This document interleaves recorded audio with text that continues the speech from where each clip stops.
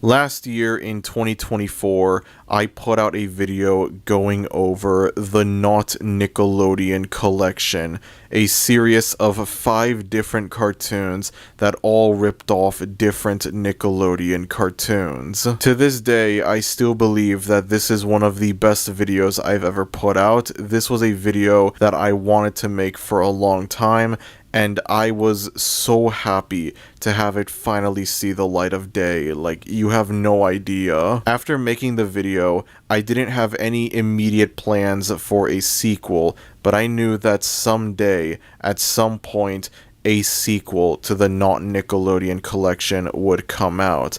I just needed to find the right idea. What could I possibly do for a sequel? And then it dawned on me. The perfect idea. Something that I had previously alluded to in several episodes of the Search for the Worst Cartoon prior to the Not Nickelodeon collection. I put 2 and 2 together, and voila, I officially had an idea for a sequel to the Not Nickelodeon collection. Now, much like with the Not Nickelodeon collection, this was a video that I had been wanting to make for a very, very, very long time. As far back as late 2024, I remember coming up with different ideas for this video. I remember shortly after I put out the Not Nickelodeon collection video, I began brainstorming little bits and pieces of ideas for this sequel video. At one point I wanted to have it out in 2024, and instead it's coming out in 2025. At the very end of 2025, but in 2025 nonetheless. At some point I considered moving this video to early 2026, however thankfully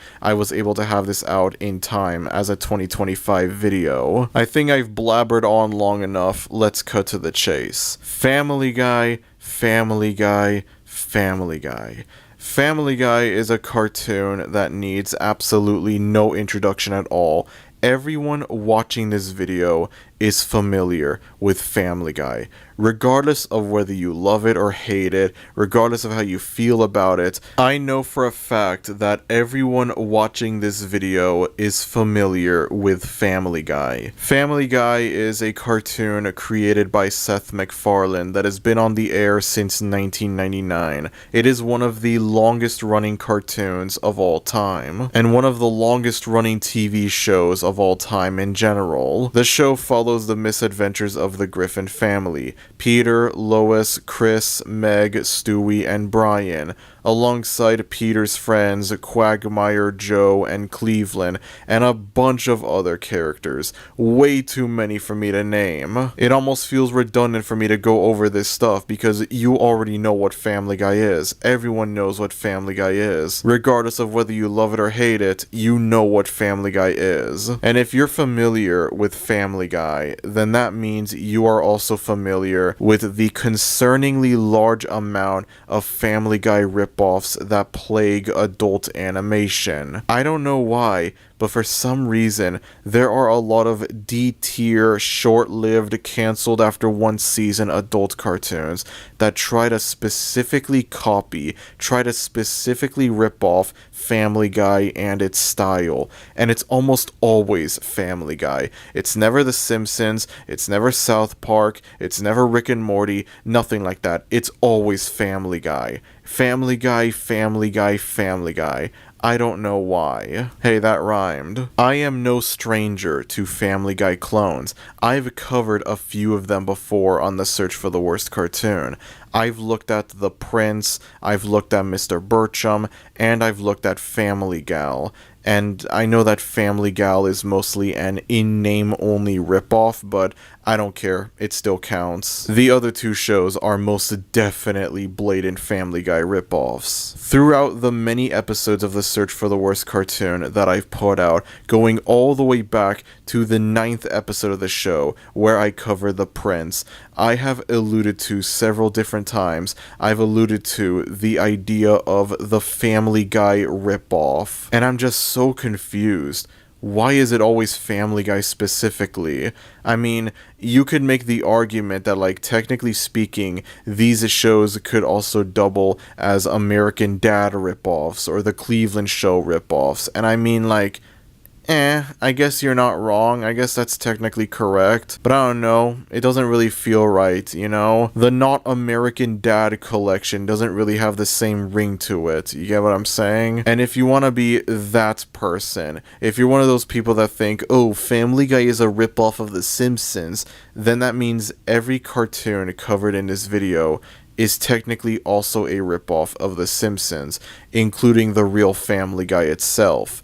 For obvious reasons, we are not going down that road for this episode. It just confuses me to no end. A lot of other adult cartoons have little to no ripoffs attached to them, and then meanwhile Family Guy just gets ripoff after ripoff after ripoff, and I don't know why. Maybe it's because of the simplistic nature of Family Guy, but I don't know, I'd argue The Simpsons also has a simplistic style to it, and yet, with one exception, there are zero Simpsons ripoffs. Whatever the case may be, there are a lot of Family Guy ripoffs, and so in today's video, I'm gonna be going over 8 of them. That's right, we're looking at 8 cartoons in this one video. I knew very early on that I wanted to make this a very special episode of the Search for the Worst Cartoon. And so here we are looking at 8 crappy Family Guy ripoffs as part of the 50th Search for the Worst Cartoon. The 50th episode, goddamn, I can't believe we made it, man. Now before we move on to the main topic, I just want to quickly say, thank you everyone. Thank you for all of the support that I've received, not just for the Search for the Worst Cartoon, but also just for my YouTube channel in general. I remember for a long time I would have ideas, plans to like find the worst cartoon ever made, watch different bad cartoons in order to find the worst cartoon ever made. It was just something that I was fascinated with. And so here we are on the 50th episode of the Search for the Worst Cartoon. I can't believe we've made it this far. I'm truly astonished by this, and I just want to say thank you for all of the support that I've received over the years. I also want to quickly say thank you to I Hate Everything for being the reason why I started the Search for the Worst Cartoon. I made a video going over this back in September, but I figured I might as well bring it up here again. I used to watch I Hate Everything a lot back in the late 2010s. I was obsessed with his Search for the Worst series, where he would do the same thing that I do, except he would try to find the worst movie ever made instead of the worst cartoon ever made. And admittedly, yeah, these videos are much higher quality. They're much more professionally made than my videos. But these videos proved to be very influential to my style of humor, to, you know, what I want to make on YouTube. And so I just want to say thank you to I Hate Everything for being the reason why I review cartoons, for being the reason why I review movies, for being the reason why I have a YouTube career. I doubt that he's going to ever watch this video or any of the videos that I've ever put out, Search for the Worst Cartoon or not, and I really don't want to turn this into like a weird parasocial thing or anything like that. I'm just simply expressing gratitude towards this channel that has influenced me in so many ways to become a YouTuber. And so I just wanted to say thank you to I Hate Everything for being the reason why I have a YouTube career, and thank you to everyone that watches my channel for all of the support. This video, in addition to being the 50th episode of the Search for the Worst Cartoon, also doubles as the Christmas special for this year, for 2025, because I figure, you know what, such a monumental video, it would be perfect for Christmas. It would be absolutely perfect for Christmas. With all of that said, let us move on to the main topic of this video. It seems today that all you see is violence in movies and sex on TV, but where are those good old-fashioned values on which we used to rely? Well, I don't know, but you sure as hell aren't gonna find them in any of these shows. Welcome, everyone, to the Not Family Guy collection. Once again, I know, very original title. Allow me to go over the 8 cartoons that'll be covered in this video. Going in order of release, you have Crash Canyon, a Canadian cartoon that lasted for 2 seasons from 2011 to 2013. Brickleberry, a Comedy Central cartoon that lasted for 3 seasons from 2012 to 2015. Full English, a very obscure, very short-lived British cartoon from late 2012 that only lasted 6 episodes. Bordertown, a short-lived Fox cartoon from early 2016 that lasted 13 episodes. Paradise PD, a Netflix cartoon that lasted for 4 seasons from 2018 to 2022. Chicago Party Ant, another Netflix cartoon that only lasted 1 season from 2021 to 2022. Farzar, another Netflix cartoon from 2022 that only lasted 1 season and 10 episodes. And finally, Good Times, also known as Good Times Black Again, yet another Netflix cartoon from 2024 that only lasted 1 season and 10 episodes. I want to imagine there are a few cartoons included in the Not Family Guy collection that some of you have been waiting to see me cover on this series, and well, here we are, we're covering them now. Now, because there are 8 cartoons as part of this collection, I have brought out the almighty wheel in order to determine which order should I review these cartoons. And so, with that said, let us dive right into the Not Family Guy collection. Alright, let's see what'll be the first cartoon covered as part of the Not Family Guy collection. I can only wait. Well, we had to start somewhere, I guess.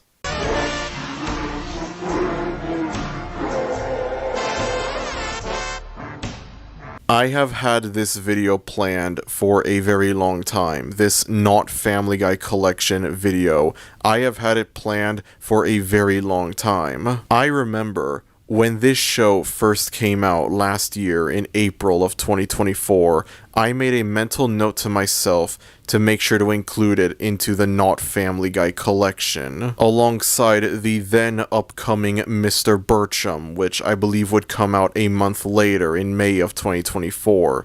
Yes, Mr. Burcham was originally going to be in the Not Family Guy collection. That is how long I've had this video planned for. You might be wondering, why didn't Mr. Burcham make it into this video? Well, you see, a certain event happened in November of 2024 that made me realize that things would be taking a turn for the worse in America in 2025 onwards. And so as a result of that, I wasted no time in putting out a solo review of Mr. Burcham while we were still in the calm before the storm. I gotta be real, it feels weird not having the Prince, Family Gal, or Mr. Burcham be part of the Not Family Guy collection, but they are part of it in spirit, damn it. They are part of it in spirit. Anyways, getting back on topic, our long, painful journey throughout the Not Family Guy collection begins with Good Times, also known as Good Times Black Again,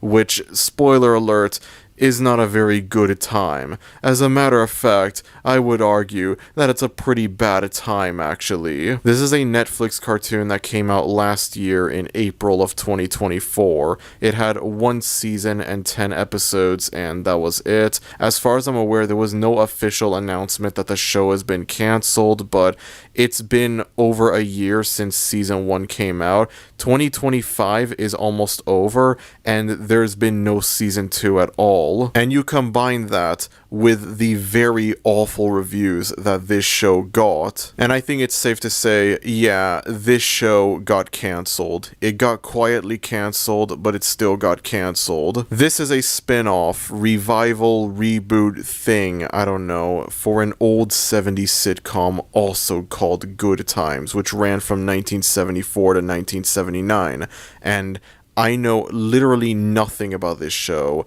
I don't even think I've heard of this show before I started working on this video. I am completely oblivious, completely unfamiliar with this show, which I always say this, but I think this would add a bit of a fresh take on this show, a fresh perspective on my thoughts on the show. I want to imagine most of the people that have reviewed this show have seen the original Good Times, or at the very least are familiar with it, but not me. No siree, not me. And Good Times, the original show, is a spin-off itself of another old 70s sitcom called All in the Family, which I am a tiny bit familiar with, but generally I'm mostly oblivious to it. If I remember correctly, the theme song for Family Guy is supposed to be like a homage, a reference to the theme song for All in the Family, which, well, it all comes full circle, huh? It all comes full in circle. I don't know anything about All in the Family. Apparently it's like one of the best TV shows ever made. It managed to get 6 spin-offs, including the original Good Times, which is absolutely insane to me. I don't know what would compel someone to make this many spin-offs off of one show, besides the obvious reason, of course. This sort of thing would never fly today. You know, people keep talking about how, like, we don't get original stuff anymore. Everything nowadays is just sequels and remakes and reboots, spin-offs, that sort of thing. We don't get original stuff anymore.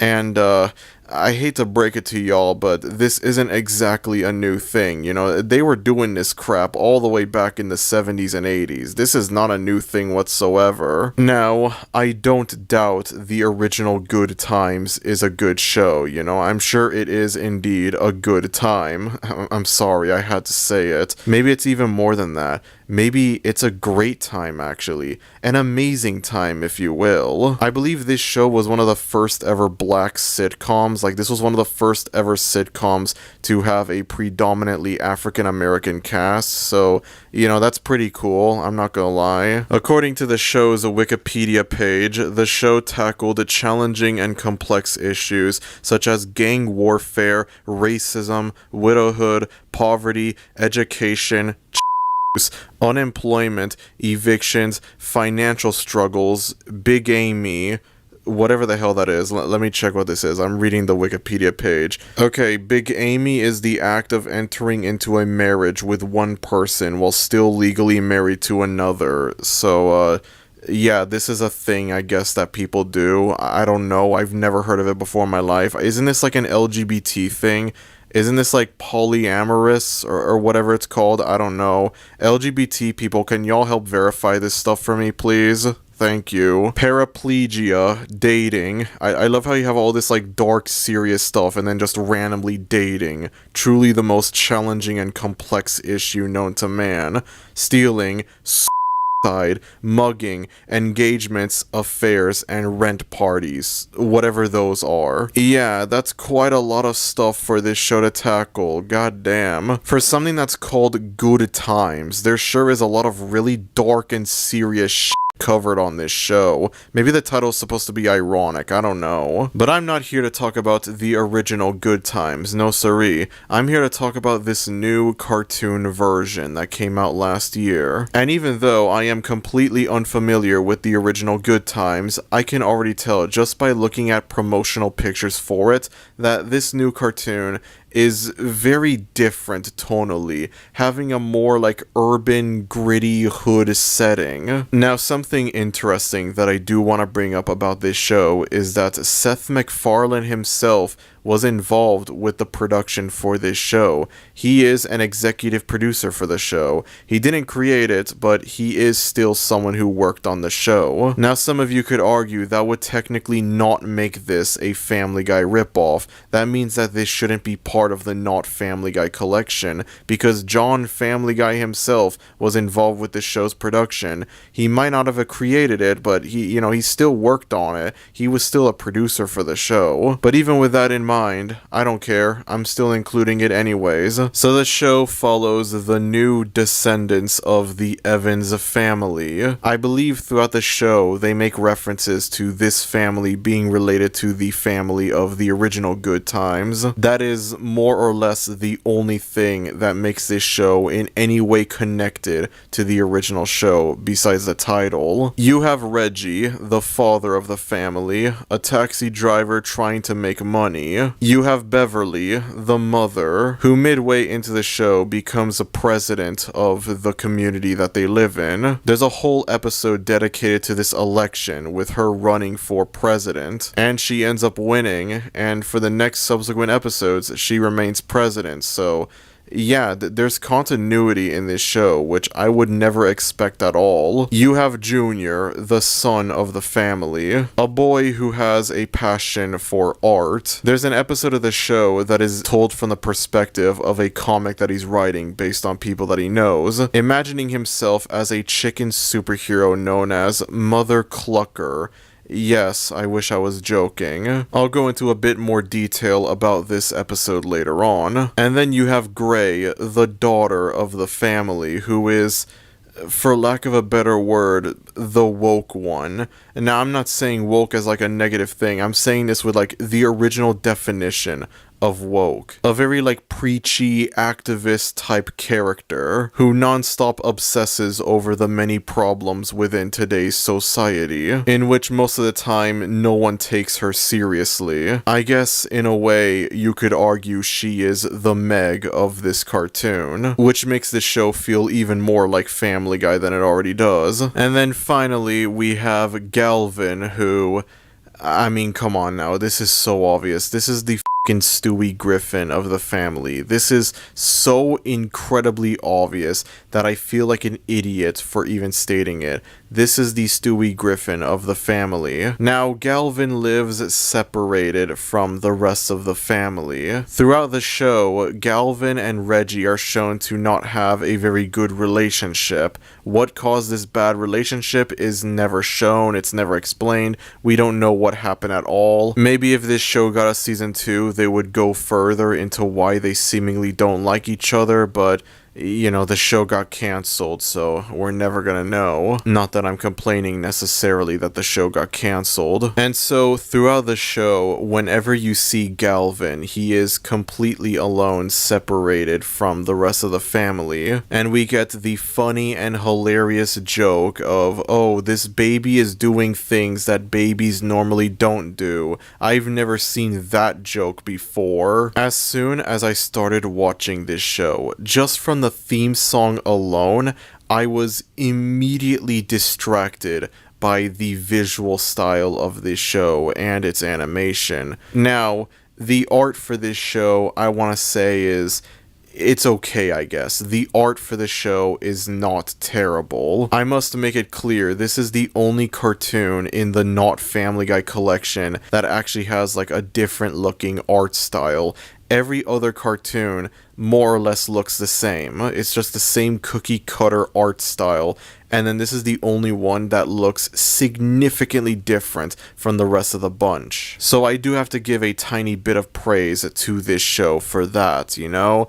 And it's not like an awful art style, I guess. I understand it's not like a super visually appealing art style. There are admittedly moments where it looks pretty ugly, but for the most part, it has that like 2000s look to it. There is nothing about this art style that screams at 2024, but there are a lot of things about it that scream at 2004. But the main thing that I want to focus on is the animation for this show. Now, I cannot play any footage of this show because copyright and all that, but the animation for this show is unexpectedly really fucking choppy, and it completely caught me off guard when I started watching this show. I was like, what is wrong with the animation? Why does it look like this? Why do the characters move like this? Again, I really wish I could show footage, but I don't want to risk copyright. I'm sorry. Just from watching this theme song alone, this show reminded me of two cartoons that I had previously looked at on the search for the worst cartoon. The Nut Shack and Legends of Chamberlain Heights. Early on, while watching the show, there were just certain moments in it that it just instantly reminded me of the Nut Shack. I was instantly reminded of the Nut Shack. And honestly, I find it to be hilariously pathetic, the fact that this big budget, professionally made Netflix cartoon from 2024 is somehow almost on the same level of quality as this extremely obscure, low-budget, poorly made cartoon from 2007, nearly 20 years ago. Unfortunately, Good Times is not a funny bad cartoon. For the most part, it's not an offensively bad cartoon either. Emphasis on for the most part. The further I got into this show, the more used to it I became. I became used to the very slop quality of this show, which is something that happens a lot whenever I make search for the worst cartoons, and I wouldn't be surprised if this ends up happening for every single cartoon that I cover in this video. This is just your run-of-the-mill, short-lived, one-season Netflix slop cartoon. The kind of show that it lasts one season and then that's it. It gets cancelled and nobody ever remembers it or acknowledges it ever again. We've seen this kind of show before. We've seen it with Hoops, we've seen it with Alan Gregory, we've seen it with The Prince, we've potentially seen it with Mr. Burcham, another cartoon that came out around the same time as Good Times, and there's been no updates on a season 2 whatsoever, but I'm not complaining at all. We don't need season 2 of Mr. Burcham. You can keep that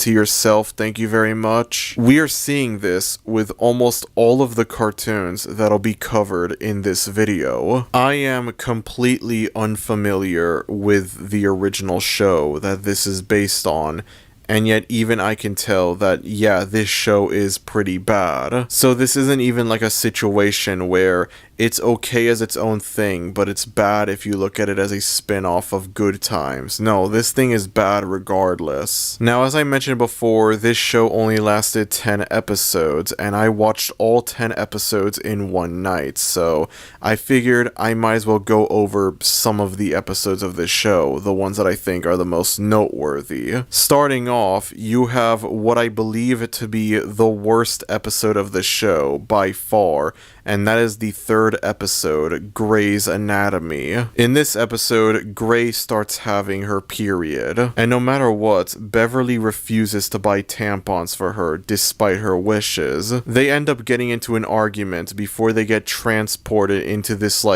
world inside of a woman's anatomy or something. I don't know what the hell this is. It's like a Wizard of Oz parody, and it's just really weird and not funny. It would be weird and not funny if all of this was for males, okay? Don't get the wrong idea. And so throughout the episode, Grey and Beverly try to find a way out of this place, wherever they are. They end up finding this mountain full of candy, and Grey goes crazy over it, consuming as many sweets as possible. And then I'm not even going to show off any of this in the video because it's genuinely really weird and disgusting. Grey starts to inflate. She starts to bloat. And it's there we go. The writer's barely disguised has officially entered the show. Throughout this episode, the girls get chased around by this guy who I have no idea who the hell he's supposed to be. I don't know if he's a reference to someone, if he's supposed to be based on a real person. I'm not sure. But he's essentially the main villain of the episode as he tries to reinstate the patriarchy or something like that. I guess when Beverly and Grey end up in this tampon world, they murder someone named Shame, I don't know. And this guy is trying to avenge whoever this is. Again, I don't know what the hell this is referencing. referencing. I don't know if these are like real people that the show's referencing.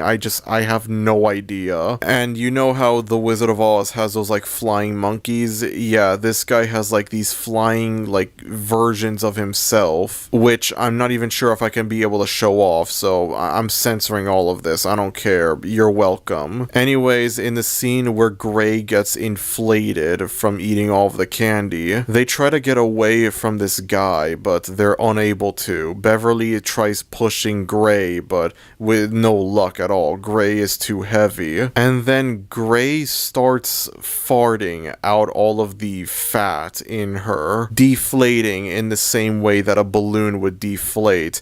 And it was at this very moment where I was like, oh Jesus fucking Christ, I have 7 other cartoons to look at after this one. God help me, man. God help me. And you know what's worse? There's a non-zero chance this ends up being the best cartoon of the 8 Not Family Guy collection cartoons. There's a non-zero chance that this could be the worst one as well, but there's a non-zero chance this could end up being the best one. There's a non-zero chance that somehow any one of the 7 cartoons covered in this video could be worse than Good Times. And so by the end of the episode, Beverly and Gray managed to escape from this tampon world, and I guess there's supposed to be like a message about feminism and womanhood or something like that. I don't know. It's really hard to pay attention to that stuff when you look at all of the weird and disgusting stuff in this episode. And then meanwhile, you have the B plot for the episode, which is thankfully nowhere near as insufferable. Reggie accidentally knocks out Junior unconscious while he's trying to sell a painting, and so Junior's client decides to buy the painting, thinking that she now owns his final work. And so the two of them strike a deal to host an art gallery in their apartment, pretending that Junior is dead, in order for them to generate a lot of money. Eventually, Junior gets caught still being alive, and everyone just walks away, ending their little scheme. It's not terrible. It's definitely nowhere near as bad as the A plot, but it's barely in the episode. Most of the episode, of course, focuses on the A plot. I was watching this 3rd episode and I was just thinking to myself, what is this garbage? What the hell am I watching? No wonder this didn't last very long. And so the good news is none of these subsequent episodes are as bad as this one episode. The bad news is the next immediate episode is still pretty bad. Right off the bat, just from the episode name alone, I knew I was going to absolutely hate this episode. When I prepared to watch this show and I scrolled through the episode list, I saw that episode 4 was titled They Came Before Elon. And right off the bat, I knew, oh god, episode 4 was going to be insufferable, wasn't it? So as I mentioned before, Reggie is a taxi driver. And a recurring joke in the show is that he barely gets paid anything for his job. At the beginning of this episode, you have this obvious self-driving Tesla parody that acts as a replacement for Reggie's taxi job. At some point, Reggie finally gets an actual customer, but it turns out to be none other than Elon Musk himself. Now keep in mind, this came out in 2024. This didn't come out in like 2018 or 2019, back when Elon Musk had the reputation of being the cool, funny Reddit meme guy, the only nice billionaire. This came out in 2024 after it was established that Elon Musk is a pretty terrible person, actually. This was before the making the German man with the funny mustache salute at the inauguration arc, but it was after the buying Twitter and turning it into a right-wing hole, somehow making it even worse than it already was arc. In all fairness though, the episode isn't exactly pro-Elon. I genuinely thought the episode was gonna be like a rivalry between Reggie's taxi job and these like self-driving cars, but no, that plotline gets completely abandoned fairly early on. Instead, you have Reggie working with Elon for the money. And initially, the family is skeptical about this, especially Gray. Given that Gray is supposed to be the, for lack of a better term, woke activist member of the family. I'm not saying that as a negative thing, I'm just saying, you know, that's what her character is supposed to be. She understandably has skepticism towards Elon Musk. Nevertheless, the family ends up moving in with Elon, and at first everything seems perfectly fine and dandy. And then Elon brings up his famous plan to colonize Mars, to bring life into Mars, to bring humanity to Mars, in which he wants the Evans family to be the first family to live on Mars. And I guess the whole thing turns out to be a ploy to have the rich live on Mars. They try and escape from Elon, however Elon is backed up by Bill Gates and Jeff Bezos. Yeah, this is bringing back some really bad memories, I'm not gonna lie. On one side, Bezos and Elon. The other, Zuckerberg and Gates. Eventually, the family is able to defeat the 3 billionaires, and unfortunately, it is nowhere near as satisfying as it should be. I don't know how they were able to make something like this unsatisfying, but they did. And the episode ends with the family returning to their normal lives. Now, I thought this was a particularly really unfunny episode. However, it surprisingly wasn't as bad as Grey's Anatomy.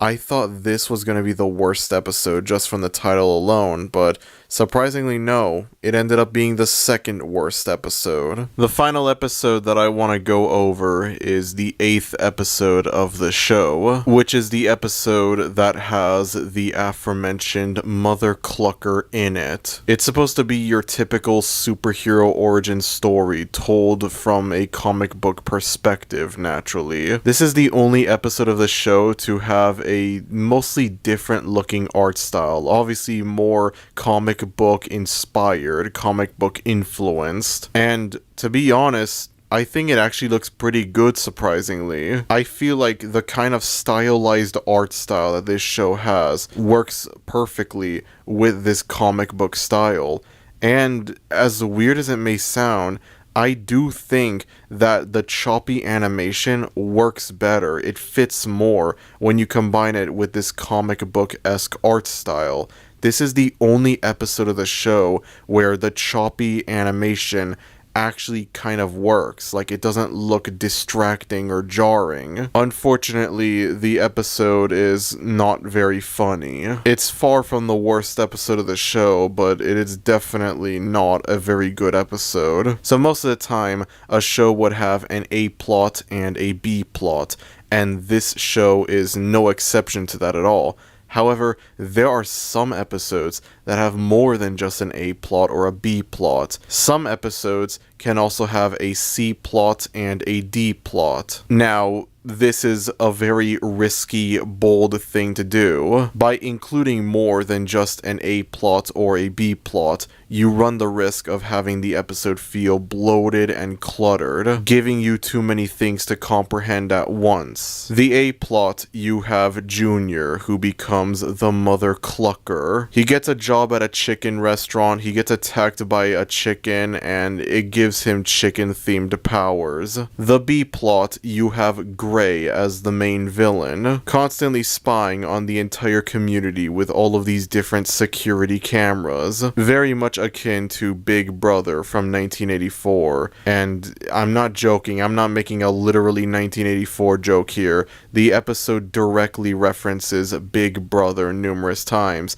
The episode, if I remember correctly, the episode is literally called Big Sister is Always Watching. So yes, this actually is genuinely, unironically, literally 1984. In the C plot, you have Reggie trying to fix his relationship with Dalvin. At one point, Dalvin gives Reggie a new and improved taxi for him to drive. However, something happens and the two of them end up going back to not liking each other. And then the D plot focuses on Beverly, who, as I previously mentioned before, becomes becomes the president of this community midway into the show. And so in the halfway point of the show, we are introduced to a new character who I guess is supposed to be the main villain of the show, Allison Whiteman. And yes, her name is pronounced like that. It's not Allison, it's Allison, because her name is short for All White Men. Funny. So the whole thing with Allison is that,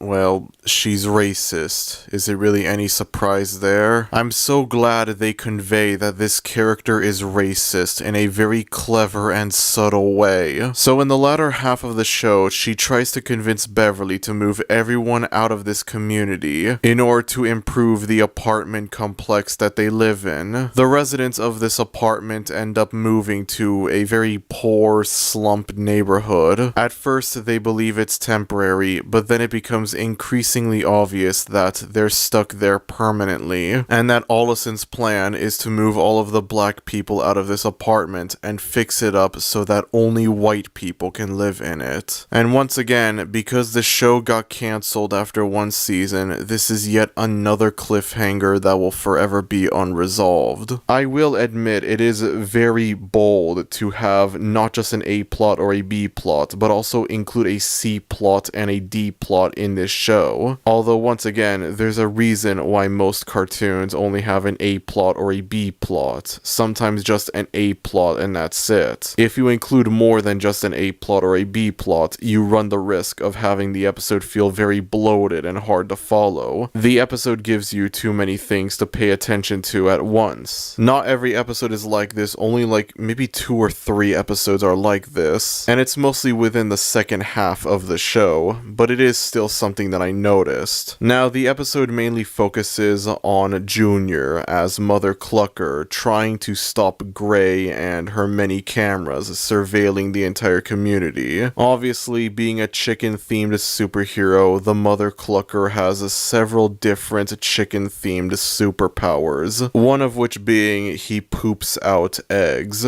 There's a scene where he's like destroying all the different cameras in the area, and he's frequently shown destroying them by laying eggs on them, and obviously it's not very funny. It's disgusting, actually. Are any of y'all really surprised that this show has toilet humor in it? Because I sure as hell am not. And overall, despite the fun ideas that are present in this episode, despite the surprisingly good visual presentation of the episode, it's ultimately pretty boring, actually. Most of the episodes are boring. I guess I just become numb to the badness of it all. Eventually, I just kind of become one with the slop. This is just your standard crappy one-season Netflix cartoon. You watch all of the episodes of this show, and that's it. There's no more of this show. You finished watching it. I've brought up before in the past how there are certain cartoons covered on the Search for the Worst Cartoon that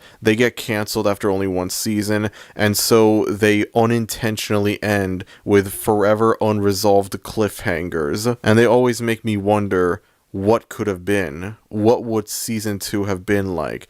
We saw this with Hoops, we saw this with High Guardian Spice, we saw this with The Prince, and now we see it with Good Times. And somehow, I get the feeling this isn't going to be the only cartoon in the Not Family Guy collection that will see this phenomenon happen for. I don't really want to go into too much detail about it because I feel like this segment has gone on long enough, but the show ends with an unresolved question. Who shot Junior? Junior gets shot, no one knows who shot him. He ends up living, don't worry, he's still alive. I thought they were gonna like end him off, I thought he was gonna die, and I was like, okay, that's a pretty f***ing risky thing to do. Yeah, just take out one of the main characters of the show at the end of the first season. That's an interesting thing to do. But no, that's not the case at all. Junior manages to live, and the episode and the show as a whole ends with a forever unresolved question. Who shot Junior? I don't know. And chances are we're never gonna know. And that's good times for you. For the most part, this is just your standard short-lived one-season Netflix cartoon. You watch this and it's like, is it any surprise that this only lasted one season, honestly? It is incredibly easy to forget that this is supposed to be like a spin-off, revival, whatever, of an old sitcom from the 70s, in which I want to imagine, again, this old sitcom couldn't be any more different from this modern day version. For the most part, this is just the same typical unfunny adult cartoon, the same slop that we've seen before, and the same slop that we're gonna see later throughout this video. It's not the worst cartoon that I've ever seen. There are a few okay moments in it. Maybe there's like, there's actually like an episode that I'd say is not that bad. That being an episode dedicated to a holiday that the community in this show celebrates, Black Love Day, which occurs every leap year. And I actually find it to be a pretty sweet, pretty decent episode. But obviously, one fairly good episode is not going to save this show. I'll give it credit. None of the remaining episodes are as bad as Grey's Anatomy. Jesus, that's a fucking awful episode right there. But for the most part, this is just another boring adult cartoon. The first of many adult cartoons covered in this video that try and fail to rip off Family Guy, even if, yes, Seth MacFarlane was involved with this show. And then you combine that with a kind of interesting but also unfitting art style, which makes the show look like it's from 2004 and not 2024, as well as sometimes you have really bad overhead shots, like these perspective shots that happen from time to time, where the perspective is just absolutely fucking terrible. I forgot to bring them up earlier, but I'm bringing them up now. And then you have the baffling decision to have this incredibly choppy animation, which it feels very distracting. You're trying to pay attention to what's happening in the episodes, and then you're just focused on how unnecessarily choppy the animation is. Maybe it is a stylistic choice, maybe they deliberately made it choppy, I don't know, but it looks off. It looks really off. And overall, that's good times for you.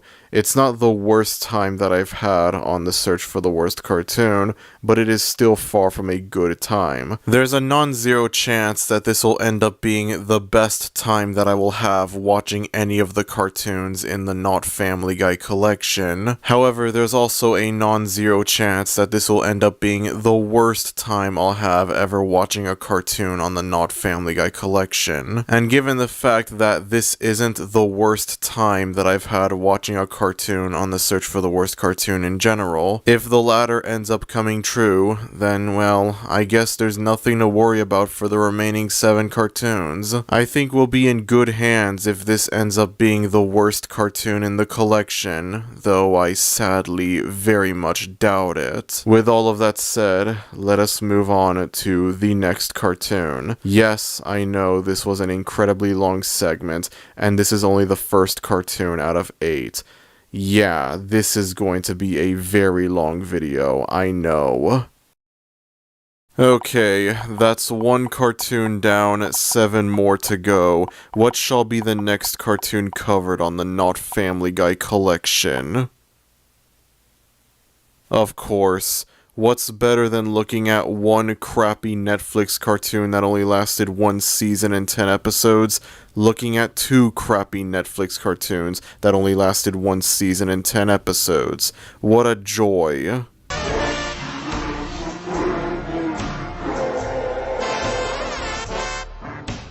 Farzar is the first of 3 different cartoons covered in this video that are created by the same 2 people, Wacko O'Gwyn and Roger Black, who also provide us with Brickleberry from 2012 and Paradise PD from 2018. This was their 3rd cartoon, released in 2022 onto Netflix, and unlike their previous 2 cartoons, this one wasn't very successful. Brickleberry lasted from 2012 to 2015 for a total of 3 seasons. Paradise PD lasted for 4 seasons from 2018 to 2022, and this show only lasted 1 season in 2022, consisting of 10 episodes.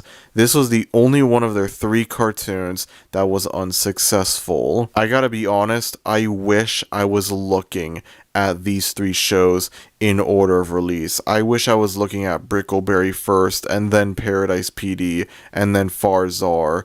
But I guess the almighty wheel had different plans for me, and I must respect its wishes. I'm sorry. Alright, first and foremost, I have to say something.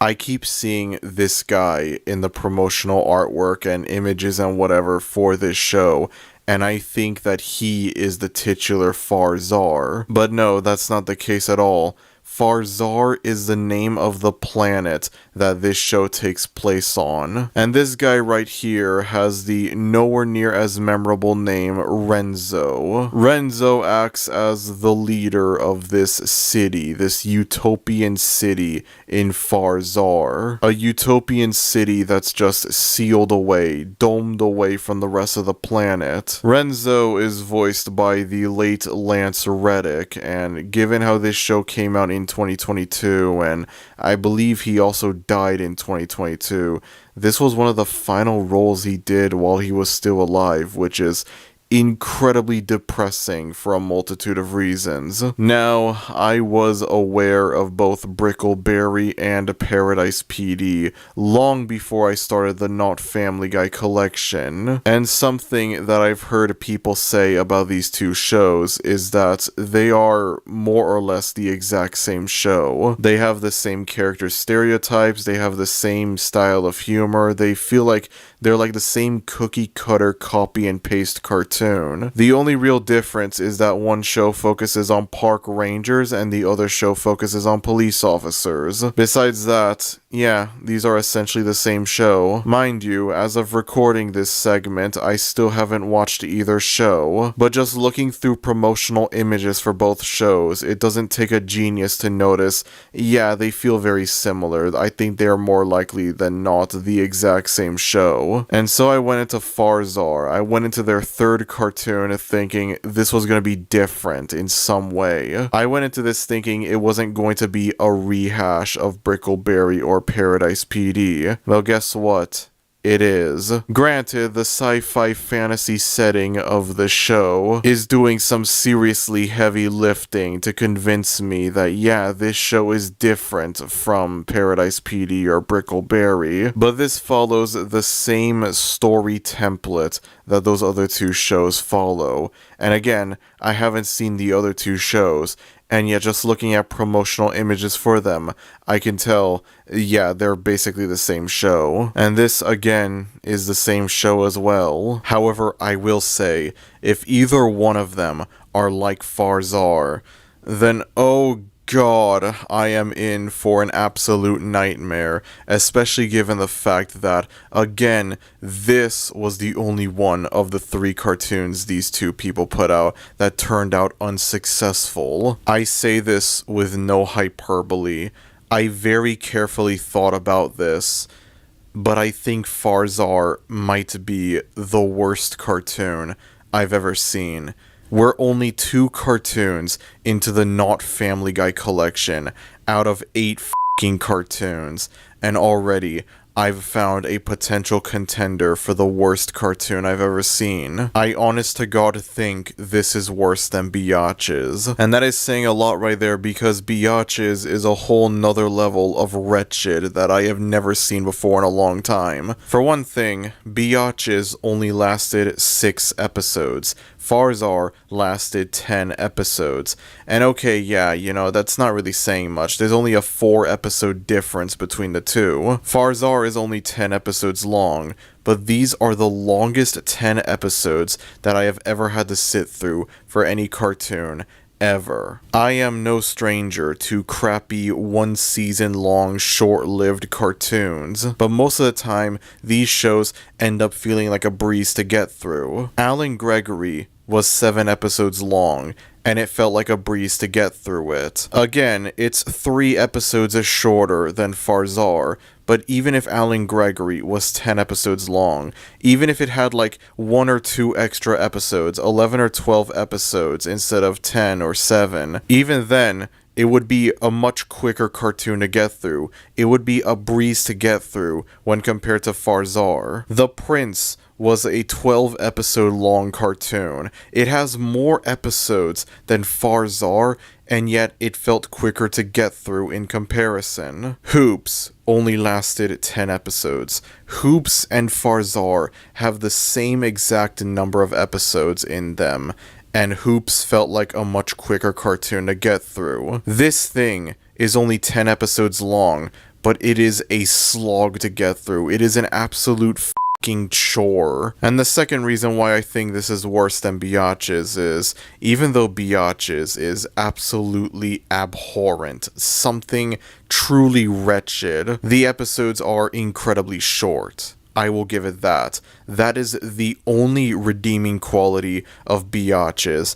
Every episode is ridiculously short, only lasting about like 3 to 5 minutes long. It is very painful and very hard to get through, but it's also very short as well. And then meanwhile with Farzar, every episode is long, and I mean long. You have episodes that last as long as like 28 minutes, 29 minutes. You have episodes that are almost 30 minutes long. 30 minutes of some of the most unfunny garbage I have ever seen in my entire life. Most of the time, when I watch these short-lived one-season cartoons, I don't find them to be very funny. However, they do have the occasional funny moment in them. There are extremely rare moments in Alan Gregory where I laughed. There are moments in Hoops where I laughed. I found Hoops to be funny occasionally, surprisingly enough. With Farzar, though, I never laughed once. I never laughed a single time. I never looked at a joke and I thought, oh, you know, that was kind of funny actually. I never felt that with any of the jokes in any of the 10 episodes. The whole thing is just a joyless, miserable experience. You watch this and you will be completely stone-faced watching it. Either that, or you would start groaning in pain over how bad the show is. This show suffers from a disease known as vivziitis. It is a disease that causes something to be completely devoid of humor, instead relying on excessive swearing in order to be funny. Oh, you see, the joke is that they say the F word. The joke is that they say the B word. The joke is that they say the SH word. That's it. That's the joke right there. There's no actual attempt at making a funny joke. There's no actual attempt at comedy. There's nothing like that. And it seems like Farzar over here has caught a rare variation of vivziitis, which causes it to not only rely excessively on swearing in order to be funny, but also rely on gross out humor in order to be funny. The amount of disgusting shit that is in this show, the amount of toilet humor that is found in this show is incredible. It really is. It feels like it's trying way too hard to be funny. It's trying way too hard to be edgy. It's trying way too hard to be offensive.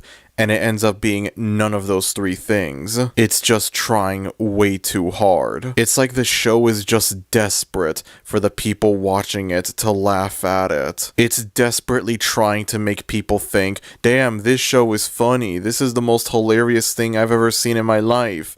And it's just failing miserably at doing so. I haven't seen a case of vivziitis this bad in a very long time. It is an absolutely horrible disease that I would never wish on my worst enemy. The good news is, though, ever since the first discovered case of vivziitis on October 28th, 2019, scientists all around the world have been trying to find a cure for it. And I'm sure that one day we will have a cure for Vivziitis. We will eradicate Vivziitis once and for all. If you or a loved one are showing signs of Vivziitis, please call your doctor immediately. So anyways, this show takes place on the titular planet Farzar. Again, I have to get used to the fact that this guy is not named Farzar. Farzar is the name of the planet and not this guy. Where we have Renzo, who I guess is like the leader of this utopian city that lives on Farzar. This utopian city that is isolated, domed away from the rest of the planet. And alongside Renzo, you have his wife, who is an elderly woman, because of course it is. You can only imagine the amount of extremely disgusting jokes that are made between these two characters throughout the show, in which, yes, there are a lot of disgusting jokes with these two characters. And then you have Renzo's loser son, Feichel. Yes, Feichel. It's Michael, but he's spelled with an F for some reason. And I think he's the actual main character of the show. I went into this thinking Renzo would not only be named Farzar, but he would also be the main character, but no, he feels like a secondary character. He's like a side main character, and then Feichel is the real main character. I mean, it's not like the show would be any better if Renzo was named Farzar and he was the main character, but still. Feichel is Renzo's loser son. Oftentimes there are jokes throughout the show where Renzo is a bad father to Feichel, in terms of ignoring him and not caring about him and whatever. I would complain about this, but, you know, I'm sure there's some way for this to be funny. I'm not gonna be a Puritan and act like a father not caring for his son all that much is inherently unfunny. It's impossible to make that funny. The problem is that it's part of the worst cartoon ever made. And as you'll see later on, you'll realize, yeah, this is the least of the show's problems. In the first episode of the show, Feichel gets a team together called the Shat Squad. Of course, that's what it's named. And it's here where we get to meet the rest of the wacky, outlandish characters that this show has. None of these characters have anything particularly noteworthy about them. None of these characters I remember their names, and I don't care to remember their names. So starting off, you have this robot guy who, I guess his whole thing was, he used to be a human. He used to be a full-on human, and then with every battle he would go on, he would lose a part of his body and have it be replaced by a robotic part, before eventually losing all of his human body parts and becoming a full-on robot. In one of the episodes of the show, it's revealed that he only has one human body part remaining, and what are the odds? It ends up being his PP. How hilarious. And then he ends up losing it, and it gets replaced by a robotic PP. No, I'm not gonna show off any of this, okay? I'm sorry to all of the clankers watching this, but that's not gonna happen. So then you have these two girls who are like mixed together, I guess. They're like a hybrid of each other. On one side, you have this sweet girl who's like a teacher, I believe, and she's also Feichel's love interest. Feichel has a crush on her. And then on the other half, you have this like punk edgelord, I don't know, girl who's all obsessed with like violence and whatever. The whole joke is that they're complete polar opposites, and I feel like this does have the potential to be funny, but you know, given the show that we're talking about here, it's not funny. And then you have this scientist character who is the inventor of the team. And so throughout the show, there are all of these like jokes included about how like he has like a dark past, I guess. I don't know. This scientist guy in one of the episodes creates a creature named Billy. Yeah, this is the only one of the characters that I bothered to remember the name for. And he's like this mutant hybrid of different animals because, you know, the random equals funny, I guess. He also talks in broken English because that's funny as well. And then finally you have this pink Stitch looking abomination who is the Stewie of the cartoon. Now, I'm gonna make a prediction right here.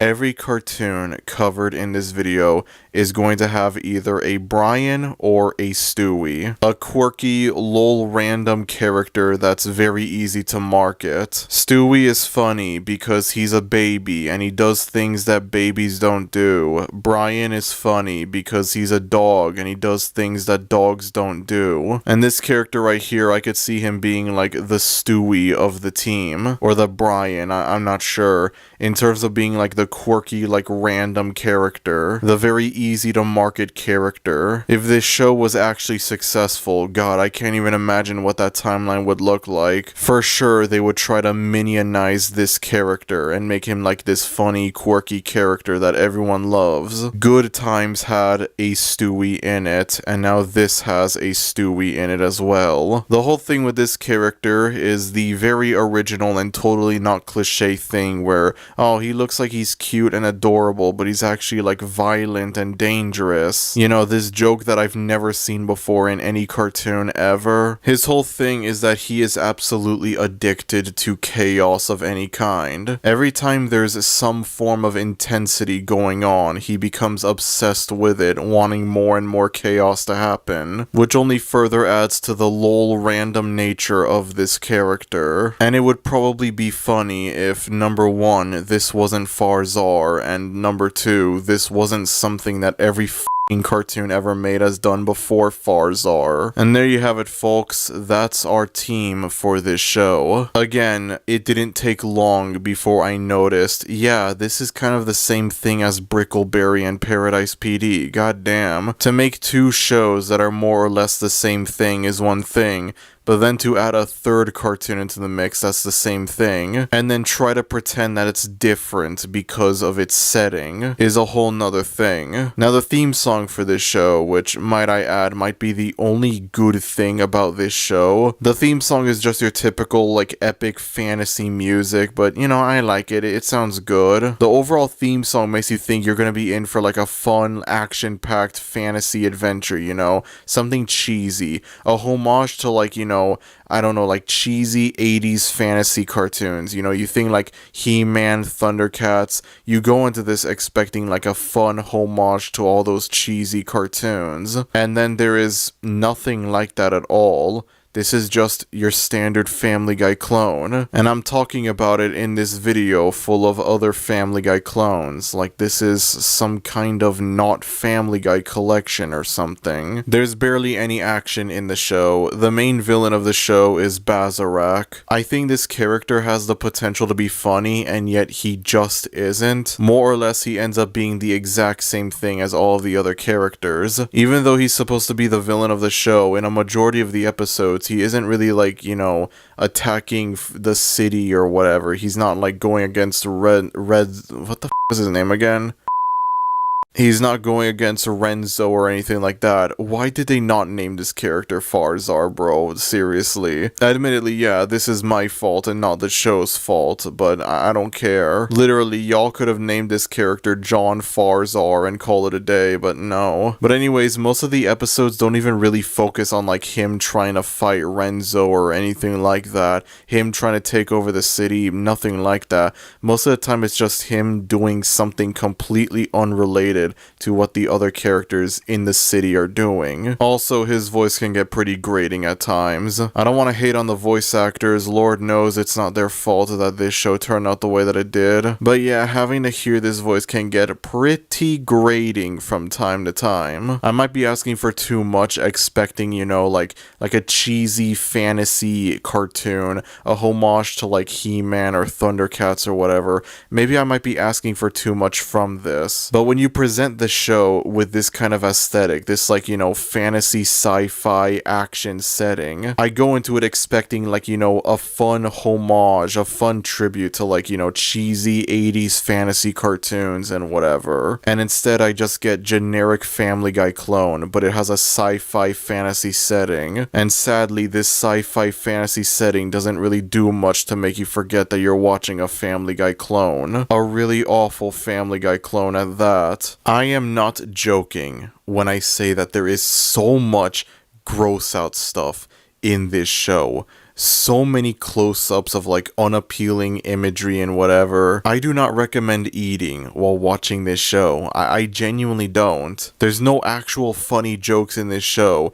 It's just the characters swear, and that's it. That's the joke. There's something gross and unappealing. That's it. That's the joke. I almost feel bad for the artists and animators that had to work on this show. I mean, yeah, okay, the show doesn't look very good visually. You know, the kind of unique stylized art style that Good Times had? Yeah, say goodbye to that. I hope you're ready for every other cartoon in the Not Family Guy collection to look like this. But even then, I can't imagine being like an overworked, underpaid Netflix employee, and you have to like animate this show, you have to draw this show, all of the extremely gross, disgusting things that are in this show, the many hard to sit through sexual jokes relating to this elderly woman. Some underpaid, overworked animator at Netflix had to work on this thing. They had to animate this thing. This is like some monkey's paw type shit right here, man. I wish I had a career in the animation industry.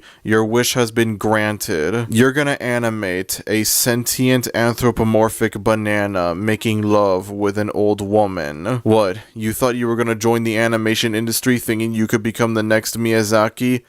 Think again, bozo. Think again. The whole time I was watching this show, I just thought to myself, God, I miss Good Times. I really do miss Good Times. I have to make the obvious joke. I'm sorry. I watched Farzar, and then I think about Good Times, and it's like, I'm sorry, but Good Times actually was a good time when compared to this. You know, there were rare moments where Good Times was funny. There were a few moments where I thought it was a funny show. There were rare moments where Good Times was indeed a good time. And then with Farzar, it was just nothing but a bad time, and that's it. You know that one episode of Good Times that I called the worst episode of the show, and I went into detail about why it was bad? How it was significantly worse than all of the other 9 episodes of the show? Yeah, Farzar felt like I was watching that one episode of Good Times 10 times. When I started watching this show, I knew it was going to be very low on the list. I was like, holy hell, this is abominable. And then I just kept watching more and more of it, and I was just astonished by how unfunny this show was.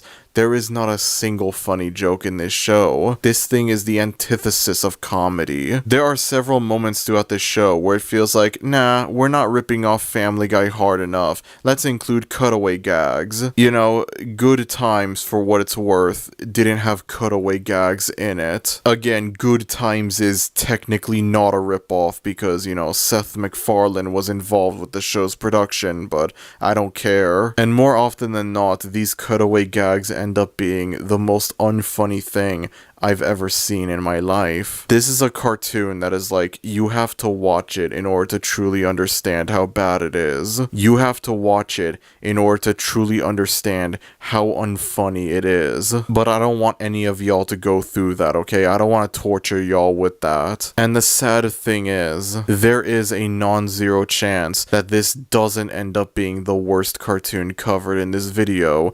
This is significantly worse than Good Times. Good Times is indeed a good time when compared to this. It is a masterpiece. It is a work of art when compared to Farzar. And yet, there are still 6 cartoons remaining. And who knows, any one of these cartoons could dethrone Farzar to become not only the worst cartoon covered in the Not Family Guy collection, but also the worst cartoon that I've ever seen. I genuinely had to think to myself, is this really the worst cartoon, or is Biatch's the worst cartoon?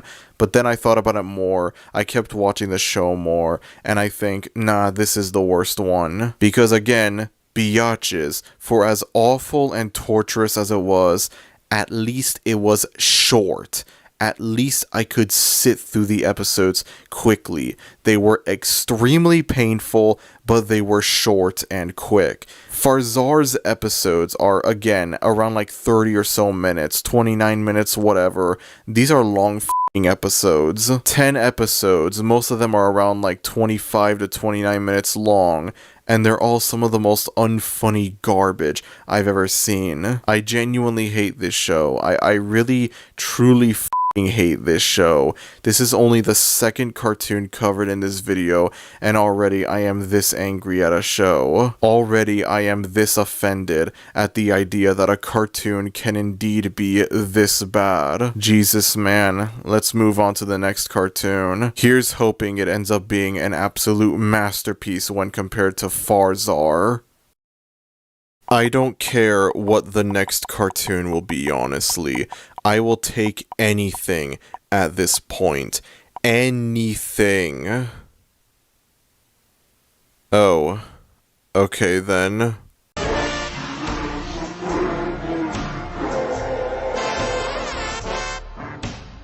Out of every cartoon it covered in this video, Full English is arguably the most obscure one. It's also the shortest lived cartoon in the collection, only lasting 6 episodes, and that's it. Now admittedly, it might have been redundant for me to feel this way given the fact that Farzar only lasted 10 episodes, but let me remind you all that those 10 episodes felt like I was watching 1,000 seasons of Farzar, and so I looked at this being only 6 episodes long, and I thought, wow, you know, this could be a breath of fresh air, potentially, maybe, hopefully. This is also probably the most blatant Family Guy ripoff covered on this video so far. Good Times has the dysfunctional family trope that Family Guy is known for having, but it does have a unique style to it. It does have like a unique tone that makes it not really feel like Family Guy, in which again, a large part of that comes from the art and the animation that the show has. And also, this is hopefully the last time that I have to bring this up, but you know, the Seth MacFarlane being involved on the show, which means it's technically not a Family Guy ripoff, but I'm still counting it as one. Yeah, I'm sounding like a broken record right now, I know. And then meanwhile, Farzar feels like a Family Guy ripoff in tone.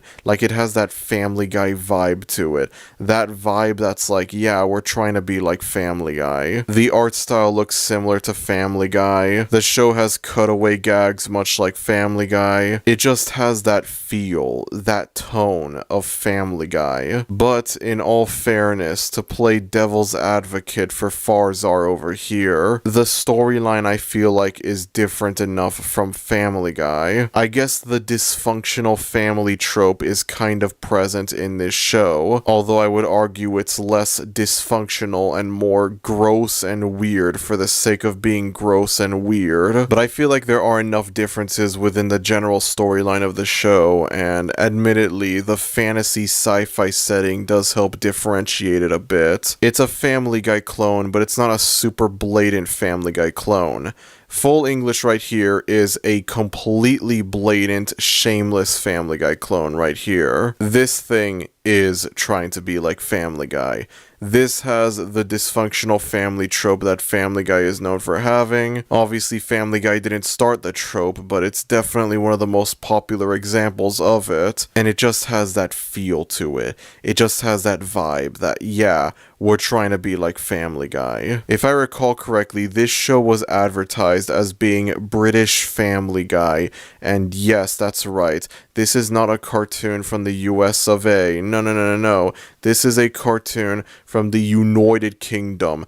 This is a cartoon that was made in the United Kingdom. Rather stupid, innit, bruv? This is supposed to be British Family Guy. In the same way Family Guy is supposed to be a satire on American culture, Full English is supposed to be a satire on British culture. In the same way Family Guy makes fun of American celebrities, Full English makes fun of British celebrities, in which, obviously, most of the time, I have no idea who the is being parodied, because I'm a stupid Yankee who doesn't know anything about UK pop culture. There are, of course, a few people parodied on the show that I do recognize. Simon Cowell, James Blunt, James Corden, yes, James Corden is parodied on this show. And remember, this came out in late 2012, so this was long before he garnered the bad reputation that he has today. I'm pretty sure this was back when he was only big in the UK, before he eventually became big in the US as well. Nevertheless, it's still a very bizarre sight to see, given the fact that, his reputation wasn't as bad as it is now. This show is, in its purest form,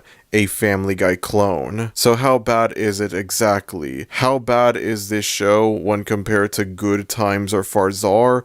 Well, there's only one way to find out, and that's to actually review the damn thing. Full English focuses on the Johnson family. You have Edgar and Wendy, the mom and dad of the family. There's not really a whole lot for me to say about them. They are your very typical mom and dad characters. And then you have their 3 children. You have the eldest, Dusty, who is more or less the Chris Griffin of the show. Well, there you go. For once, we have a cartoon in this collection that's ripping off a Family Guy character that's not Brian or Stewie. That's nice to see. That feels strangely refreshing. I don't know why. The loser teenage son, who more often than not ends up disappointing his parents. Something that I will say about this character though is I can't play any footage for it because copyright obviously, and I know that this is a British cartoon, but the voice for this character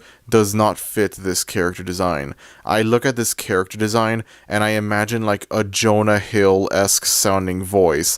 And then instead I get this voice that's like kind of high pitched, I guess, for lack of a better word. And he's also like, there's like a lisp as well. It is not at all what I expected this character to sound like, even with the knowledge that this is a British cartoon. And then moving on from that, you have the middle child, Jimmy Neutron. I mean Jason. Yes, this character is named Jason Johnson.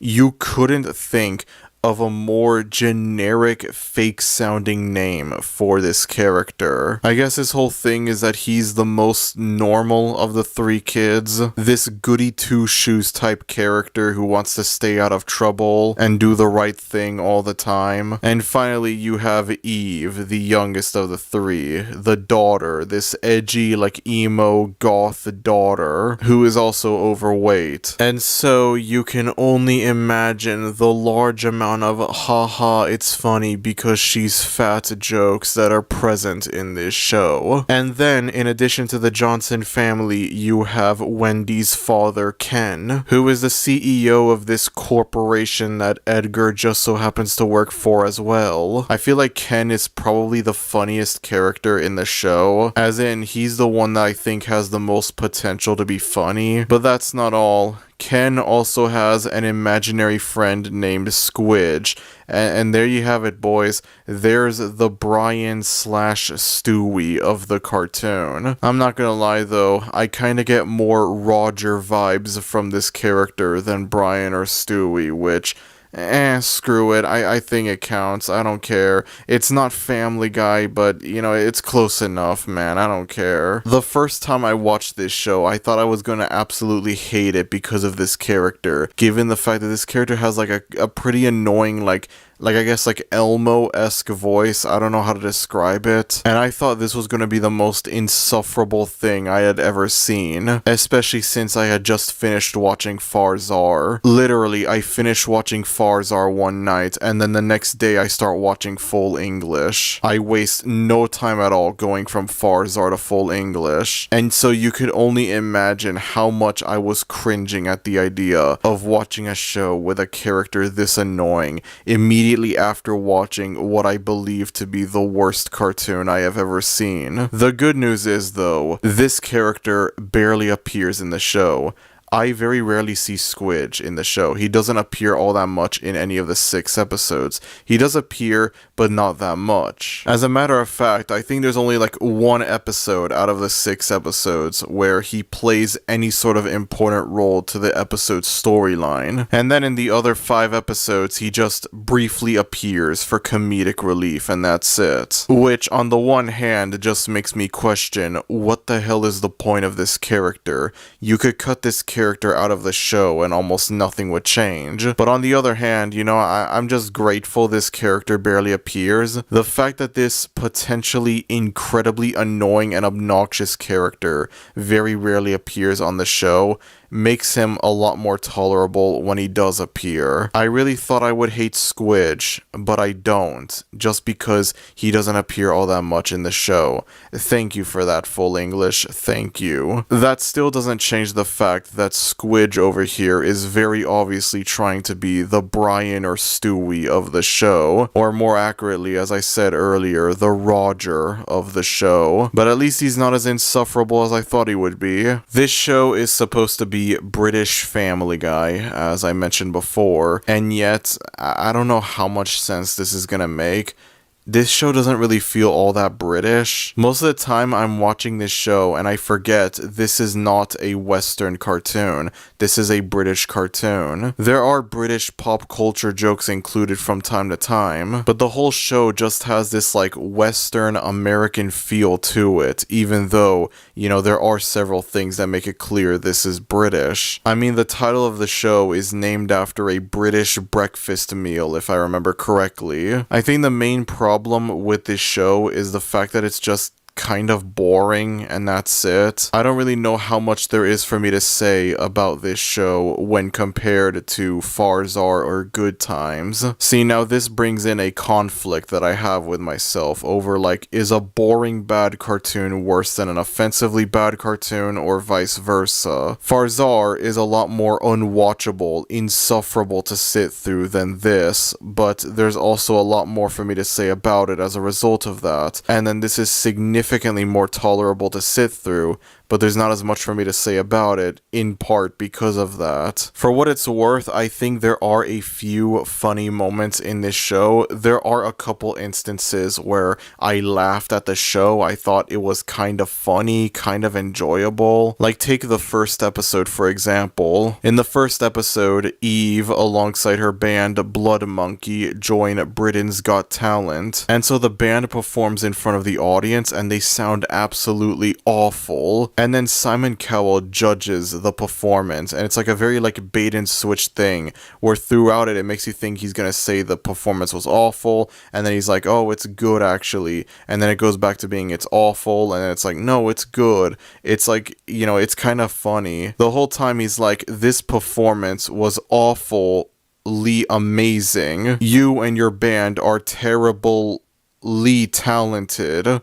You know, that sort of thing. And that's what I remember it being like. Obviously, my recreation is very poor, but in the actual show, I found it to be a kind of decent, funny joke. They end up getting rejected and they lose the show. And so while this is happening, Edgar and Wendy go on a honeymoon, leaving the kids alone. And then Eve comes up with the idea to lie about her parents dying in a car crash in order to get sympathy points. And I know that would become a meme later on, that like, oh, all of the contestants on America's Got Talent, Britain's Got Talent, whatever, would have all of these like sob stories in order to get sympathy points and whatever, but I had no idea that this was something that was being made fun of as far back as 2012. And so just like that, Blood Monkey goes from being rejected to coming close to winning the finals for the talent show. Naturally, by the end of the episode, the lie completely falls apart. Edgar and Wendy reveal that they are completely alive and perfectly fine, and so life goes back to normal for everyone. But I'm not gonna lie, I thought this was kind of a funny premise for an episode. I thought it was like, you know, this was kind of decent actually. I thought it was like moderately enjoyable. After having to suffer through Farzar, I'll take this. This wasn't so bad. I remember reading through different negative reviews for this show, and a lot of people would go over the animation and the art for the show, calling it bad. And to be honest,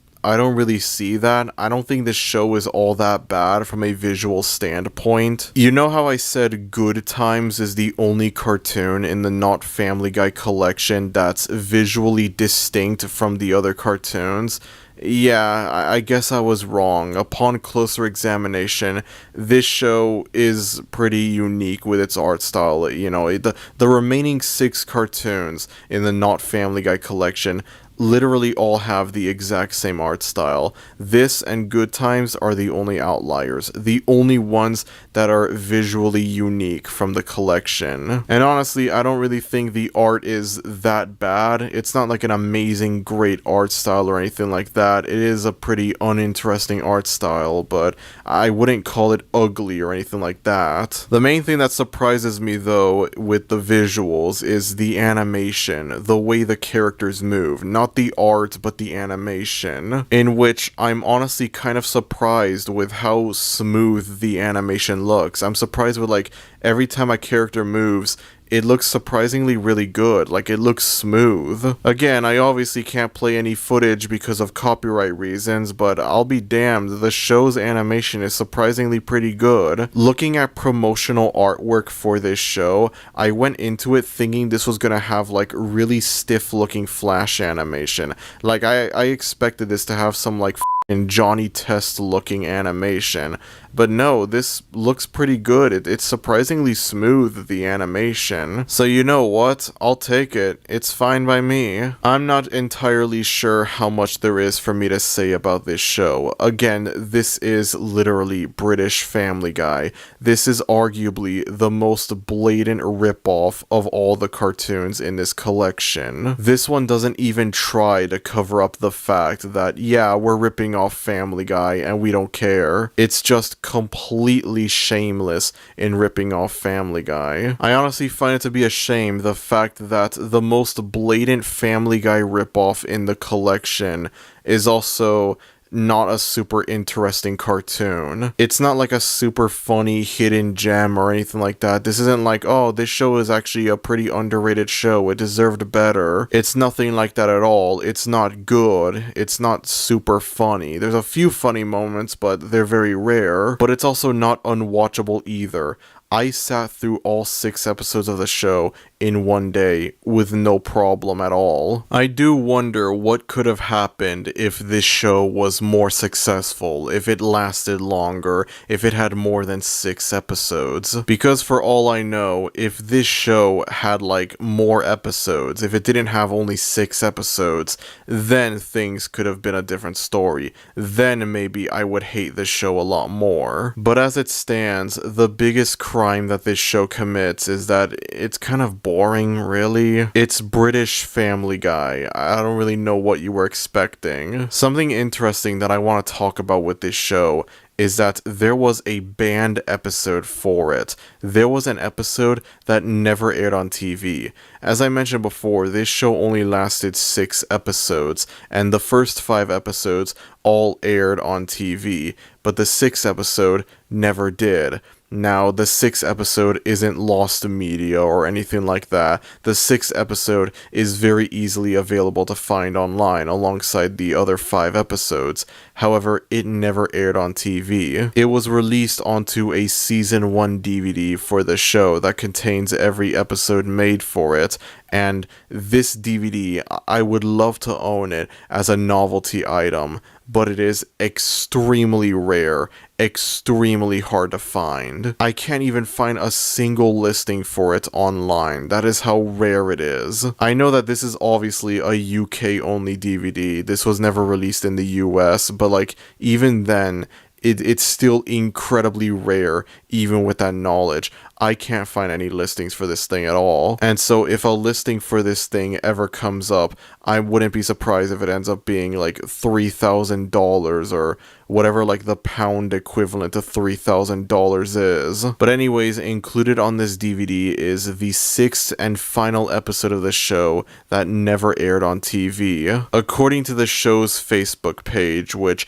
I'm not able to access, I don't know if it was taken down or whatever, there is an archive.org page for it, but I can't go onto it because, you know, Facebook is a terrible website. But apparently the people that worked on this show thought that this 6th and final episode was the best episode of the show, and I'm not sure about that one. The episode is titled My Big Fat G-Word Wedding. I don't know. I've heard that this word that I've censored is like a slur apparently. Like I think only in recent times has it been like considered a slur. I don't know. I ain't taking any goddamn risks, okay?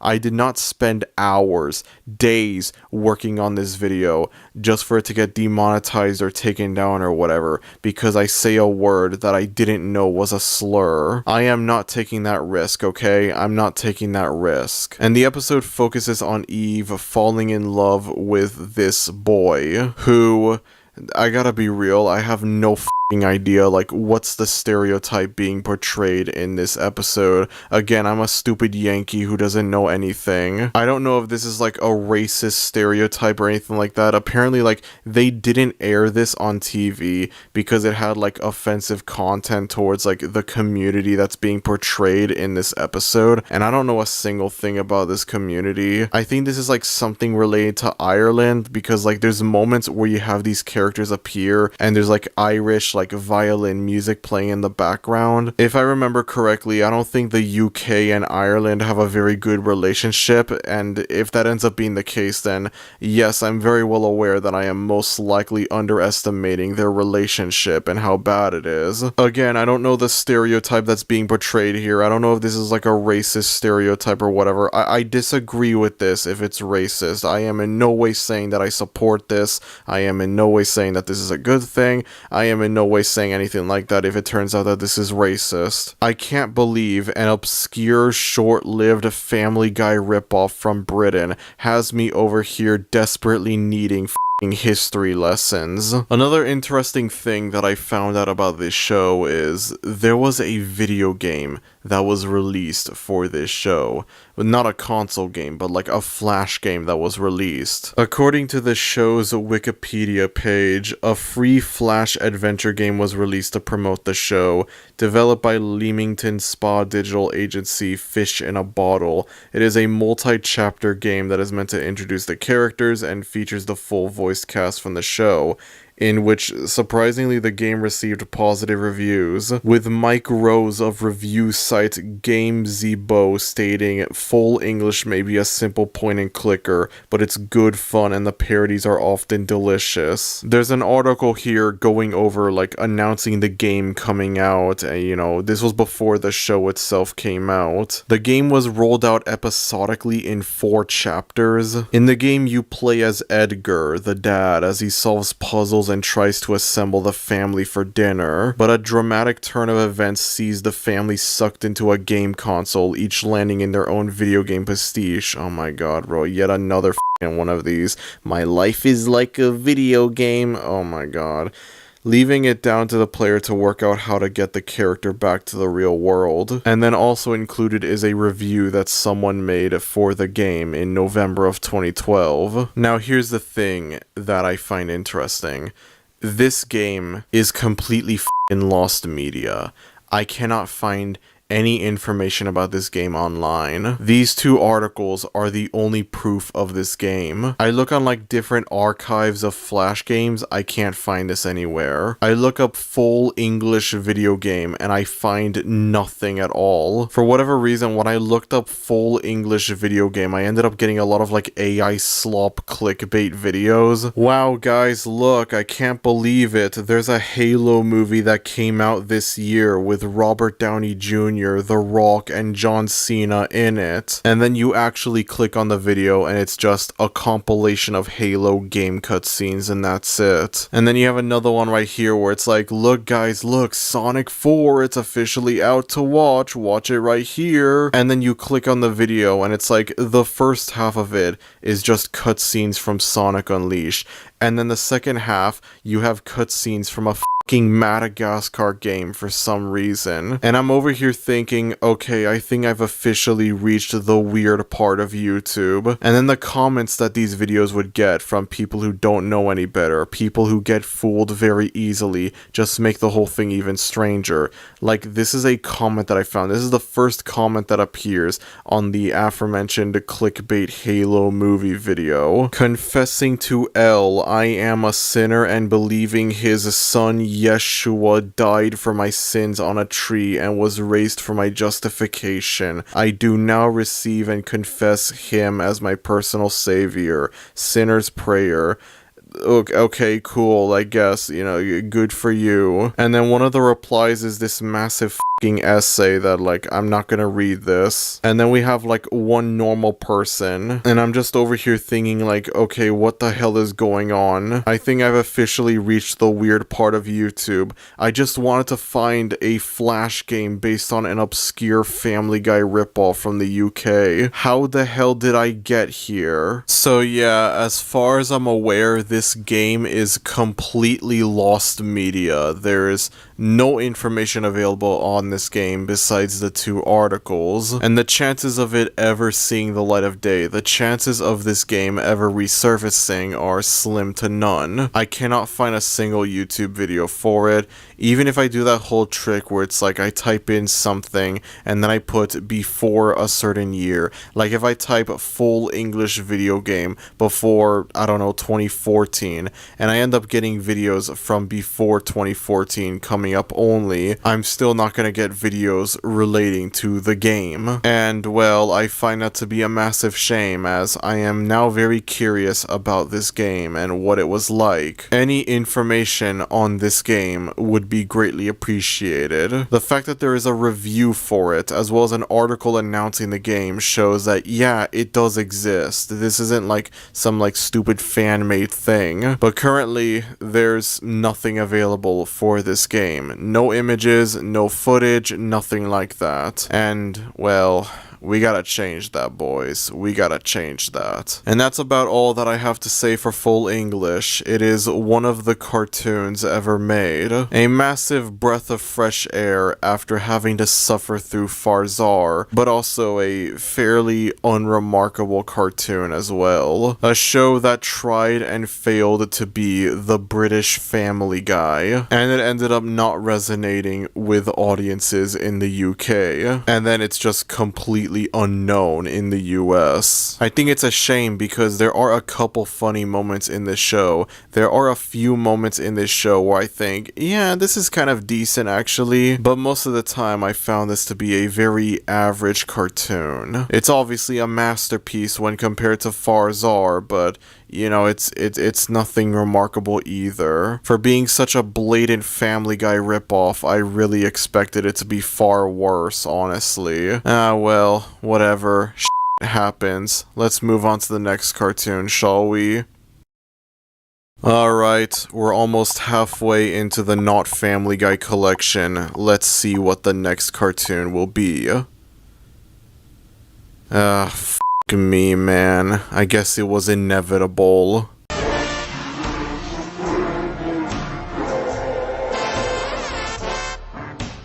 Where do I even begin for Brickleberry, honestly? Well, I'll start off by saying I was not looking forward to watching this show, not at all. Long before I even came up with the idea of the Not Family Guy collection, I always looked at Brickleberry as being the textbook definition, the quintessential example of the generic adult cartoon. The poster child for the generic adult cartoon that tries and fails to be like Family Guy. And I was not looking forward to it for a few reasons. Number one, this is yet another cartoon from Roger Black and Wacko O'Gwyn. This is the second cartoon that is part of the Black O'Gwyn trilogy. It was the first one to come out chronologically, but it's the second one we're looking at. And I must remind you all that these two made Farzar, which currently stands as the worst cartoon I have ever seen. After being amazed by how awful and unwatchable Farzar was, I was not looking forward to this show or Paradise PD, especially given the fact that, once again, I must remind you all, Farzar is the one unsuccessful show that they put out. Farzar only lasted 1 season and 10 episodes. Brickleberry, in comparison, had a much longer lifespan, lasting from 2012 to 2015 for a total of 3 seasons and 36 episodes. This is one of the very few successful cartoons to be part of the Not Family Guy collection, and one of the very few successful cartoons I've covered on the search for the worst cartoon in general. I mean, it wasn't super successful, you know, again, it only lasted 3 seasons and that's it. It only had 36 episodes, but for Search for the Worst Cartoon standards, this thing had a long, lengthy lifespan. The show ran for 3 seasons before getting cancelled in early 2015, which, I gotta be honest with y'all, maybe it's because of the large amount of short-lived one-season cartoons that I've watched on this series. I mean, I literally just reviewed 3 short-lived one-season cartoons in a row prior to Brickleberry over here, but the idea of a show that lasted for 3 seasons getting cancelled and not having a proper ending or anything like that feels very off to me. It feels very weird and alien, like I'm not used to it. I have sat through so many different cartoons on this series that were cancelled after only 1 season that I look at this show and it's like, wow, it got cancelled after 3 seasons? That's not right. What do you mean this thing didn't have a proper finale? And as someone who begrudgingly sat through all 36 episodes of the show, yes, I can confirm the final episode of the show is just a normal, ordinary episode. Nothing to convey that it's a finale in any way. Nothing to convey that it's a season finale, much less a serious finale. I prepared myself for the absolute worst going into this show, given the fact that this is from the same creators as Farzar. And hear me out on this, okay? Hear me out on this. I didn't hate this show as much as I thought I would. Make no mistake, this is not a good show. This is a bad show, but I didn't hate it. I didn't despise it. I didn't outright loathe it like I thought I would. As a matter of fact, this show can actually be funny from time to time. There are occasional moments where this show can actually be funny. There are moments where occasionally I would laugh watching this show. This show can be really funny from time to time, believe it or not. It's not extremely funny all the time like it should be, but you know what? I laughed more times watching this show than I expected. I thought I would laugh maybe 1 or 2 times throughout the entire show, or I would not laugh once watching it. But instead, I found myself laughing at the show from time to time. Sometimes it can be funny. Sometimes the show can actually be good. It is a massive improvement from Farzar, which I just did not laugh once watching Farzar. And yet, despite all of that, this show is more miss than it is hit. And when the show is bad, it is really bad. So the show takes place at the titular Brickleberry National Park, where we focus on all of these park rangers who try to take care of the park. Our main character is Steve Williams, who is a complete bumbling idiot. Lots of times throughout the show, the joke is that he is incredibly incompetent at his job, and sometimes it can be funny. Keyword sometimes. I've brought up before how the Black O'Gwyn trilogy is just the same show copy and pasted 3 different times, and I think on this second cartoon you're gonna start to notice the similarities between this and Farzar. There are a lot of parallels, a lot of similarities between Steve and Feikl from Farzar, the bumbling idiot main character who is extremely incompetent at what he's supposed to do. And then moving on from that, we have Denzel, who is Steve's best friend, and this is literally the robot character from Farzar. Like, it's just straight up the exact same character, down to the voice actor. I remember watching Farzar from the first time, and I was watching the credits, and I saw the name Jerry Minor pop up, and I thought, that's a pretty funny name, I'm not gonna lie. And then I start watching Brickleberry, and then I notice Denzel is more or less the exact same character as the robot from Farzar. And then I get to the end credits of the first episode, and what do you know? There he is. Jerry Minor is back, baby. These are quite literally the exact same character. There's no attempt at all to make these characters different. Now, I must remind you all that Farzar is the ripoff in this case. Even though we looked at it before Brickleberry, Brickleberry is the original and Farzar is the ripoff. Brickleberry came out a whole decade before Farzar. Honestly, it's almost impressive how lazy they got when it comes to making this character. Let's just reuse the exact same character. Let's not change anything. Let's make him a robot. That's it. That's going to be the only thing that'll make him different. The exact same personality, the exact same character, the exact same everything, except he's a robot now. There you go. There's my own original character right there. Do not steal. Throughout the show, there is this running gag where Denzel has an attraction to elderly women, and I mean, he is really attracted to them. I look at this, and then I look at all of the old women are sexy jokes from Farzar, and I'm over here thinking, do Wacko O'Gwyn and Roger Black have a f***ing kink that we're not aware of? I thought it was weird going into Farzar, and then I see this stuff is in Brickleberry as well, and there's a 99% chance it's gonna be in Paradise PD, okay? That's pretty much inevitable. And I'm pretty sure this is more or less just the writer's barely disguised over here. Moving on from that, we have Woody Johnson, who is the strict, easily angered chief of the park. And I've got to be honest, a lot of the funnier moments in this show come from this character. I don't know what it is, but I think there's a lot of potential for this character to be funny, and there are moments throughout the show where he actually is a pretty funny character. And I think that might be in part because of who voices this character. Going back to the credits, I was watching them and I saw Tom Kenny was listed in the cast and he voices Woody Johnson. Yes, that Tom Kenny. As in SpongeBob. As in The Ice King.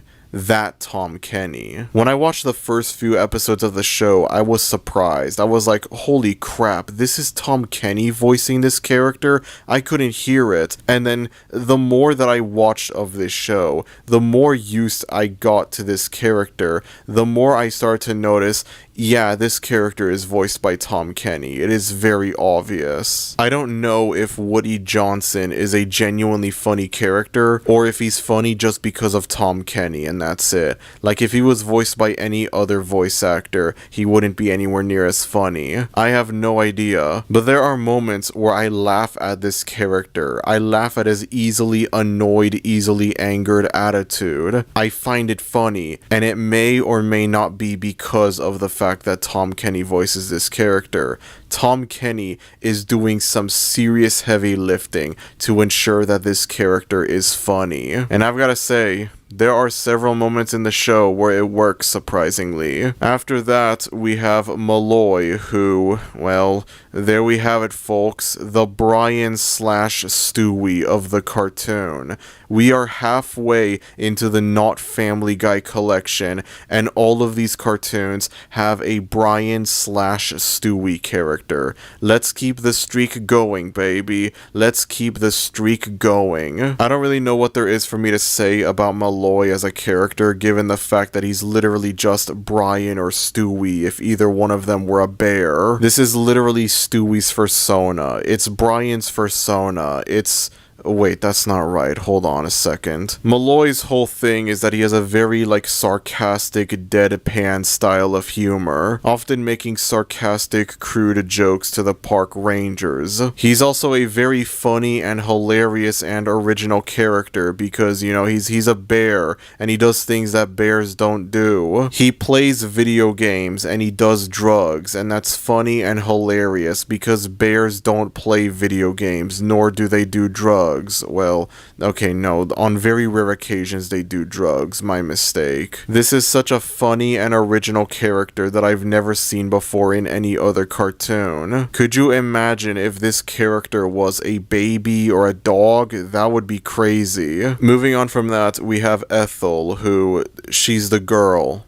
That's it. That's her character. Her main role in this show is to be the girl character of the show. There's nothing to say about her as a character. I guess maybe she's an original character, you know? I forgot to mention this when talking about Woody, but Woody, I guess, is an original character. Like, there's no Farzar equivalent or anything like that. Maybe Renzo could be the Woody of Farzar, I'm not sure. I guess there are a few similarities between the two, but not enough to really say they're just the same character copy and pasted. Malloy and the Pink Stitch Stewie monstrosity are mostly different characters. The only thing they really have in common are they are the Brian / Stewie of their respective shows. And then Ethel over here, I guess, is a mostly original character. She's not really all that similar to the hybrid girl characters from Farzar. I guess they're both similar in the sense that their main roles in these shows are to be the girl character, and that's it.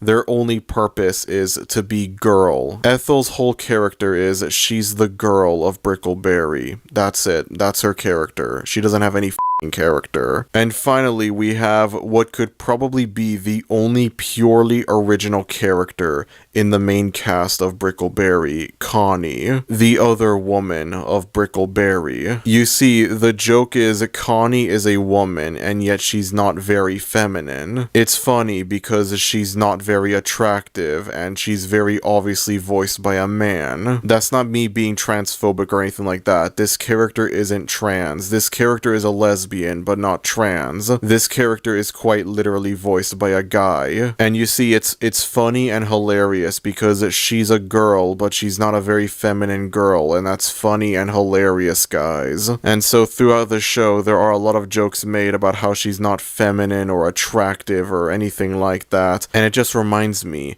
we're halfway into the Not Family Guy collection, and I think Brickleberry might be the first cartoon in the collection to have a Meg character. The punching bag of the show. The butt of jokes for the show. I'm so focused on all of these cartoons having a Brian / Stewie character that I never once acknowledged, none of these shows have had a Meg character. Full English didn't have a Meg. Farzar didn't have a Meg. I guess one could argue the protest daughter from Good Times could be the Meg of that show, but I don't know. Brickleberry is the first cartoon here to just straight up have a Meg character. I wouldn't be surprised if it ended up not being the last, though. Finally, there are two characters that I want to briefly bring up. They're not main characters, they're recurring characters, but I still want to bring them up anyways, as they further showcase how derivative and cookie cutter these shows are. In Brickleberry, you have these two redneck hillbilly characters, in which the joke is they're extremely stupid and dumb. In Farzar, you have these two aliens that are more or less redneck hillbilly characters,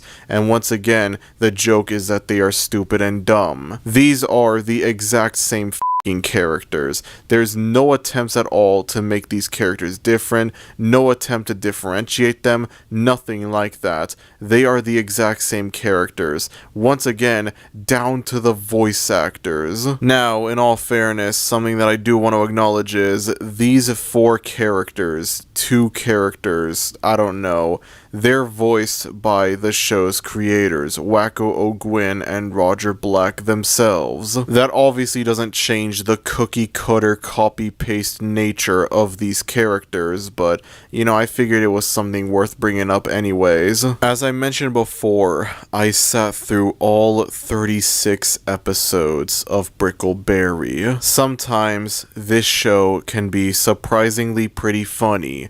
Sometimes this show could be exactly as unwatchable as I expected it to be. Most of the time, though, I found this show to be incredibly fucking boring. I wasn't dying of laughter watching this show, but I also wasn't tortured or anything like that with it. I didn't feel like I was suffering watching it. For the most part, I watched this and I was just bored out of my mind watching it. This feels like the kind of show that's like, I would watch it when I have literally nothing else to watch. I would watch this when I have nothing better to do with my life. Now, you might be wondering, why do I think this show is better than Farzar? Well, not only are there, again, a few funny moments throughout the show, but the humor doesn't feel as try-hard as it did in Farzar. With Farzar, it felt like it was trying too hard. It was trying way too hard. The whole thing with Farzar is the humor for that show just consisted of, oh, the characters swear and there's a lot of toilet jokes and that's it. There is swearing in this show. There are several moments in this show where it's just the joke is the characters swear and that's it. The joke is a character says the F word. A character says the B word. That's the joke. And yes, indeed, there is toilet humor in this show from time to time, but not as much as I would have expected. This thing actually kind of tries to be funny. Farzar didn't even try at all, but with this, I could tell there was an attempt to make something moderately funny, and there are a few moments where it succeeds actually. If Farzar suffered from terminal vivziitis, Brickleberry suffers from a severe but treatable case of vivziitis. I think it's possible for the show to recover from vivziitis. Farzar, though, has zero hope, unfortunately. Alright, for what it's worth, there is something funny about Brickleberry. There is something that I actually liked about Brickleberry. Now, the theme song for Brickleberry is very simplistic in nature. You have a shot of all of the main characters together, and then it zooms out and you just see the entire park there, and that's it. That's the theme song right there. Very simple visually. Well, in seasons 2 and 3 of the show, this is not in season 1, it's the only season to not have this, there are these little Easter eggs and references that are included within the theme song for seasons 2 and 3 that either reference what the episode is about, or they reference something that happens in the cold open of the episode before the theme song plays. Take, for example, the first episode of season 2.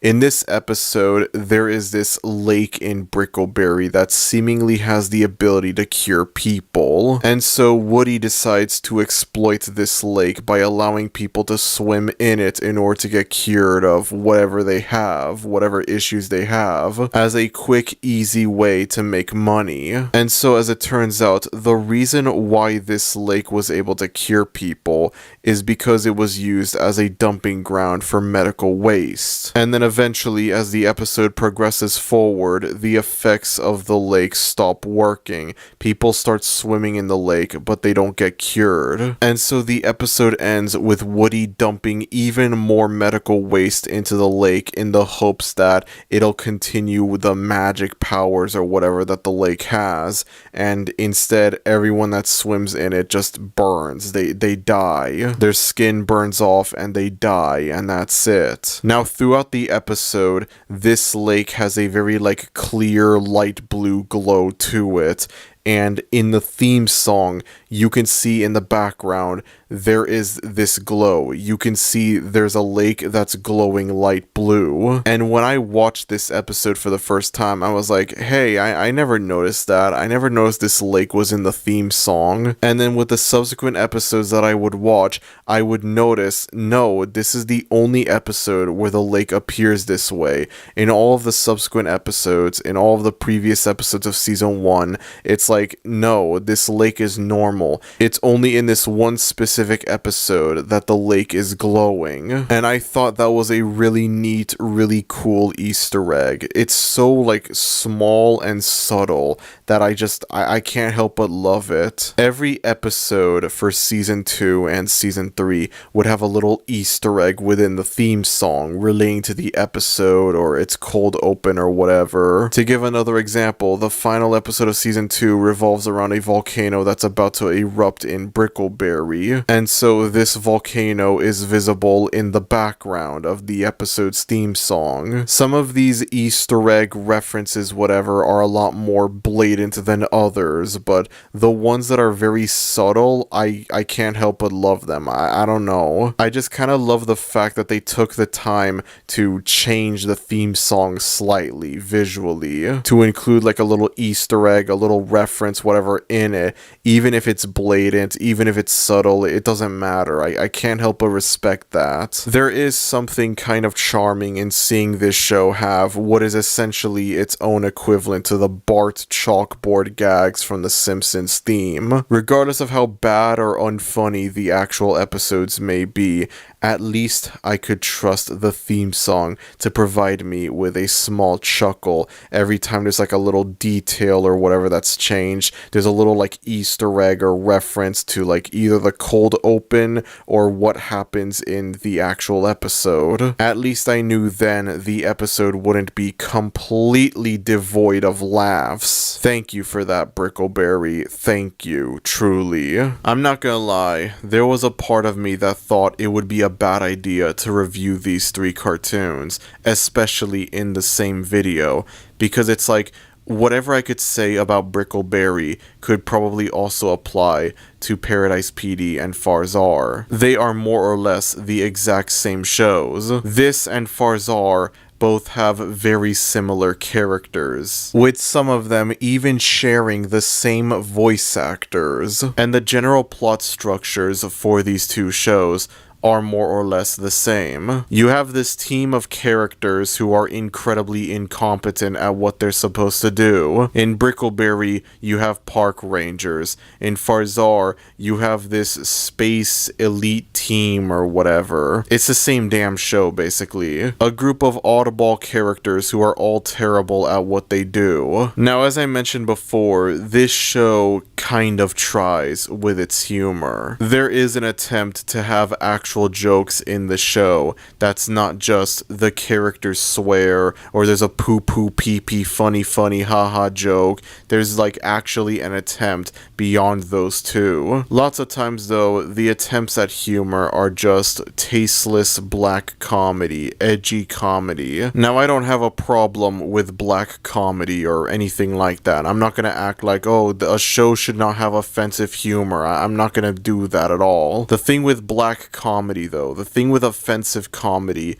is that it's very hard to get right. It is very hard to successfully do black comedy. More often than not, a lot of attempts at black comedy end up failing. And, well, is it really any surprise that Brickleberry ends up failing at its dark humor? I would read a lot of different reviews that people put out for the show when it was airing, and a lot of people would compare it to South Park and, indeed, Family Guy. And I can very easily see that. This tries to be like Family Guy in the sense that, like, well, I mean, it's very obvious. We've already established how this is similar to Family Guy. But it also retains the crude, offensive style of humor that South Park has. Except it doesn't do it very well. More often than not, it just feels like the whole show is just, let's see how offensive we can be with the humor. Again, there are moments where the show kind of tries with its comedy. But then there's also moments where it's funny because the characters say or do something offensive, and that's it. It prioritizes being an offensive cartoon over being a good cartoon, and it fails to realize that it's possible for it to be both. Now, something funny that I found out about this show, scrolling through its Wikipedia page,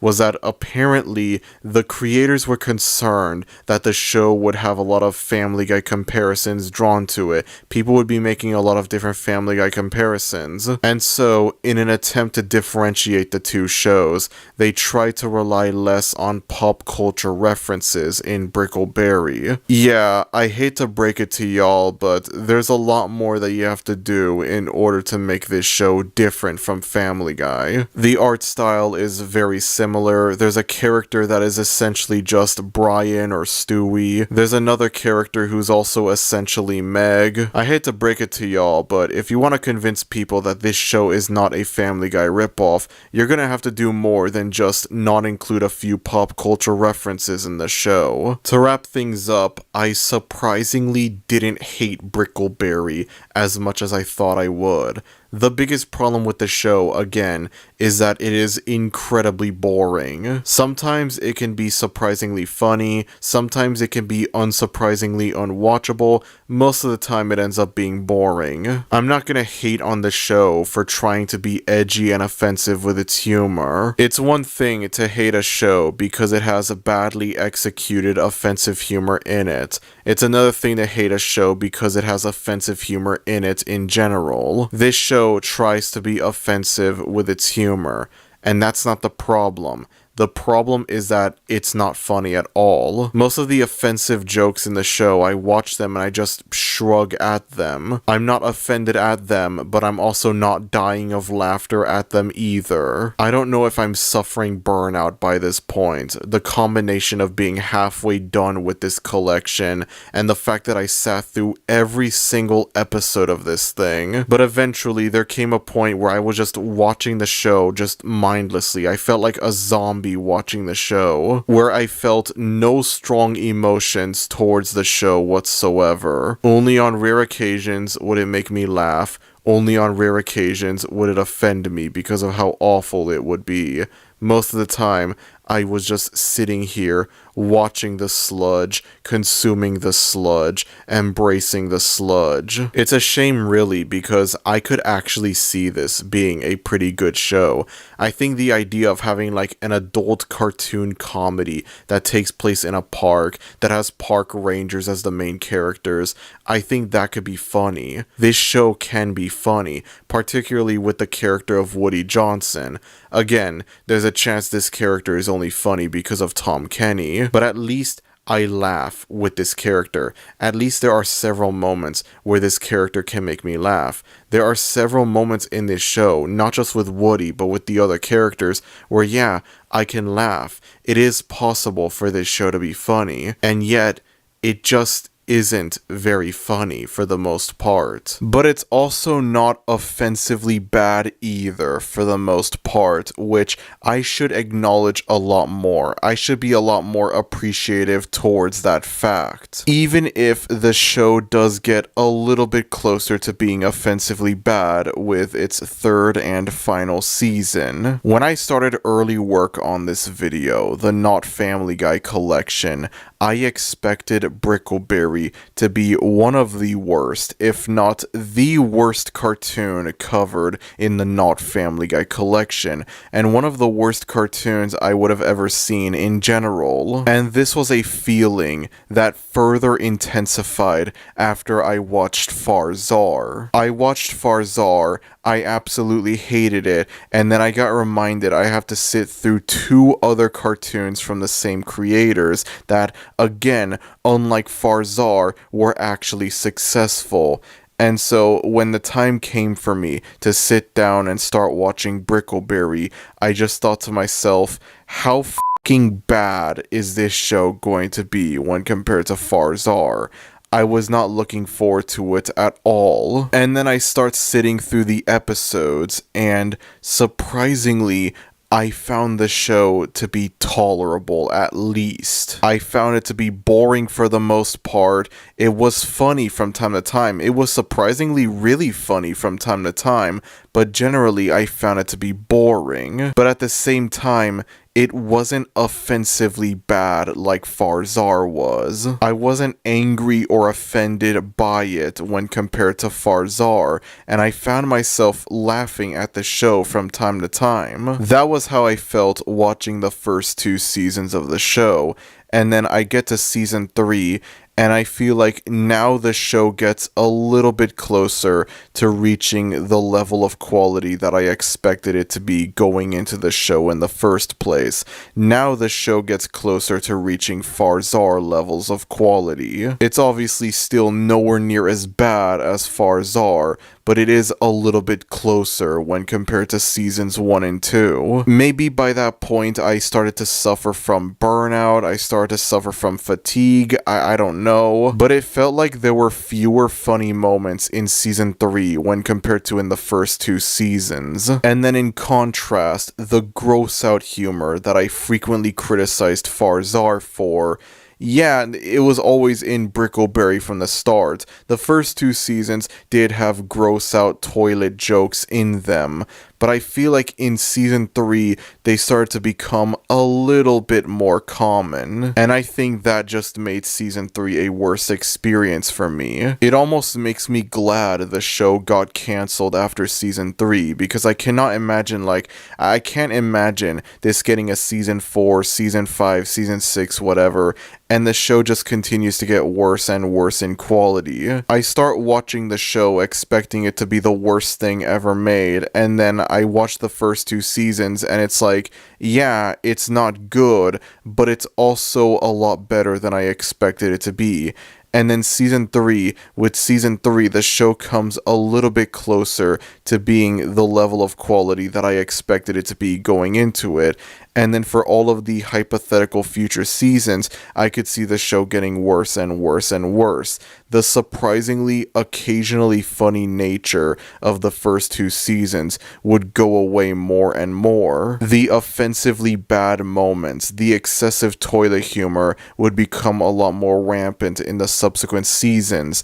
And so just like that, Brickleberry would become the awful, unwatchable show that I expected it to be going into it for the first time. But thankfully, that ended up never happening because the show got cancelled after season 3. Thank God for that. Not like it really matters though, because Roger Black and Wacko O'Gwyn would go on to create 2 cartoons, one of which is, again, the worst cartoon I have ever seen. Again, there's a very real possibility that maybe it was just burnout, fatigue I was suffering from. Maybe there wasn't actually a drop in quality in season 3 when compared to the first 2 seasons. But regardless, I feel grateful for the fact that this show was cancelled while it was still an okay watchable show. And there are funny moments in season 3. There are moments in season 3 where I laughed. In the penultimate episode of the show, the Rangers open up a summer camp at Brickleberry National Park, and each ranger is assigned with a group of kids. With Steve's group consisting of kids that are, very different, let's put it that way. There's a scene in the episode where Steve and his group are pulling pranks on all of the other rangers and their group of kids, and like one of the kids talks, and this is like the only line of dialogue that he has in the episode, and I swear to y'all, it's just straight up SpongeBob. This character is voiced by Tom Kenny, and it's just straight up him doing his SpongeBob voice. I'm not joking, I'm being serious, okay? And while I was watching this episode, I kept going back to this one specific scene because I couldn't stop laughing at the fact that, like, this was just straight up SpongeBob. This was Tom Kenny just doing his SpongeBob voice. Believe me, this is something that needs to be seen, need to be heard in order to be believed. For Search for the Worst Cartoon Standards, this show is hilarious, you know. I was so surprised. This thing made me laugh a decent amount of times. Even if a majority of the surprisingly funny moments from this show come from one character, and more specifically his voice actor, at least it's better than nothing. Of the many bad adult cartoons covered on the Search for the Worst Cartoon, I think this is one of the funnier ones, unironically. This might have the most unironically funny jokes in it out of all of the adult cartoons covered on the Search for the Worst Cartoon. That surprised me, honestly. Would I ever rewatch this show again?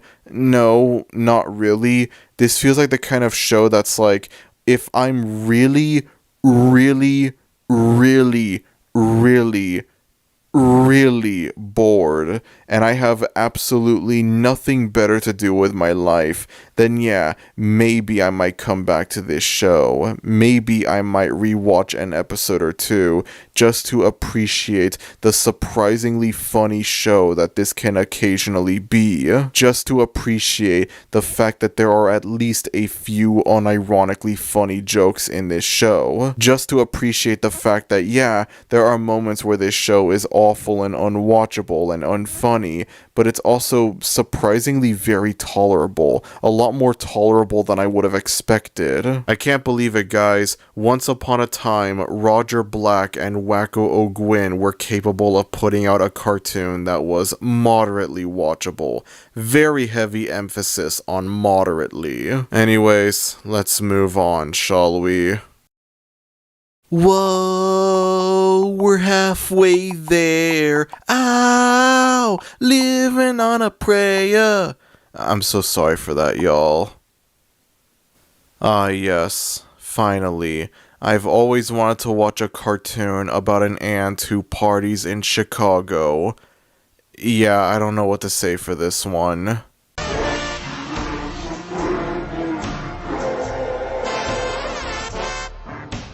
Chicago Party Ant is the most boring cartoon I think I have ever covered on this series thus far. I have never watched a cartoon that has made me felt this empty in a long time. I know I previously criticized Full English and Brickleberry for being mostly boring, and maybe this is fatigue kicking in. Maybe it's me being burnt out by watching all of these damn cartoons. But Chicago Party Ant, I feel like, is boring. I started watching this show shortly after I finished watching Brickleberry, and the whole time I just thought to myself, can I just watch Brickleberry again, please? I would rather rewatch Brickleberry over this, easily. At least I felt something watching Brickleberry. Whether it be a surprisingly funny moment or an unsurprisingly awful moment, at least I felt like I was alive watching Brickleberry. I felt absolutely nothing watching Chicago Party Ant. Absolutely nothing. I feel completely empty and soulless watching this thing. This is more than just a nothing burger. This is a nothing restaurant right here. So this was a short-lived Netflix cartoon that lasted from 2021 to 2022 for a total of 16 episodes. Honestly, I'm not sure if this show lasted for 1 season or 2 seasons. Let me explain what I mean by that. According to the show's Wikipedia page, the show lasted for 1 season. However, it was split up into 2 halves, with the first half coming out on September 17th, 2021, and the second half coming out over a year later on December 30th, 2022. Now, this is something that can happen from time to time. This isn't like a weird thing that's only happened to this show. This has happened before with Breaking Bad, for example. Season 5 of Breaking Bad lasted for 16 episodes as well, from 2012 to 2013. The first 8 episodes of the season aired in 2012, and the latter half of the season aired over a year later in 2013. This is not a new phenomenon. Now, I don't know how common it is for shows to do this. I don't know any other show that does this besides Breaking Bad and Chicago Party Ant, but it can happen. There are shows that do this. However, I've also come across several sources that list the second half of season 1 as being a season 2 for the show. I feel like it's technically not wrong to call the second half of the show season 2, and if anything, for the sake of simplicity, I might refer to it as season 2. It's much easier to say that than the first half of season 1 and the second half of season 1. It's much easier to just say season 1 and season 2. The show was never officially announced to be cancelled. However, given the fact that, again, the second half of the season, or season 2, whatever you want to call it, given the fact that it came out almost 3 years ago, I think it's safe to say we are not getting Chicago Party Ant season 3, season 2, God damn it, man. Now, I actually remember when this show came out, and there were people that were clowning on it, thinking this was another slop Netflix adult cartoon that was trying to be like Family Guy. And then the actual show comes out, and I didn't really see anyone's actual thoughts on it. This thing just kind of came and went. I remember for a very brief period of time, this thing was the subject of ridicule online. Honestly, I'm not even sure how many people even know about the second season. I want to imagine the second season just completely flew under the radar for a lot of people. And today, in 2025, the show stands as just one of the many short-lived, forgotten about adult cartoons that nobody in the world remembers except for me, because I've decided to review these shows for a living. So apparently this show is based off of an actual Twitter account. Yes, Chicago Party Ant has a Twitter account, and it's not just like an official like corporate account or anything like that where they post like cringy memes relating to the show. No, this was an account that was created in 2016, and the show is based on this Twitter account. I guess like one of the creators of the show had this character, the Chicago Party Ant, and it was able to become a full cartoon. It was able to become like an actual cartoon. I've never heard of this Twitter account before in my life. I don't think anyone has. You would think this would be like a big, massively popular Twitter account, and yet most people, I want to imagine, never even knew this thing existed, and yet they made a cartoon about it. This is like some industry plant type shit right here. I'm sorry. The craziest thing that I found out was that this account is still active. I went onto this Twitter account and I expected it to be completely abandoned. I expected it to be like the last tweets would be from like 2023 or something like that. The account would promote season 2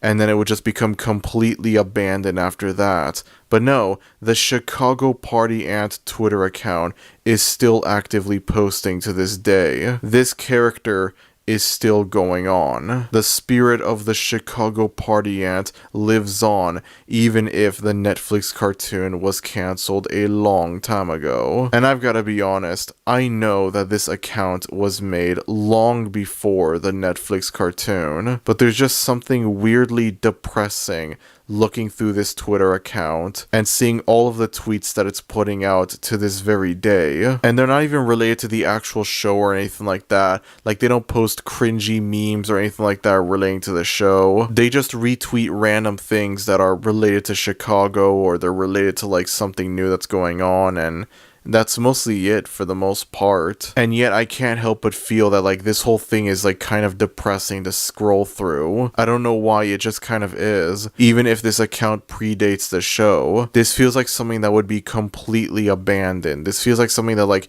this would not be an active account still, but it is, and it just feels really weird to me. Anyways, getting back to the actual show itself, I think out of all of the cartoons covered in the Not Family Guy collection, this is the one that's trying to be like Family Guy the least. Very rarely, if ever, watching this show did I ever get that feeling that like, oh, they're trying to rip off Family Guy, they're trying to copy Family Guy. And for the most part, this show felt like it was trying to be its own thing, in which, granted, when it's trying to be its own thing, it's not very good, but I don't think this is like ripping off Family Guy all that much either, and yet I'm still including it anyways, because I expected it to be a Family Guy ripoff. And I think it's too late for me to have this removed from the video and instead make it its own separate video, so it stays in the Not Family Guy collection. Now, when compared to the other cartoons in the Not Family Guy collection, Chicago Party Ant has a more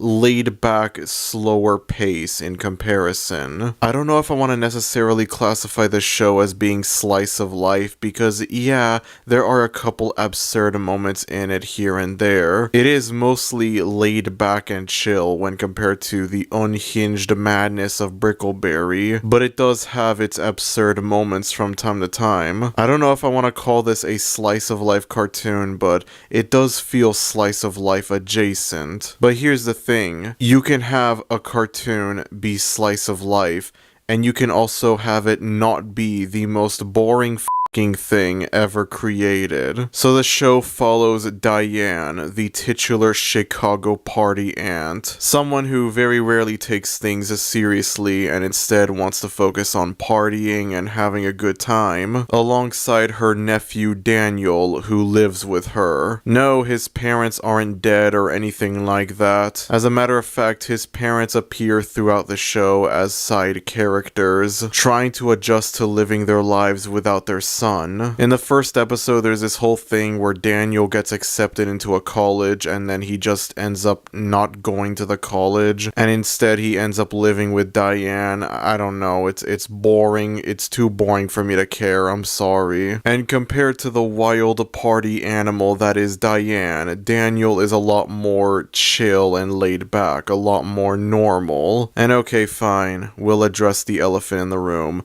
Holy shit, guys, it's Scott the Woz. I can't believe Scott the Woz is in a cartoon. Alright, now that we've gotten that out of the way, I gotta be honest, going into this show, I thought Daniel over here would be a lot more nerdy, dorky, just looking at this design. But no, that's not necessarily the case. I guess he does fit a little bit of the criteria of being the stereotypical nerd dork, but not 100%. I get mild Steve Smith vibes from this character, I'm not gonna lie. But then again, Steve Smith is like explicitly a very nerdy, dorky character, more so than Daniel. And once again, I must establish, if any of these shows remind me of American Dad and or The Cleveland Show, in addition to Family Guy, it counts, I don't care. There's really nothing preventing this video from being the Not American Dad collection or the Not Cleveland Show collection. It's just that the Not Family Guy collection rolls off the tongue much better, but the other two technically aren't incorrect. So Diane works at a nail salon and Daniel works at this juice, like smoothie place, I don't know. It's like this stereotypical millennial hipster juice place, I don't know. And it's run by a guru named Feather, who, the first time I watched this show and I saw this character, I thought to myself, why does this guy sound so familiar? Why does his voice sound familiar? And then we fast forward all the way to when I finished the first episode and I'm looking through the credits and I see Bob Odenkirk. Yes, Bob Odenkirk is involved with this show, and he voices this character. And so every subsequent time Feather appears throughout this show, I'm just thinking, holy shit, it's Saul Goodman in this show. I can't believe it. First we had Tom Kenny in Brickleberry, now we have Bob Odenkirk in Chicago Party Ant. Guys, I can't believe actors act in things, you know, I can't believe that's literally their job. That's so crazy to me, guys, I'm not gonna lie. This is some mind-blowing stuff right here. Oh yeah, I guess we could briefly talk about Daniel's parents as well. Their characters, they're very, like, stereotypical, like exactly what you would expect from a stereotypical average mom and dad. They are incredibly flat characters with little to nothing interesting to say about them. The only interesting things I could say about either one is the dad, Mark, actually unironically looks like Saul Goodman. Like, there are scenes where he's wearing a suit and it straight up looks like Saul Goodman right there. And it makes me question, why didn't Bob Odenkirk voice this character? And the only interesting thing to say about the mom, Bonnie, is that she's voiced by the same voice actress that voices Karen in SpongeBob. I don't remember the name, unfortunately.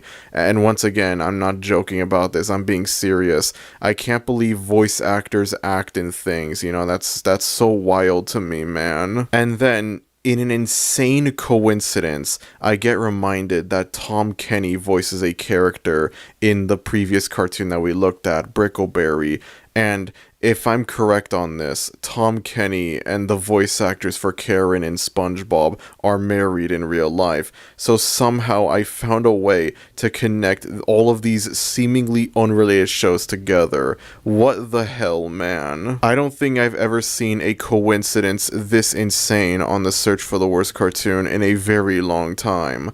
Also, Bonnie is kind of hot, I'm not gonna lie, I'm gonna be real, hear me out. There's other characters on the show as well. Diane has an ex named Kurt, who at the very beginning of the show divorces her. However, the two of them do appear together from time to time. And then you have their son Mikey, who works at an airport loading the baggage into the airplanes. I'm not gonna lie, something that surprises me with this character is that despite the comedically overweight appearance of this character, there are zero lowbrow, haha, it's funny because he's fat jokes to be found in this show. I'm not even necessarily saying that as a positive or a negative, I'm just simply observing that. I guess this could be because of the more slice of life feel of this show, but this show's humor isn't really all that crude or edgy or offensive when compared to some of the other cartoons in this collection. And so you have this morbidly obese character, and you would think there would be a lot of lowbrow, haha, it's funny because he's fat jokes. But then there's none to be found in this show, and that surprises me. Again, I'm not saying any of this as a positive or a negative. I'm not saying the show would be better or worse if it had lowbrow, haha, it's funny because he's fat jokes in it.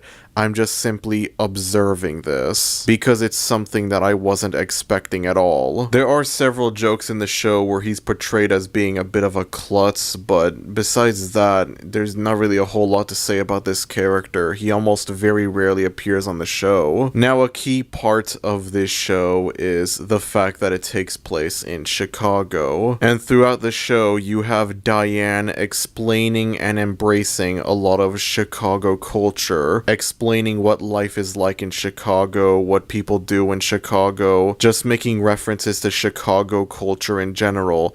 And honestly, I've never been to Chicago myself, but I think that like all of this could potentially be interesting. The idea of making a cartoon that acts as sort of a love letter to Chicago culture, I think it could work. And although the execution of the whole loving Chicago culture thing, it's not badly executed, I do think it could be a little bit better.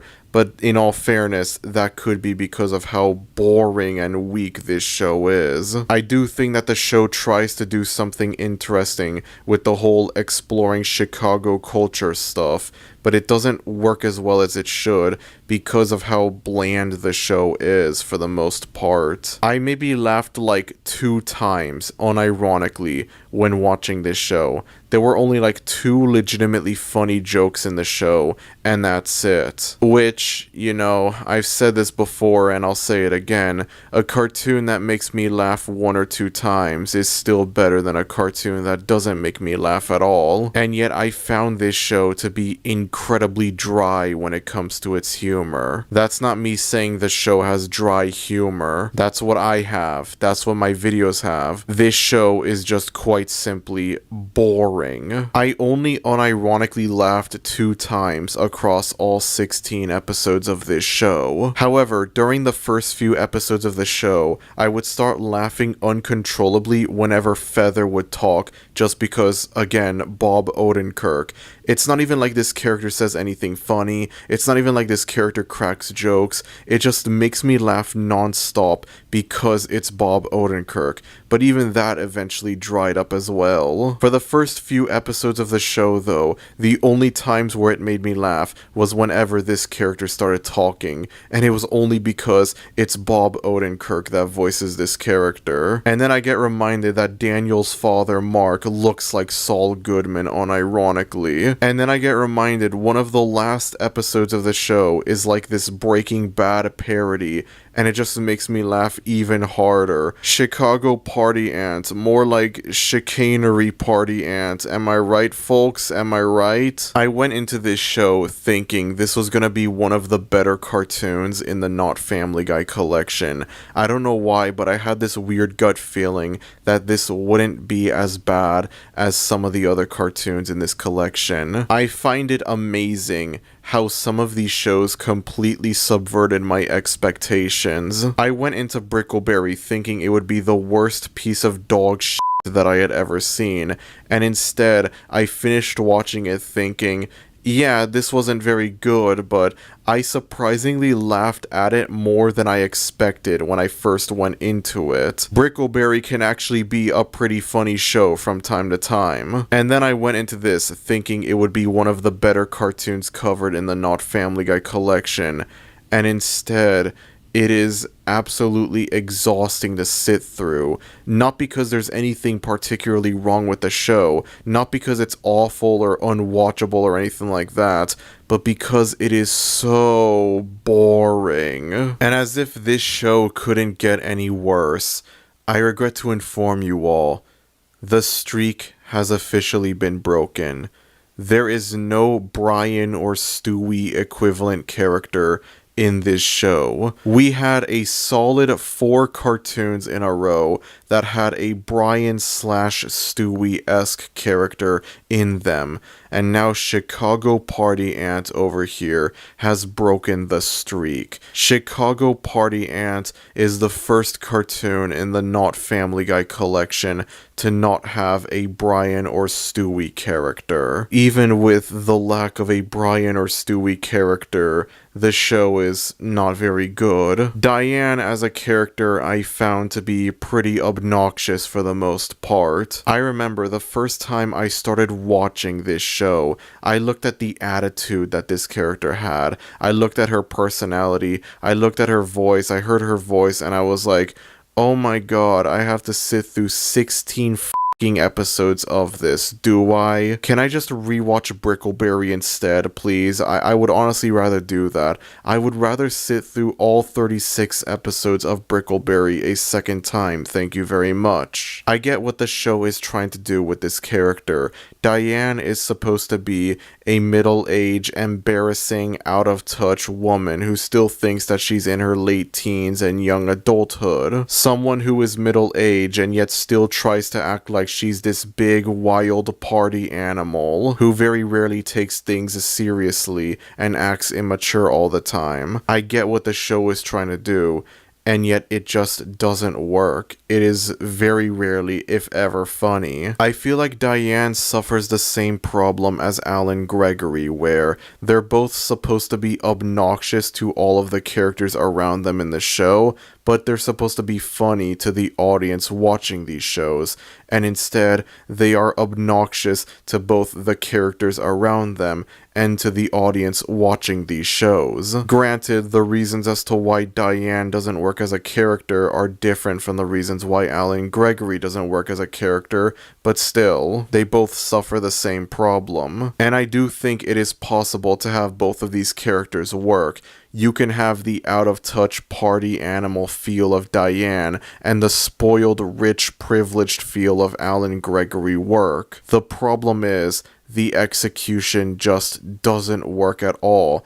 These are good concepts. These are concepts that have the potential to be funny, and yet they're just not funny. I cannot stress enough how boring this show is and how hard it was for me to sit through all 16 episodes of this show because of its boringness. I just felt completely empty watching this show. Like, it felt like it wasn't giving me any good material to talk about when reviewing it. Again, this could be because of the slower pace that the show has, the more slice of life feel that it has. But you can have a show be slice of life and also have it be interesting. Have it be interesting to review and talk about. What I find strange about this show, particularly with its second season, is the fact that there are certain plot elements that are explored for a brief period of time and then they're never acknowledged again for the rest of the show. So in one of the early episodes of season 2, Diane and Daniel meet this guy named Jason, who turns out to be a player for the Chicago Cubs, and Daniel immediately develops a crush on him. Now, this was something that was hinted at from time to time in the first season,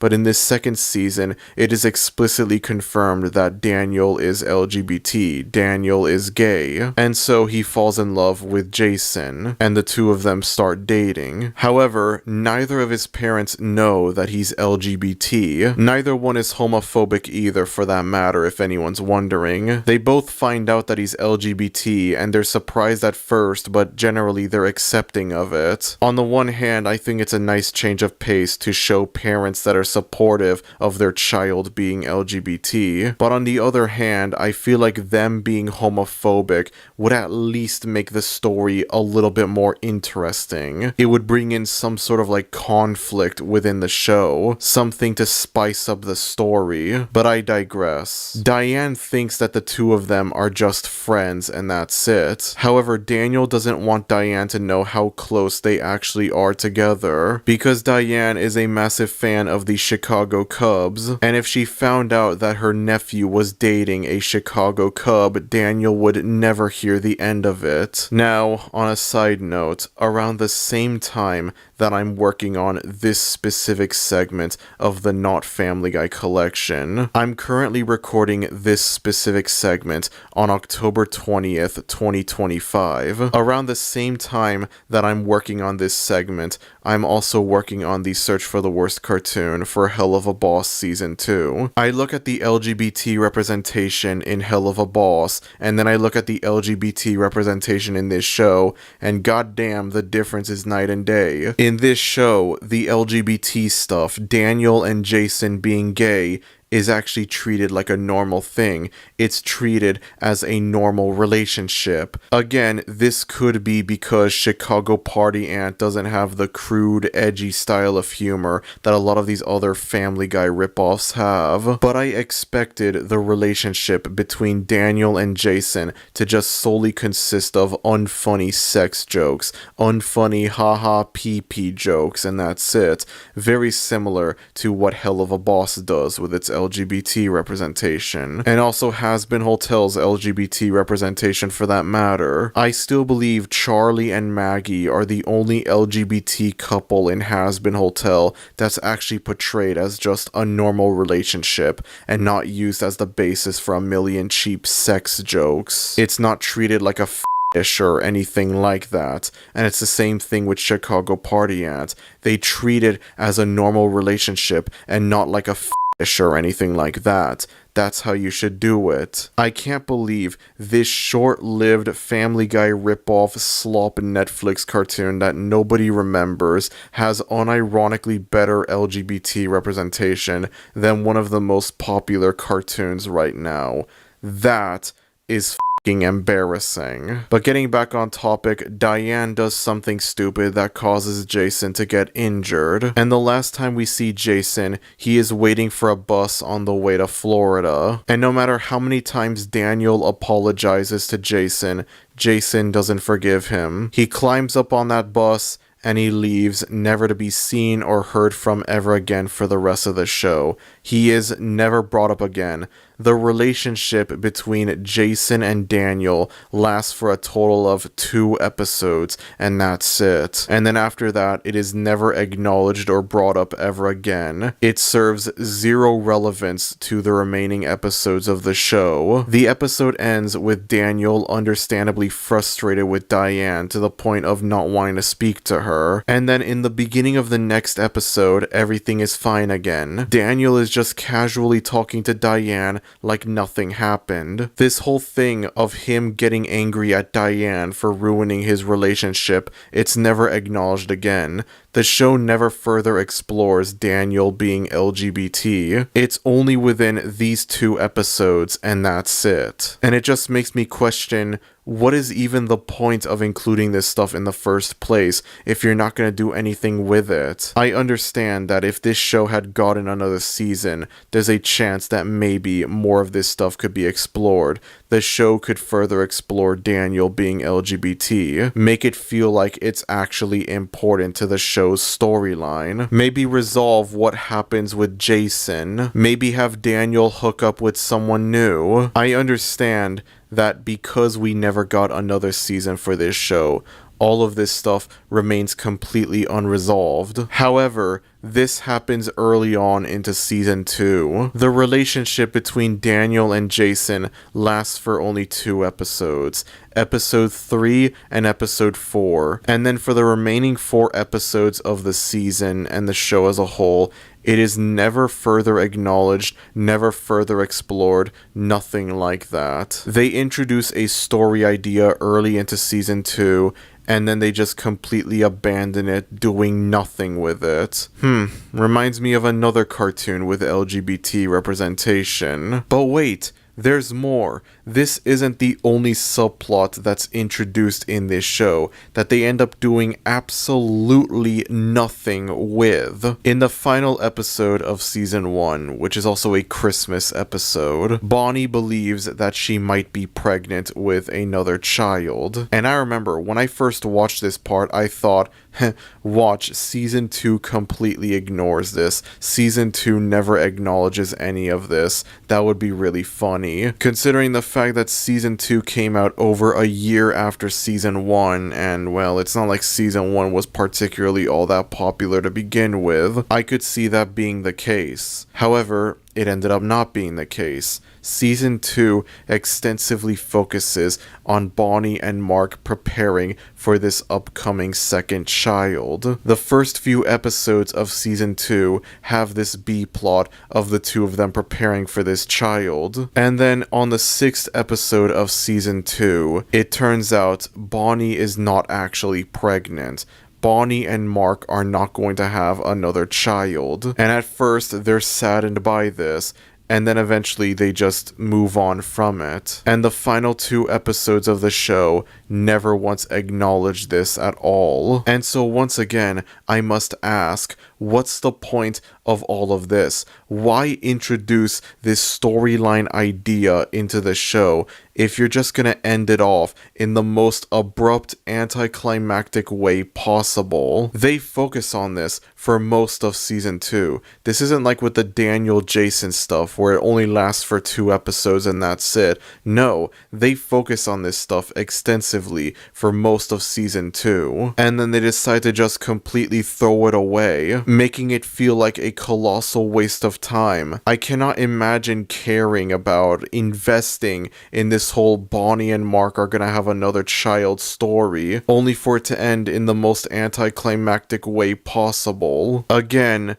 I understand the show got cancelled after 2 seasons. I get that. But unlike with the Daniel Jason stuff, unlike with Daniel being LGBT, this is something that I don't think would be resolved if the show got a 3rd season. I cannot imagine a hypothetical season 3 acknowledging any of this stuff in any capacity. Whatever season 3 would have put Bonnie and Mark through, it would have nothing to do with this whole false pregnancy thing that season 2 has. I don't see it being like, oh, season 3, it turns out Bonnie is pregnant for real this time, and they end up actually having a baby. I don't see that at all, because then it would just make the audience wonder, why didn't you do this for season 2? Why would you introduce this plot line in season 2 and then have it end anticlimactically and then reintroduce it in season 3 and then actually have it end climactically? It doesn't make any sense at all. They could have very easily resolved this whole thing in season 2. Give this whole thing a purpose. Give it a reason for it to be happening. Give the audience a reason to care about all of this. A reason to invest in it. Have them successfully have a baby. Have them successfully have a second child. If you're gonna introduce something like this, give the audience a happy ending. Alternatively, and I'm well aware that these are a lot more controversial topics, and so it would be very unlikely for the show to tackle them, but at the very least, they would be proper conclusions to this whole arc. They could have it be like Bonnie wants the child, but then Mark decides no, he doesn't want it, and instead he wants an abortion. Not only would it actually give this whole thing a proper conclusion, regardless of how it's concluded, whether they actually give birth to the baby or they end up getting an abortion. But it would also create tension between these two characters that would, again, potentially spice up the story and make it interesting. Have it be like, I don't know, like they have a miscarriage or something like that. Anything. I understand that all of this is incredibly dark, and realistically this show would not have that, but at least they would be conclusions to this whole arc, instead of having it be like, oh honey, I think I'm pregnant, and then several episodes later it turns out, nope, never mind, I'm not pregnant, it was all a misunderstanding, I'm not gonna have another child. After sitting through several different episodes that have the B plot focus on these two preparing for this other child, I'm sorry, but that is really bad writing. They quite literally wasted the audience's time with this whole thing. There is no reason for this pregnancy subplot to be in the show at all. If you're gonna include something like this into the show, don't give it such a boring anticlimactic ending. You might think that I've been analyzing this way too much, but I don't know, man. When I see bad writing, I want to criticize it. That's literally my job. And also, as I mentioned before, I'm recording this segment around the same time that I'm working on the Hell of a Boss Season 2 review. And given the many problems that I have with Hell of a Boss Season 2's writing, I can't help but feel the need to criticize bad writing to this extent whenever I see it. And that's Chicago Party Ant for you. For the most part, this show is incredibly boring. Sometimes it's honestly kind of obnoxious. There are storyline ideas that go nowhere at all. And I understand that some of these could be resolved had the show gotten another season. I've talked about this sort of thing before. There are shows that I've previously covered on this series, like Hoops or The Prince, that have forever unresolved cliffhangers. As a matter of fact, every cartoon in the Not Family Guy collection that's been covered so far, with the exception of Full English and Chicago Party Ant, have unresolved cliffhangers. But then with this, it's like, all of this just abruptly ends before the season even ends. It would be one thing if season 2 ended with a forever unresolved cliffhanger. Will Bonnie and Mark have their second child? But it's the fact that they resolve that whole thing in a very anticlimactic manner while there are still 2 episodes left of the show, making it feel like an even bigger waste of time following this whole thing than if they left her being pregnant as an unresolved cliffhanger. Despite everything though, I don't despise this show. I think there are good things about it. I like the whole thing of the show exploring Chicago culture, and there are 2 funny moments in the show. There were exactly 2 times that I unironically laughed at this show, but besides that, this show, yeah, this is yet another show where I'm not surprised it didn't last very long. Also, as previously mentioned, this is the first cartoon in the Not Family Guy collection to not have a Brian or Stewie ripoff character, so I'm taking away points just for that alone. Next.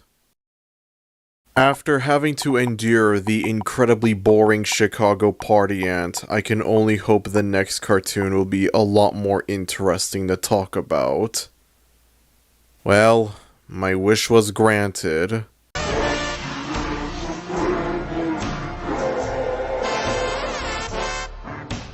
Crash Canyon is a show that lasted for 2 seasons and 26 episodes from 2011 to 2013, making it the oldest cartoon in the Not Family Guy collection, and maybe the first ever Family Guy ripoff. Brickleberry from the following year might have popularized the idea of adult cartoons that try and fail to rip off Family Guy, but Crash Canyon over here was the one that started it all, made baby. Now, unlike the other cartoons covered in the Not Family Guy collection, this one I didn't bother to watch all 26 episodes for, and I have the reasons to back it up besides the obvious reason. Now, for almost every cartoon covered on the Search for the Worst Cartoon, I sail the 7 seas for them, and that is the case for all of the cartoons covered on the Not Family Guy collection, except for Crash Canyon. I don't know what it is, but the island that I usually go to for these shows has Crash Canyon on it. However, when I try to watch the episodes, for whatever reason, the audio is like weird sounding. It sounds glitched, it sounds distorted, it sounds like it's duplicated. I don't know how to describe it. I'm gonna try and replicate the effect in order to get an idea of like what it sounds like, because it sounds really weird, trust me. It sounds really weird. I'm gonna hear, you're gonna hear it right now. And then what makes it even stranger is that all of the audio in the episodes are affected by this, except for the voice acting. The voice acting sounds perfectly fine. The voice acting sounds normal, but all of the sound effects, the background music, it sounds weird. It sounds off. It has that weird, distorted sound to it. And it was like, no, I cannot watch this show with this audio quality. I'm sorry. So I do a little bit of research and I find out that the entire show is on YouTube. And so I decide to watch it from there. I watched maybe 2 or 3 episodes on the island that I used to watch these shows before I decided to look for like an alternative, and that's when I came across the YouTube channel. And I'm glad that I did, because not only do the YouTube uploads not have the weird audio glitch, but the episodes are also mostly in order. I start watching what I believe to be the first episode of the show on the island, and I'm confused as hell as to what's going on. This is gonna make a lot more sense when I go over what the show is about, I promise you. I'm watching what I believe to be the first episode, and I'm thinking, wow, this is really bad for being the first episode, holy crap. And then as it turns out, no, this is not the first episode of the show. This is a random episode that the island for whatever reason lists as being the first episode. So I go onto the YouTube channel and there we have the actual first episode of the show, giving me a better understanding of the show and what it's about. However, even with this much better alternative, I still decided not to watch every episode of the show.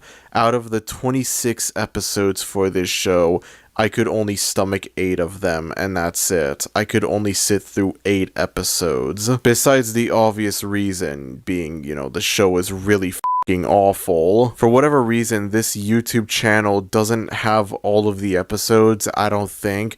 There's 34 videos included on the playlist. The show had 26 episodes. However, included in this playlist are duplicates, re-uploads, whatever, of episodes that are already uploaded. And then I look at the episode listing on the island being very different, and it just makes me feel very confused. I don't want to click on an episode and it's like, wait a second, I think I've watched this one. And so I try to dig through in order to find episodes that I hadn't watched yet. And so I decided after a certain amount of episodes, I would just be done with the show, and that's it. I briefly considered watching 13 episodes out of the 26 episodes in order to have at least half of the show done, but I couldn't even be able to do that. And that's mainly just because, you guessed it, the show was really bad. Crash Canyon revolves around a family who, on a road trip, ends up driving off a cliff and ending up at the titular Crash Canyon, where no matter what, no matter how hard they try,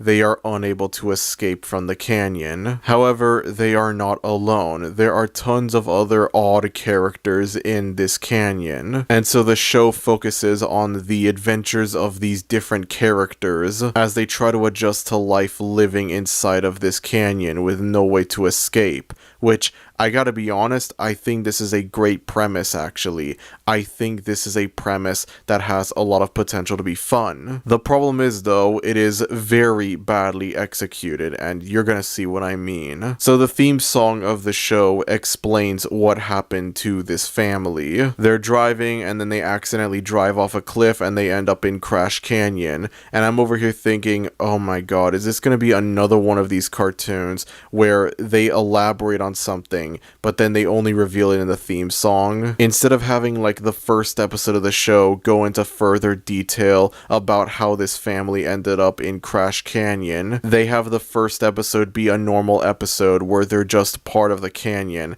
and this seemingly important information is only explained in the theme song, because this is something that has happened before on the Search for the Worst Cartoon. It happened with Hammerman, it happened with Rubik the Amazing Cube, it kind of happened with Power Pooch from the Wacky World of Tex Avery. I don't know why this is a recurring thing on the Search for the Worst Cartoon, but it is. And so I thought Crash Canyon would be another one of these shows, but as it turns out, no. When I watched the show on the island that I used to watch cartoons, I thought that was the case, but nope, that's not the case at all. I go onto this YouTube channel and it turns out, there is an actual first episode that goes into detail about how this family ended up in this canyon, giving me a much better idea of who these characters are. Now let's go over some of the inhabitants of Crash Canyon, shall we? Starting off with the main family, you have the dad, Norm.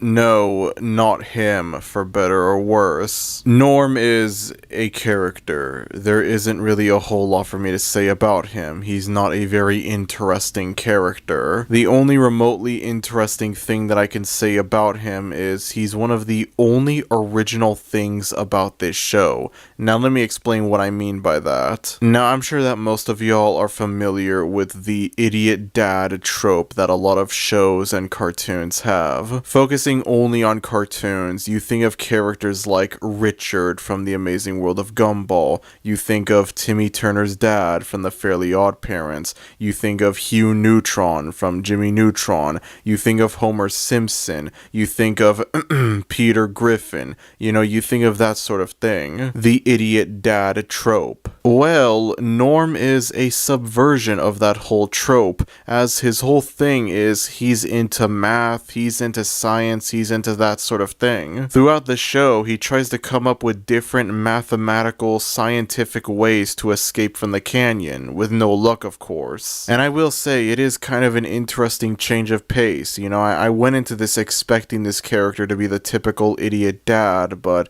no, that's not the case at all. He's not like a full-on, actually, according to my calculations kind of character. He's not like a full-on nerd or anything like that. He does feel like a very dad character, if that makes sense. But he's also into science and he's into math and whatever. And yeah, there's jokes throughout the show where the characters make fun of him, calling him a nerd and whatever. But I guess it is, it's a change of pace. It's something different. Again, it's one of the very few original things that this show has. I'm not really bringing this up as a positive. This doesn't really affect the show in any way. It doesn't affect the way that I look at it. I'm not gonna act like the show would somehow be worse if Norm was the typical idiot dad or anything like that. This has no effect on the show or what I think of it, but it's just something to point out, the fact that this surprisingly subverts a very common trope that a lot of these cartoons have, and I figured it was worth bringing it up. And then moving on from that, we have Sheila, Norm's wife, who is very clearly trying to be like Lois. Out of all of the mom characters featured in the Not Family Guy collection so far, I think Sheila over here is the most blatant ripoff of Lois that we've seen yet. Her whole thing is that she has a temper, a bad temper. She can be set off very easily. And surprise, surprise, for the most part, it's not really all that funny. Once again, there's not really a whole lot for me to say about this character. And then we have their two children, Jake, the son, and Roxy, the daughter. Jake's whole thing is that he wants to make money quick, and so he comes up with all these like get rich quick schemes in order to make money. Now something that I want to bring up is, inside of this canyon,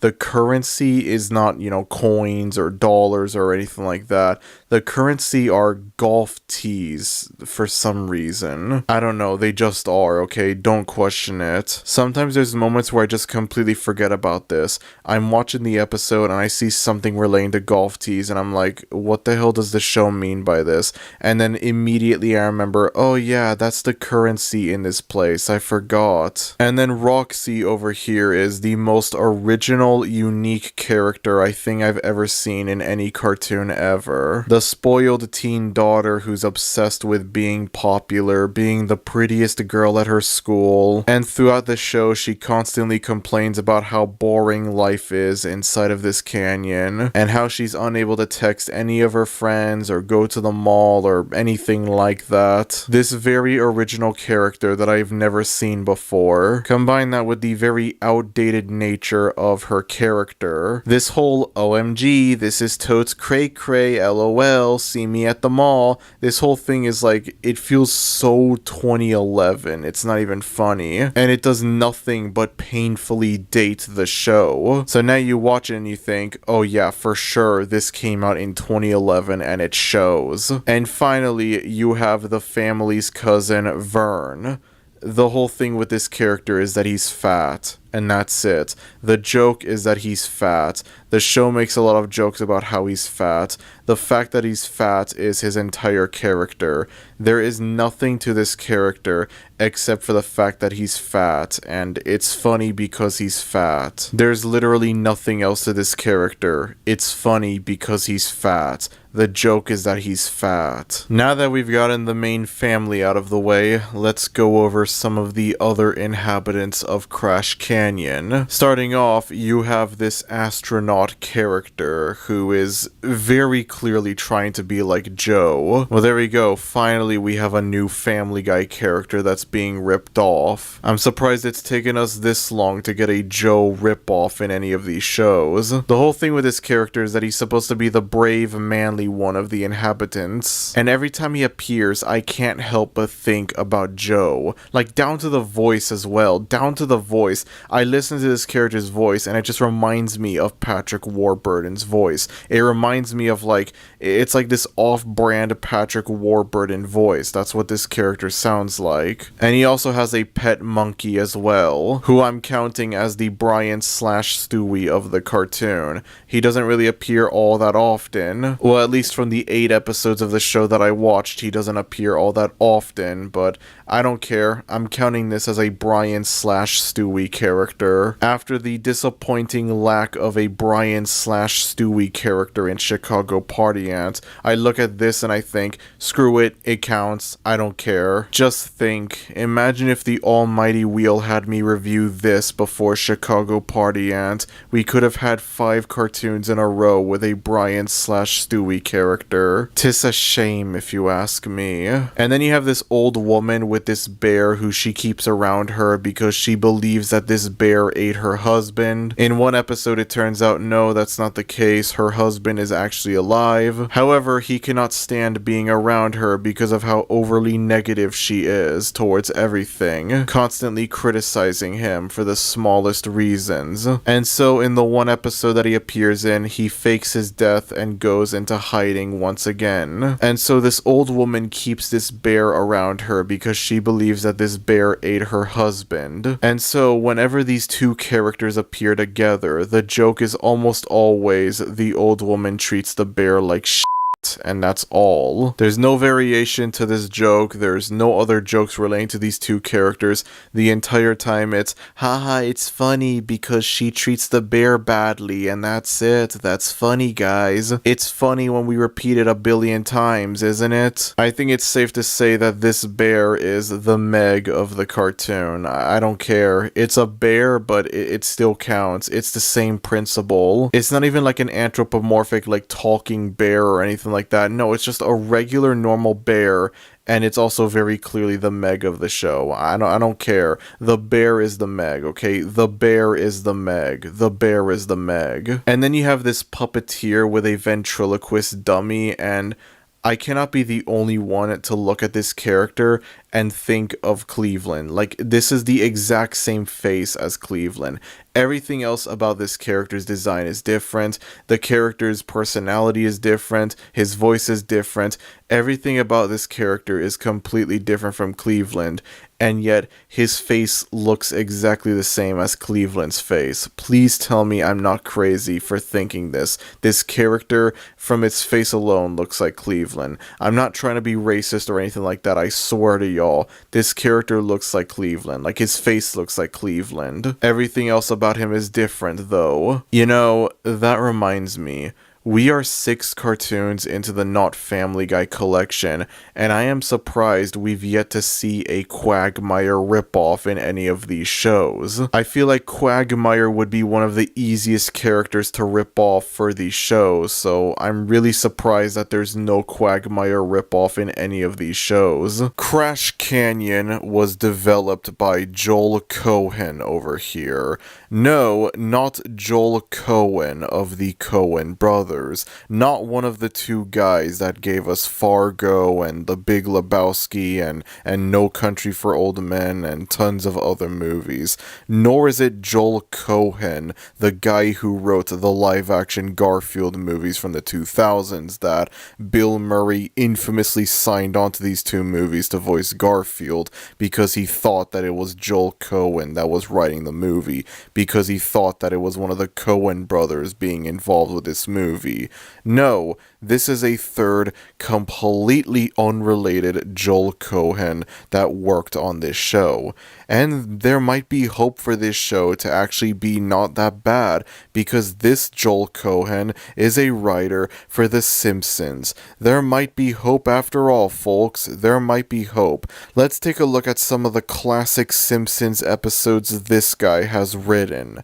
Oh, they're all episodes from the early 2000s onwards, after the show's golden age. Never mind then, folks, never mind. Apologies for getting your hopes up. You know how earlier, when I reviewed Full English, I claimed that this was the most blatant Family Guy ripoff? Yeah, I take that back. This right here is the most blatant Family Guy ripoff. This thing doesn't even try to hide it. This thing tries to be like Family Guy, and it fails miserably at it. I'm not gonna lie, I find it funny, the fact that the 2 most blatant Family Guy ripoffs covered in the Not Family Guy collection are also the only non-American cartoons in the collection. Full English is British, and Crash Canyon is Canadian. Yes, this is a Canadian cartoon. It sure as hell doesn't feel like one, though. There's almost nothing about this show that screams Canadian. There's a lot of, like, unoriginal character stereotypes featured in this show, such as the aforementioned Vern, whose whole thing is, it's funny because he's fat, the joke is that he's fat, and this is very clearly, like, an American stereotype. There's nothing Canadian about this character. I watch this show, and it's like, I completely forget this is supposed to be Canadian. It doesn't feel Canadian at all. It feels like it's trying way too hard to be American. The only thing that makes this show feel Canadian is the trademark cheap flash animation that a lot of Canadian cartoons have. Which I'm just gonna say, it's a very cursed combination to have this art style that is very blatantly trying to rip off Family Guy's art style, combined with the cheap flash animation that you would expect from like, I don't know, Johnny Test or like George of the Jungle, or y'all remember Almost Naked Animals? Y'all remember that show? Bro, I gotta make a video on that at some point. That has to happen at some point. To see like this cheap flash animation combined with this blatant Family Guy ripoff art style, it feels very cursed, I'm not gonna lie. I'm surprised it has taken us this long, but this is the first cartoon in the Not Family Guy collection to remind me very heavily of Go Animate. I didn't even have Go Animate on my mind at all when watching the previous 5 cartoons. This is the first cartoon in the Not Family Guy collection to very explicitly remind me of Caillou goes to Chuck E. Cheese's and gets grounded. As a matter of fact, this show reminds me so much of Go Animate that I think I should give it the review that it deserves. Hit it.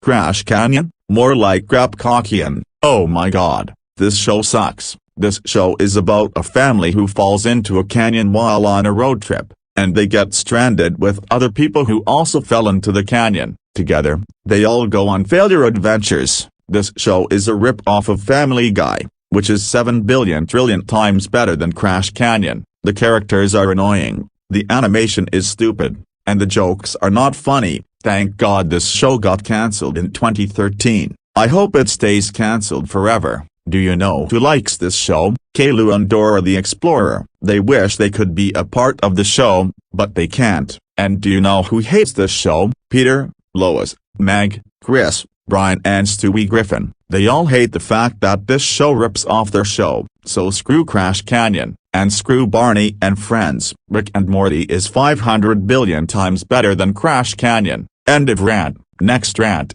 Teletubbies. No, but seriously, this thing f***ing sucks. Like, it's really bad. This might be one of the worst cartoons I think I've ever seen, period. It is incredible to me looking at how unfunny this show is. I might have laughed maybe like one time watching the show, and that's it. I laughed one time maybe, and that was it. I mean, in all fairness, I only watched 8 out of the 26 episodes, so I'm sure like if I watched all 26 episodes of the show, there is a non-zero chance that I could find at least one other funny joke in the show. Honestly, watching all 26 episodes of this thing and trying to find any funny jokes in this is funnier than the entire show, I want to imagine. I've never seen anything so unoriginal before in my life, and I don't mean that in the sense that like, oh, this is ripping off Family Guy. I mean that in the sense that like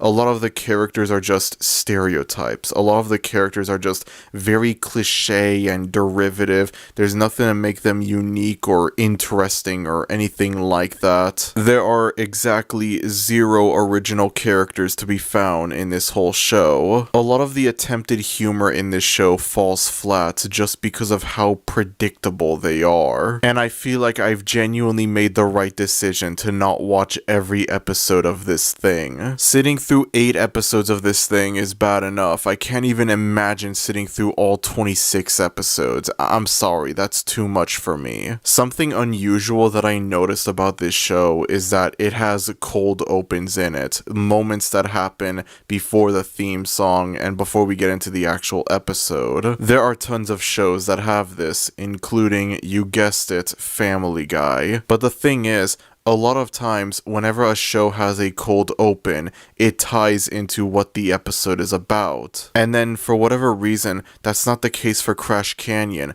For Crash Canyon, the cold opens have nothing to do with whatever the actual episode is about. They're like their own separate miniature segments. Any storyline ideas that are briefly introduced in these cold opens, they are promptly ignored for the rest of the actual episode. And I find it to be very weird. I don't know why the show does that. And then the show also has post-credit scenes in it as well, and once again, they have nothing to do with what the actual episode was about. They are completely unrelated. I mean, I do think that the cold opens and post-credit scenes would very likely still be unfunny if they were actually related to what the episode is about, but even then, it's like, it feels weird. It feels weird to have 2 completely unrelated segments bookend an entire episode. And that's about all that I have to say about Crash Canyon, or should I say Trash Canyon.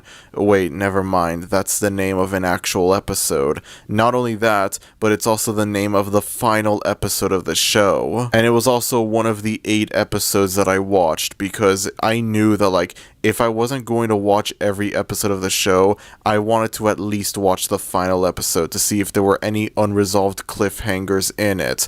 Unfortunately, there aren't, so there's nothing interesting to say about the final episode for this show. Canada once again takes another L when it comes to their cartoons. Ain't that a shame? Finally, the penultimate cartoon in the Not Family Guy collection. What shall it be, lads? What shall it be? I don't even have anything funny to say. Let's just get this out of the way.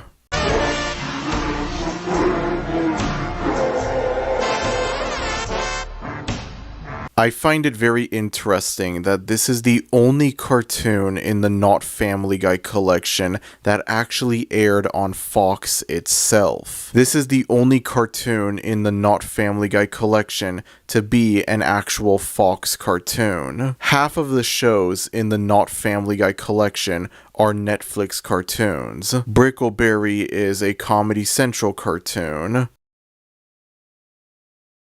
Full English aired on some British TV channel, hell if I know. And Crash Canyon aired on, I don't know, Teletoon or some other Canadian channel. Definitely not Fox. I'm not making any serious observation or anything like that acknowledging that this is a Fox cartoon. I just find it kind of funny, kind of interesting, the fact that this is the only cartoon in this video where I cover tons of Family Guy ripoffs. This is the only cartoon in this video that actually aired on the home network that Family Guy airs on. Bordertown is a short-lived Fox cartoon from early 2016 that only lasted 1 season and 13 episodes. The show focuses on not one, but 2 dysfunctional families, the Gonzalez family and the Buchwald family. See, this isn't a Family Guy ripoff because it focuses on 2 dysfunctional families and not one. Totally different cartoons, legally distinct from each other. The show takes place in the fictional town of Mexifornia, where you have the Gonzalez family, a Mexican family,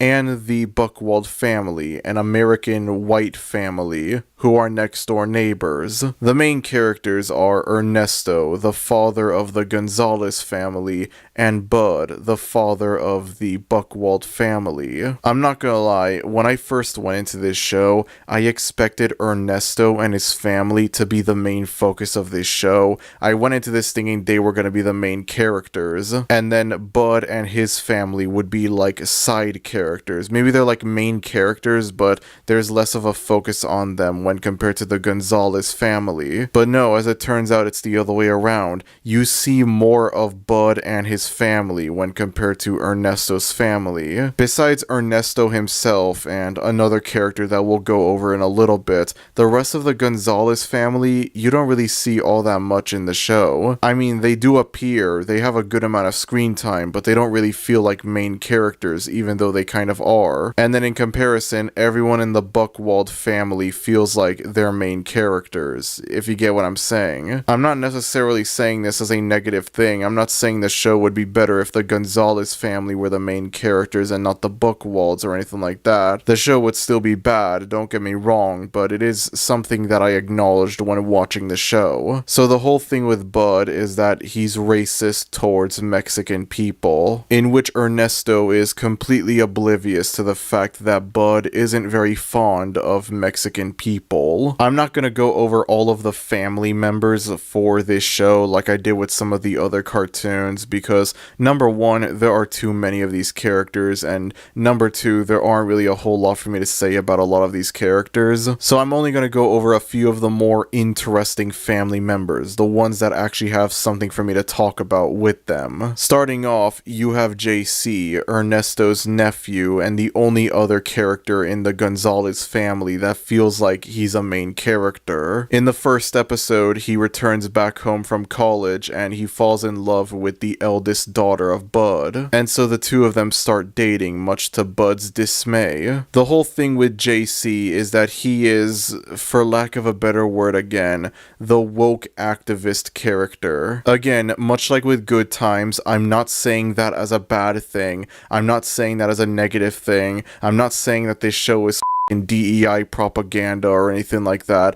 I'm just simply acknowledging that's what this character is supposed to be. I'm using the original definition of woke to describe this character. There's an episode of the show that focuses on wildfires, and in the beginning he goes on about how more people need to be aware about climate change and how this is all happening because of climate change, that sort of thing. There's an episode where a character in the Buchwald family, who we'll go over in a little bit, wants to have a doll, and JC goes on about how the corporation behind the doll is terrible and evil and greedy and something capitalism is bad, something, which I mean it is bad, but like, you know, the way it's conveyed in this is pretty obnoxious, I'm not gonna lie. I get that that's the joke, I guess it's supposed to be obnoxious on purpose, but still. There's an episode that focuses on religion and churches and whatever, and he goes on about like religion is bad, religion is a scam, that sort of thing. You get the point. This character is supposed to be the woke activist character. Again, I am not saying that as a negative thing, I'm just acknowledging that's what this character is supposed to be. I don't know how else to describe this character, I'm sorry. Bud's oldest daughter, as evident by the fact that she's dating JC, is not racist towards Mexicans, unlike Bud. And actually, to my surprise, the whole thing of like Bud not being all that tolerant towards Mexicans, it's just kind of abandoned after the first few episodes. The whole thing of him being intolerant and borderline racist, no pun intended, towards Mexicans is only really there for the first 2 episodes, and then it's just kind of abandoned in episode 3 onwards. I don't know if that's a good thing or a bad thing, because, you know, this is clearly a character that's like, this character is like the typical idiot dad, but he's like a different kind of idiot dad. One that's also like right-wing and bigoted and whatnot. And then you have Gert, Bud's youngest daughter, who... There you have it, folks. There's the Brian/Stewie of this cartoon, right there. As if that wasn't enough, the Gonzalez family also have their own Brian/Stewie character, a boy named Pepito. However, he doesn't really appear all that often in the show when compared to Gert, but I'm still counting him as one, I don't care. Alright, so Bud works as a Border Patrol agent, making sure that immigrants don't sneak into the United States. In the cold open for all but one of the show's 13 episodes, you have Bud trying to stop someone named El Coyote, who secretly smuggles immigrants into the United States. These cold opens are a lot more wacky and cartoony when compared to the actual episodes themselves, feeling very reminiscent of old Wile E. Coyote and Roadrunner shorts. These cold opens appear in every episode of the show except for one episode, and they have nothing to do with the remainder of the episodes, with the exception of one episode, that being the final episode of the show, the only episode of the show that focuses on El Coyote. Besides that though, the remaining 11 episodes all have cold opens relating to Bud trying to capture El Coyote, and then the actual episodes themselves have nothing to do with this subplot, which I think is a pretty interesting idea. And I'm not gonna lie, I find these cold open segments where Bud tries to capture El Coyote, I find them to be mildly entertaining actually. I find them to be pretty decent, all things considered. I know it's weird that like I criticize a Crash Canyon for having cold opens that have nothing to do with the episode plots, but I'm praising Bordertown for doing the exact same thing. But for some reason, Bordertown just executes it a lot better. Maybe it's because all of the cold opens are the same thing, they all have the same sort of subplot to them. Maybe it's because there's one episode of the show where El Coyote is actually important to the episode's storyline and he's not just there for the cold open. Granted, it's the final episode of the entire show, but it still counts nonetheless. I'm not sure what it is, but for some reason it works with Bordertown, but it doesn't work for Crash Canyon. I genuinely believe that some of the more entertaining moments that come from this show come from these cold opens. I like them, they're decent. It feels so weird to see like Looney Tunes-esque gags included in something that's very clearly trying to be like Family Guy. It reminds me of that whole thing where like, did y'all know that Seth MacFarlane was at one point gonna make a Flintstones cartoon? At some point in the early 2010s, like I think around like 2013 or so, Seth MacFarlane had plans to do a Flintstones reboot, and then it ended up never happening, for better or worse. And now I can only imagine what what that would have looked like. What would a Seth MacFarlane Flintstones cartoon look like? What would a Flintstones cartoon that tries and fails to be like Family Guy look like? Hey, if we got a poorly executed adult cartoon based on Scooby-Doo, I don't see why we can't have a poorly executed adult cartoon based on the Flintstones. I'm just saying. Okay, so I went into this show, I watched the first 2 episodes of this show, and I thought I was going to absolutely loathe this show, mainly because it reminds me a little bit too much about recent events that have been going on in the world. As I mentioned before, the first episode focuses on JC getting together with Bud's older daughter, despite Bud being racist against Mexicans. In this first episode, there's an anti-immigration law that's introduced, and it ends up getting passed, and this causes JC to get deported back to Mexico. And the whole time I was watching it, I was just cringing at it, mainly because of how much it reminded me of the way things are today with, you know, ICE and that sort of thing. I have to remind myself this show came out in 2016. This show came out at the very beginning of 2016. In about like 1 or 2 months from now, this show will turn 10 years old. I have to remind myself that Trump wasn't president when this show came out. I don't know if I'm the only one that feels this way, but sometimes I forget that 2016 was an Obama era year. It just didn't feel like an Obama era year. 2009 to 2015, for sure, yeah, those were definitely Obama years. 2016, I'm honestly convinced was a Trump year. I'm honestly convinced like he was president that year. I don't know what it is, but 2016 just never struck me as an Obama era year. I don't know why, it just didn't. Now I understand that like immigrants and deportations and stuff like that, I understand like they didn't start when Trump became president. They weren't just magically invented as soon as Trump became president. I understand that, but it still feels really awkward to watch. It's really cringy to watch it. There you go, a different meaning of cringe right there.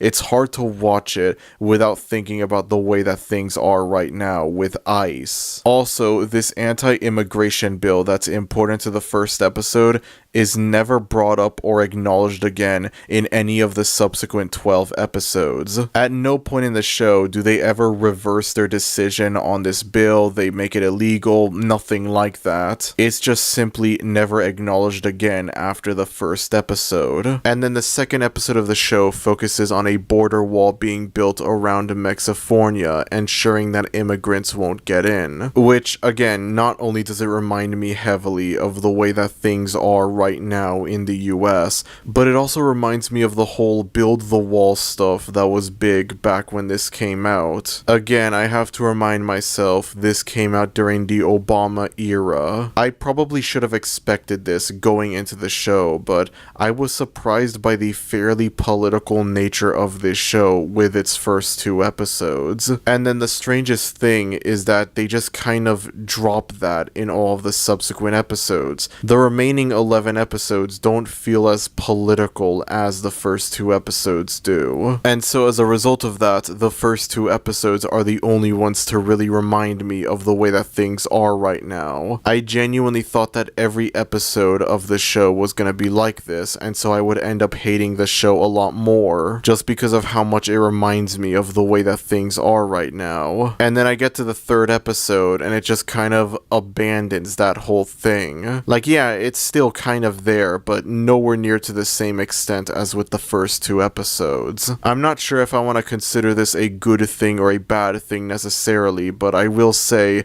this did play a part in me moving the show considerably higher on the search for the worst cartoon ranking list. Believe me, when I started watching this show, I thought this thing was going to be at rock bottom, and then with every subsequent episode of the show, I decided to move it up considerably higher on the ranking list. Don't get fooled though, the show is still not all that good despite that. And the more that I think about it, the more I feel it's kind of a bad thing that the show loses the kind of political feel that it had in its first 2 episodes, because then after that, the show just becomes another generic, boring, and derivative family Family Guy clone. And having sat through 6 other generic, boring, derivative Family Guy clones, I wasn't in the mood for a 7th one. A lot of the characters are just unoriginal stereotypes, and that's it. And as a result of that, they're not very funny characters. Bud is your typical right-wing, racist, anti-woke character. I have to remind myself this show came out in early 2016. This show came out shortly before the whole woke, anti-woke stuff really took off. But I think it's fair to headcanon this character as being anti-woke. I don't see any reason for him to be pro-woke. And then you have his son, Stanford, who's your typical redneck trailer trash-esque character. The whole thing with this character is that he's extremely stupid. This feels like a character that should be funny, and yet he just isn't. He has a very been there, done that kind of feel, which a lot of the characters on the show have. And then you have the aforementioned Brian/Stewie-esque character, Gert, whose whole thing is that she's a spoiled brat, and that's it. She's rude, she doesn't respect anyone. It's all very, like, unoriginal and derivative. And then for the Gonzalez family, you know, just think about, like, any Mexican stereotype, and that's them right there. That's their characters. It's never obnoxious per se, but it doesn't feel very funny. It feels incredibly stale and predictable. Like, there's nothing to make any of these characters fresh. There's nothing to make any of them unique or interesting. And then you have JC, the woke activist character. Again, for the millionth time, I have to clarify, I'm not calling him woke as a bad thing. I don't know how else to describe this character. It's like you have all of these, like, unoriginal, boring, stereotypical characters with nothing interesting or fresh about them. The thing that really surprises me about this show is that there's no haha it's funny because they're fat character in either family. I feel like given the kind of characters that the Buchwald family are supposed to be, you would expect there to be a character who's just haha it's funny because they're fat. The joke is that they're fat. The only thing that they have as a personality is that they're fat. There's nothing like that in the show, and that surprises me, honestly. I also have to be honest, this show is pretty damn ugly to look at. The character designs are not very appealing. I feel like for a lot of these shows, I've mostly glossed over the way that they look visually, because with the exception of Good Times and Full English, there's not really a whole lot for me to say about them. They all look exactly the same besides the aforementioned 2 shows, but I generally find most of the character designs on this show to be pretty ugly and unappealing to look at. It's not as bad as something like The Prince, but it's still not very appealing to look at either. I will say there are occasional moments where this show can actually be funny. This show is not completely devoid of humor. As previously mentioned before, I think the opening scenes with El Coyote, I think they're pretty fun. I like them. They're decent. Sometimes this show can make me laugh, but not that often. Most of the time I'm watching this and I'm thinking, yep, this sure is a generic adult cartoon that's trying and failing to be like Family Guy. This sure is a generic adult cartoon full of generic adult cartoon characters who do generic adult cartoon things. I wonder why this show was cancelled. Why wasn't this show renewed for a season 2? This feels like a show that should have 20 different seasons, just like The Simpsons and Family Guy. I can only imagine why this show was canceled after 1 season. Now, the most interesting thing about this show, and I'm sure that this is a plot twist that none of y'all were expecting, is that this is technically not a Family Guy ripoff.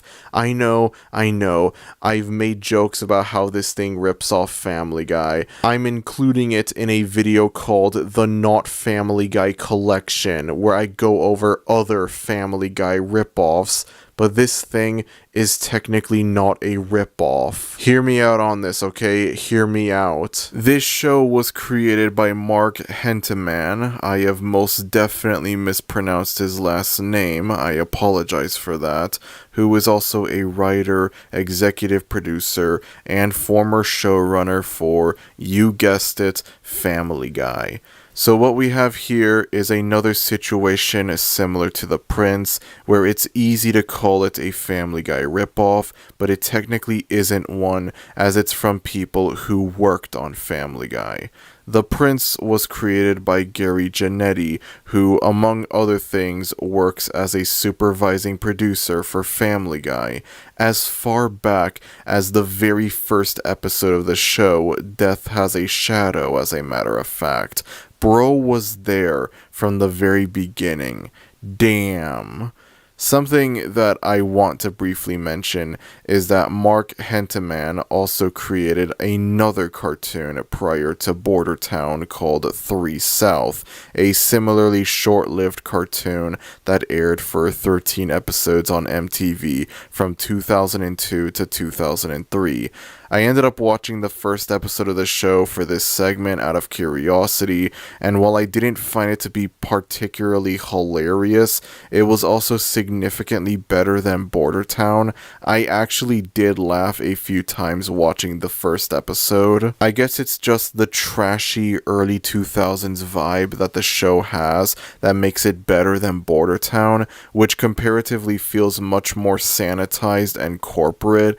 The show follows these two guys who go to college, and they are complete idiots, akin to like Beavis and Butthead. They have a roommate who is much smarter than them, and so naturally he cannot stand their immature stupidity. It's not a super unique cartoon or anything like that, but I did find it amusing from time to time. I could see this being a cult classic, and I'm kind of surprised that it doesn't have a cult following, but I can also weirdly understand why it doesn't have a cult following, if that makes any sense. I don't know. I also feel that the art style works better in this show than in Bordertown. I don't know why. Maybe it's because, again, this show has that trashy early 2000s vibe that I guess makes the art style work a lot better here than in Bordertown. What works in the early 2000s doesn't work in the mid-2010s. I have no idea. I'm getting off topic. I apologize for that. I just wanted to briefly acknowledge 3 South. That's all. Bordertown was created by someone who worked on Family Guy, so already I am stretching the definition of ripoff quite a bit when it comes to this show. But that's not all. This is yet another good time situation where Seth MacFarlane himself worked on the show. He didn't create the show, mind you, but he was an executive producer for it. And no, your eyes are not deceiving you. The opening credits for this show use Comic Sans as the font, and it looks incredibly cheap and low effort. Although I feel that the usage of Comic Sans just adds to the experience of it all. What is easily the funniest joke in this show, both ironically and unironically, is this one scene from one of the later episodes of the show after the theme song, where we have an establishing shot of the Buckwaltz house, and there's a red car that pulls up to the driveway, and out comes... Oh my god. It's him. There he is.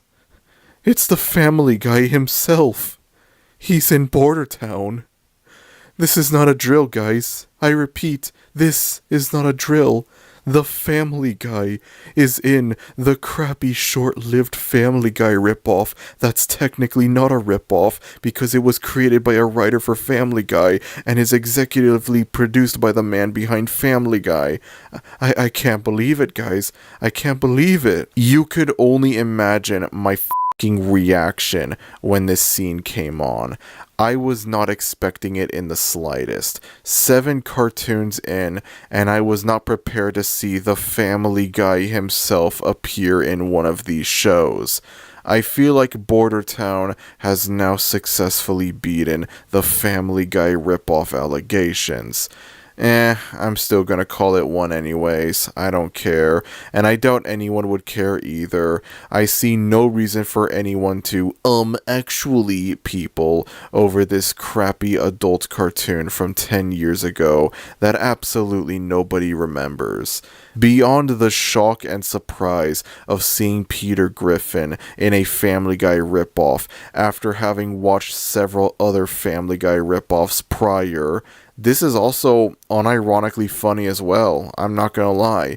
It's a very simple, very quick joke. Peter pulls up to the driveway, he gets out of the car, he looks at the house, he goes, "Oh, wrong show," quickly gets back into his car, and he drives away. It's a joke that lasts maybe 2 to 3 seconds, but I think that it's a cute little cameo, you know? I like it actually. It's a little funny.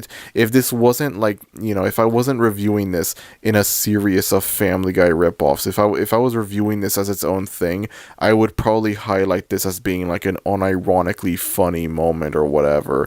If this was one of the first cartoons in the collection that I reviewed instead of being one of the last, maybe I would find it funnier unironically, but after having sat through several other Family Guy ripoffs, it's like this became like ironically hilarious. I feel like this would have been more unironically hilarious if this was one of the earlier cartoons covered, or if I looked at this as like a solo cartoon or something. I don't know. That's just the way I look at it.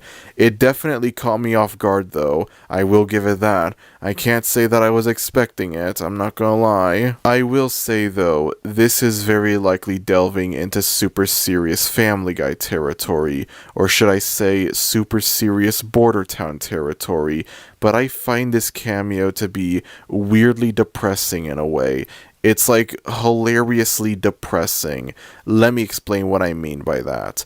We have Peter Griffin, the main character of Family Guy, one of the longest running and most successful cartoons of all time, with new episodes coming out for it to this very day, making a brief cameo appearance in Bordertown, a short-lived cartoon from 2016 that was poorly received, cancelled after one season, and has since fallen into obscurity. There's just something hilariously depressing seeing a character from a beloved, long-running, and successful cartoon make a cameo appearance in a poorly received, short-lived, and forgotten cartoon from 10 years ago. It's like if I saw like the South Park gang make a brief cameo appearance in something like Lil Bush or Legends of Chamberlain Heights, just to give you an idea. The weirdest thing is, though, I've gone on before about this whole thing regarding the short-lived one-season adult cartoons, where I just simply cannot see any of them having any kind of longevity, and it's not just with the quality of these shows. I look at Hoops, I look at Alan Gregory, I look at Napoleon Dynamite, I look at The Prince, and it's like, I don't see any of these shows having any longevity, ignoring their quality. I have a hard time imagining something like Alan Gregory being this successful Fox cartoon that quickly becomes a mainstay for them alongside The Simpsons and Family Guy and Bob's Burgers, King of the Hill, American Dad, whatever. I cannot imagine it, even if Alan Gregory was good. This also applies to most of the cartoons in the Not Family Guy collection. Well, except for the 2, maybe 3 relatively successful cartoons in the collection. But like, for example, I cannot see something like Good Times having any sort of longevity, even if it was good. I can't see it being this big, successful cartoon that people will remember years on from now. For some inexplicable reason, I think that Bordertown has a tiny bit more of that longevity potential than most of these other bad one-season adult cartoons. I don't know why. I could see it lasting for a few seasons. I obviously don't see it having the same longevity as something like The Simpsons or Family Guy or American Dad or anything like that. God, no. but I could see this having like a Cleveland show type run, you know. The Cleveland show had 88 episodes, lasting for 4 seasons from 2009 to 2013. Despite having very blah reviews, it had a pretty good run, all things considered, and I don't know why, but I could see Bordertown having a run akin to the Cleveland show, more so than something like Alan Gregory or Napoleon Dynamite, even though I think this show is much worse than Alan Gregory and Napoleon Dynamite. Oh yeah, speaking of the Cleveland show, there's also a brief mention of that from one of the characters in this show, in the exact same episode as the Peter Griffin cameo, as a matter of fact. So there's that as well, I guess. There's that as well. Yeah, I've run out of things to say about Bordertown. Let's wrap this segment up, shall we? Forget whatever I said about Brickleberry, because Bordertown over here is the most generic adult cartoon to ever generic adult cartoon. At least Brickleberry made me laugh a surprising amount of times while watching it.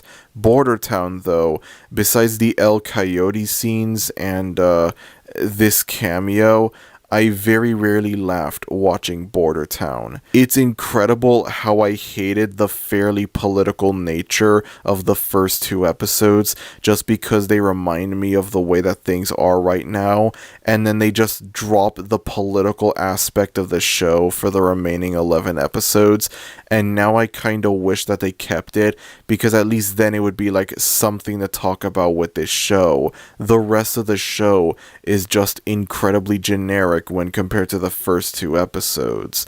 There isn't a single original character in this show. Every character is an unoriginal and cliché stereotype that we have seen before in countless other shows. Admittedly, I probably shouldn't have expected well-written, fleshed-out characters in a show like this, but there is almost nothing interesting about these characters, and some of these characters are just completely underutilized with no overall purpose to the show's storyline. Like, besides Ernesto and JC, there is no reason to care about anyone in the Gonzalez family. They might as well just not exist, period.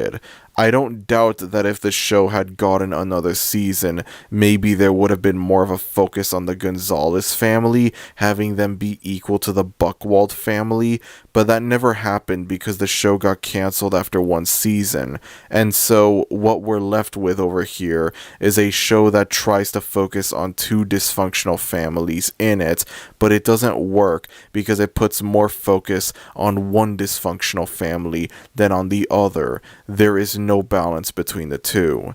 The art style for this show is also not very appealing to look at.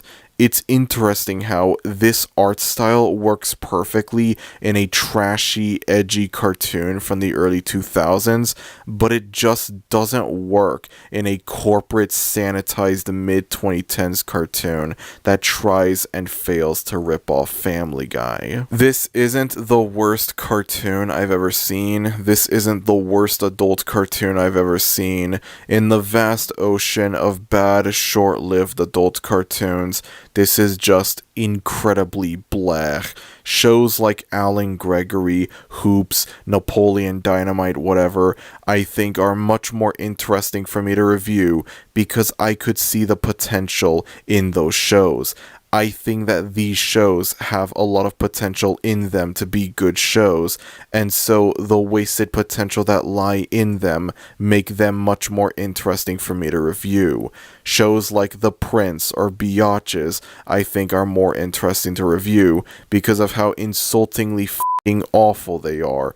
They personally offend me with how bad they are, and so that makes them more interesting for me to review. This is just a whatever cartoon. This is arguably the most generic cartoon in the Not Family Guy collection. There is nothing to make this show interesting.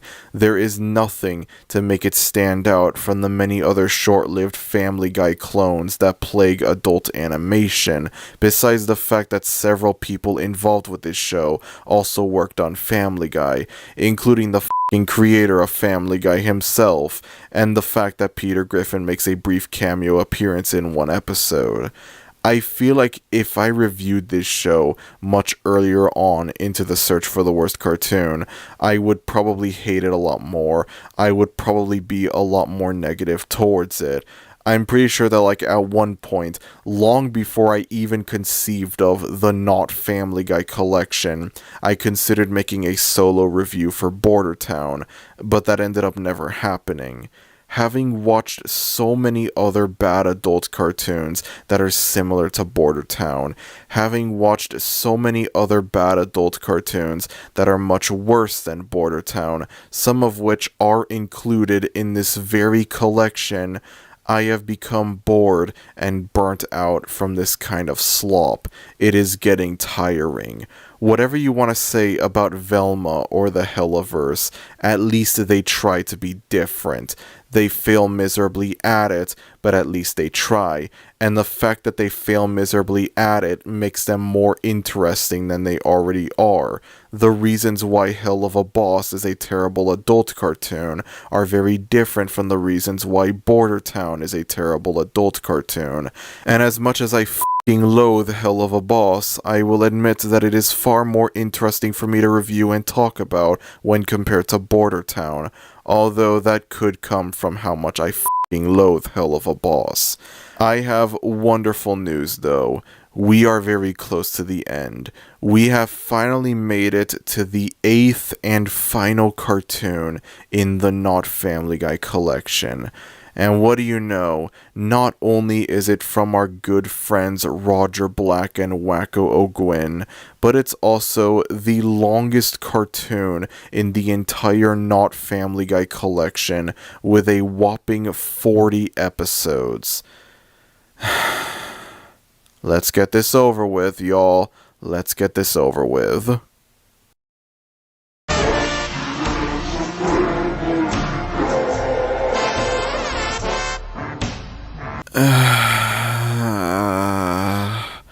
It's the last cartoon of the video.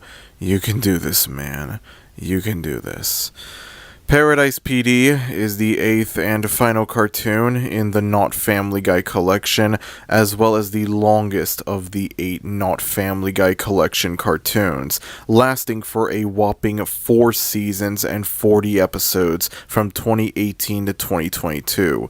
Again, for Search for the Worst cartoon standards, this thing was a massive success. The show is... You know what, I'm just gonna say it right off the bat. I see no reason to delay the inevitable. Paradise PD is the worst f***ing cartoon in the entire Not Family Guy collection, and the worst cartoon that I have ever seen in my entire life. Ladies and gentlemen, I swear I didn't plan for it to be this way, but we have saved the worst for last. As soon as I started watching the first episode of this show, it was already very apparent that this was not going to be an easy cartoon for me to sit through. Paradise PD takes place in the town of Paradise, and it focuses on the town's police squad, who are all incredibly incompetent at their job. Wow, what an original and unique concept that I've never seen before, especially not in this video. Could you imagine if these characters were park rangers instead of police officers? That would be crazy. This show will be significantly longer and significantly harder for me to review when compared to the other 7 cartoons in the collection, not only because of how f***ing awful it is, not only because of how many episodes this show has, but also because this show has lore. Of all the cartoons covered in the Not Family Guy collection, of all the cartoons covered on the Search for the Worst cartoon that could have had an overarching storyline, to have lore, to have like anything like that, It had to be Paradise PD. It just had to be Paradise fucking PD. Before we get into that, though, let's have a look at our boys in blue. Well, okay, and also girl in blue, and dog that's not in blue, shall we? The chief of the team is Randall Crawford, who is essentially the exact same character as Woody from Brickleberry, a very easily angered and easily annoyed character. As a matter of fact, Tom Kenny also voices this character as well, and just to refresh your memory, yes, I am talking about the Tom Kenny, as in SpongeBob, as in the Ice King, that Tom Kenny. Now, I found Brickleberry to be a surprisingly funny show from time to time, not enough for me to call it a good show by any means, but enough for me to say that it wasn't as bad as I expected it to be when I finished watching it. And Woody, I think, played a part in that. Some of the funnier moments of the show came from Woody. I don't know if Woody is a legitimately funny character, or if he's only funny because it's Tom Kenny that's voicing him, but regardless, at least this character helped contribute to the not as bad as I expected it to be vibe that I got from Brickleberry. And so, given how Randall is supposed to be the exact same character as Woody, with Tom Kenny voicing this character as well, you would think that lightning would strike twice. You would be wrong. Very wrong. Well, okay, let's not go that far. I'm going to admit something right off the bat. Yes, this show made me laugh from time to time. Yes, this show can be funny from time to time. There are extremely rare moments in Paradise PD where I actually laughed. There are extremely rare moments in Paradise PD where I didn't laugh, but I could see the potential for the joke to be funny. If some of the jokes in this show were in like Rick and Morty or Family Guy, I would probably consider them funny, but because they're from this thing, I'm not able to laugh at them. And indeed, some of the rare funny moments in this show come from Randall. It's like whatever remaining goodwill I have from Brickleberry, it's still there a tiny bit in this show. I can sometimes be able to laugh at Randall, although unlike with Woody, I think in this instance, it's much more obvious that it's only funny because it's Tom Kenny voicing this character, and not because this character is legitimately funny. It's the exact same character that he played in Brickleberry, and it was funny in Brickleberry. It should be funny in Paradise PD as well, and yet for whatever reason, it just isn't, or at least it isn't as often as it was in Brickleberry. And then moving on from that, we have Randall's son, Kevin Crawford, who is the exact same character as Steve from Brickleberry and Feikle from Farzar, the character who is largely seen as a pathetic loser by the rest of the cast. Yeah, there's not really much to say about this character. Whatever I said about Steve and Feikle more or less also apply to Kevin over here. After that, we have Dusty, and oh wow, take a wild f***ing guess what purpose this character serves to the show. Go on, guess. I do wonder if the morbidly obese nature of this character is a frequent source of humor in this show. Nah, the writers are much more clever and original than that. There's no way they can have a character on this show whose whole thing is, it's funny because he's fat, with absolutely nothing to make him stand out from the other it's funny because they're fat characters that were featured in the other shows covered in this video. Surely there's gotta be more to this character than just the fact that he's fat, right? Right? Then we have Gina, the sole female member of the police force. Her whole thing is that she has a violent temper, often punishing the criminals in Paradise in a cruel, unhinged manner. She's also sexually attracted to fat people, and so there are a lot of scenes in the show where she is thirsting over Dusty, and oftentimes Dusty is completely oblivious to this. You see, guys, it's funny because it's essay, and that's funny and hilarious. I really want to make a Valentino and Angel Dust joke right now, but unfortunately I can't think of any to make. Sorry about that, folks. It's also funny because not only is this character fat, but he's also incredibly f***ing stupid. Fat and stupid. This truly is the most original character I have ever seen in any cartoon ever. There's this whole thing in the latter half of the show where Kevin develops a crush on her and tries to confess his feelings to her. Eventually she starts to develop feelings for him back, and there's this whole thing where like Gina has a bullet lodged into her brain, and that's what causes her to have this violent temper, and near the end of season 3 she gets the bullet removed and the two of them prepare to get married. However, the plot happens and that prevents them from getting married. I'm sorry, it's a bit hard for me to go over some of this stuff without getting too deep into the plot, alright? We're not at that point just yet. We're not at that point. And then we have Hobson, who is this elderly man, and if you remember a certain thing that was brought up in both the Farzar and Brickleberry reviews, then you would know exactly where this is going. Gross out sex jokes revolving around this elderly man, and lots of them. Again, I don't want to go too deep into why this is the worst cartoon I have ever seen just yet, even if it's already very obvious just looking at the previous shows I reviewed from these two, Roger Black and Wacko O'Gwyn. Then there is Bullet, and yeah, it's obvious where this one is going, folks. This is the Brian/Stewie of Paradise PD. It's official. Every cartoon in the Not Family Guy collection has a Brian/Stewie ripoff character in them, except for Chicago Party Ant. Bullet's whole thing is, get this, he's a dog, and he does things that dogs normally don't do. What an insanely funny and original joke that has never been done before in any cartoon ever. I find it weirdly poetic, the fact that the first cartoon covered in the collection has the most explicitly blatant Stewie ripoff of these 8 shows, while the final cartoon covered in the collection has the most explicitly blatant Brian ripoff of these 2 shows. You know, it's like, I swear I didn't plan for it to be that way, but it's just like, it's such a beautiful coincidence. It really is. Now I must wonder what a show focusing on these 2 characters together would look like. Bullet is supposed to be a drug-sniffing dog, and you see, it's funny and hilarious because he secretly loves drugs. This whole character is essentially just dude, weed, lamau. There is literally nothing else to this character. It is as unoriginal and unfunny as you can get.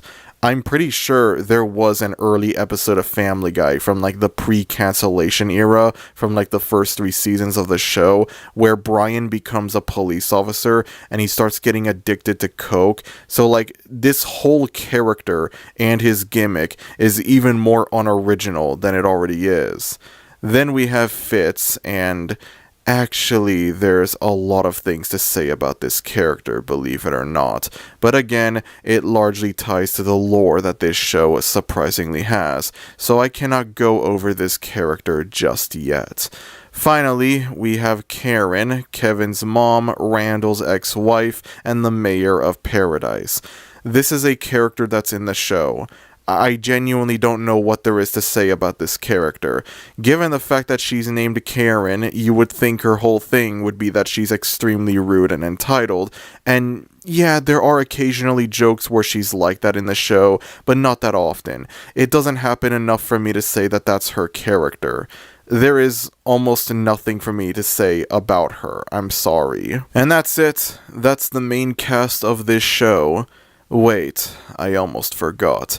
In the 4th and final season, Karen gives birth to another baby, with Randall naming the baby Kevin, and changing the original Kevin's name to Afkak, or A-hole formerly known as Kevin, in which all of the characters for the majority of the 4th season refer to him as Afkak. And it's like, there we go, just what the show needed for its final season. Another Brian/Stewie ripoff character. A character whose whole thing is, he's a baby, and he does things that babies don't do. It's very funny and very original. And speaking of very funny and very original, the two idiot hillbilly characters from Brickleberry and Farzar make their return in this show. I guess, like, now that we have, like, the third cartoon here, I know this is chronologically the second one, but now we have 3 of these cartoons from the same creators that have these 2 characters that are the same thing. I guess it's supposed to be like a running gag, maybe. Maybe it's supposed to be like a recurring thing for these 3 shows, but instead it comes off more like it comes off more as being like they're lazily rehashing the same joke from Brickleberry instead of having it be like a running gag, a recurring thing or whatever. One of them just straight up has the exact same character design as his Brickleberry counterpart, but with a few very minor differences here and there. On a side note, I regret to inform you all that the GOAT, Jerry Minor, doesn't return in this show. Well, okay, he technically does, but let's not get ahead of ourselves. It's admittedly almost funny how this is just the exact same character design with a few differences thrown in. It's giving off massive 2008 Sonic DeviantArt OC vibes. Do not steal. Hey bro, can I copy your homework? Sure, just change a few details to make it less obvious that you copied me, you know, that sort of thing. There we go. Now we're done with the characters for real this time. Well, that is until we go over the storyline. I have sat through a lot of awful cartoons, and I mean a lot of really awful cartoons. But I mean this from the bottom of my heart when I say that watching this show actively felt like a fucking chore to do. I have sat through many other terrible cartoons, but very rarely did they ever feel like a chore to sit through them.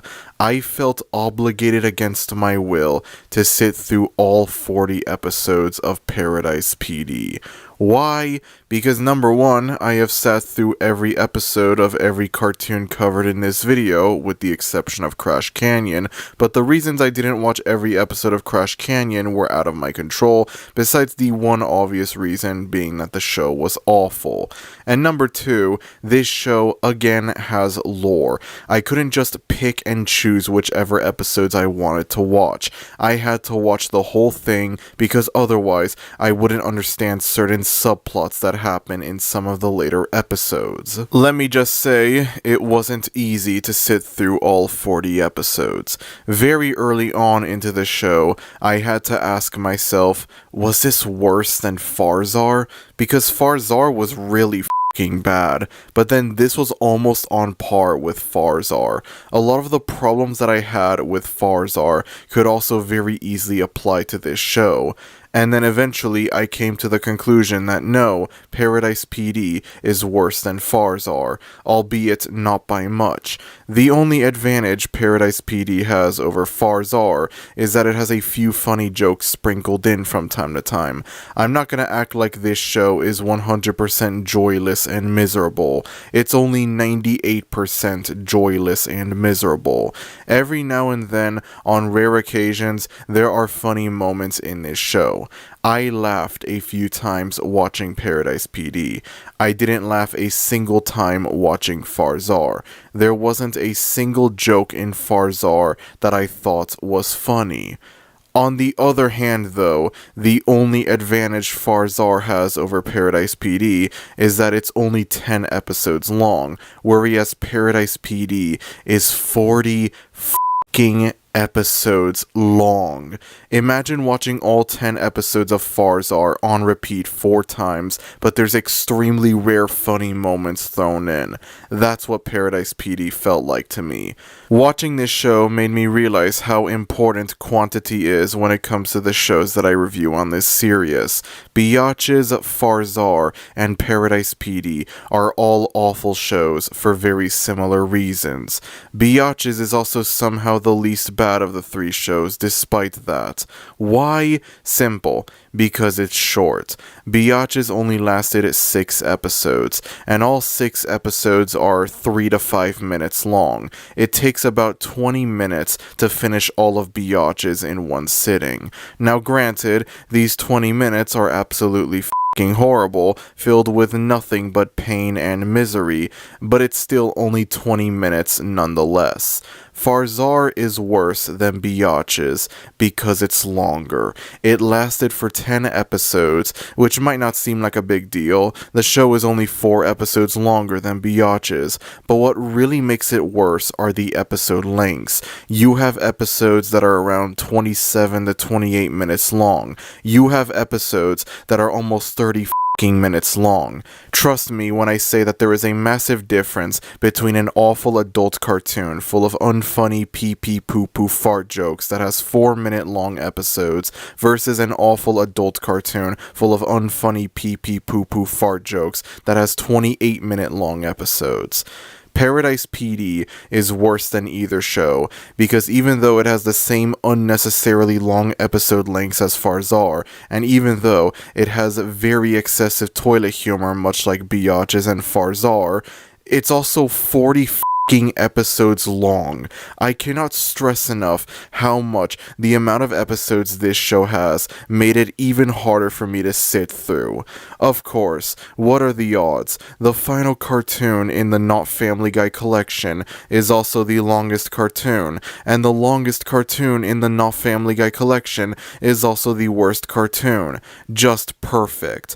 Much like with Farzar, this show is filled to the brim with gross-out toilet humor. It feels like it's trying way too hard to be funny, and again, it's made worse by the length of this show. It would be one thing if this was another shitty, short-lived, cancelled after 1 season cartoon, but this thing lasted for 4 seasons. This thing lasted for 40 episodes. 40 episodes! And almost every single one of these 40 episodes has at least one gross-out toilet joke in them.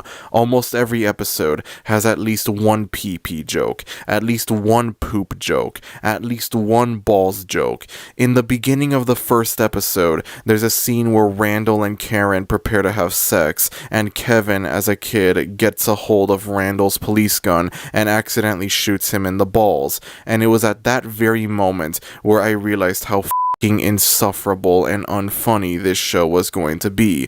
And this was at the beginning of the very first episode of the show. I still had 39 episodes left to go.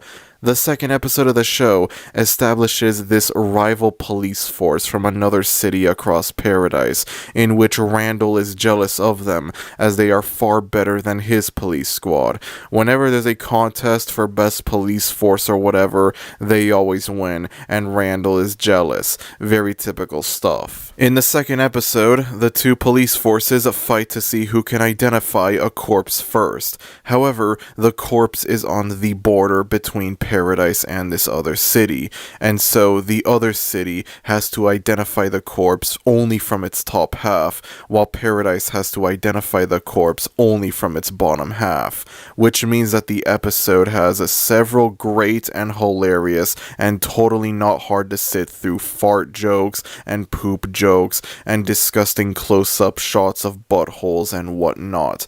Absolutely wonderful. Only 38 more episodes to go, guys. Only 38 more episodes to go. It took me over 2 weeks to finish this show. I knew that the show had 40 episodes in advance, and so I wanted to watch 5 episodes of the show per day, finishing it in 8 days.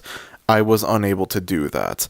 There were nights where I completely skipped watching Paradise PD because I didn't want to deal with whatever inevitably disgusting poop joke there would be in the next episode that I would watch. There were nights where I thought to myself, do I really want to take time out of my night and watch Paradise PD? Is that really what I want to do right now? Again, this show felt like a chore to sit through, and it's surprisingly rare for a cartoon to feel that way to me. Like, I would watch several episodes, and throughout those episodes, I would just be thinking about the many things I would rather be doing than watching Paradise PD. It was like, no mom, I don't want to do my homework. No mom, I don't want to take out the trash. No mom, I don't want to do the dishes. No mom, I don't want to watch Paradise PD. Like, that's how this show felt felt to me. I didn't want to do it, but I had to do it, and I didn't have any other choice. I made sure to avoid eating while watching this show because I didn't want to risk seeing a joke involving a character taking a shit or a joke involving a gross close-up of a character's balls or whatever while I'm trying to eat pizza.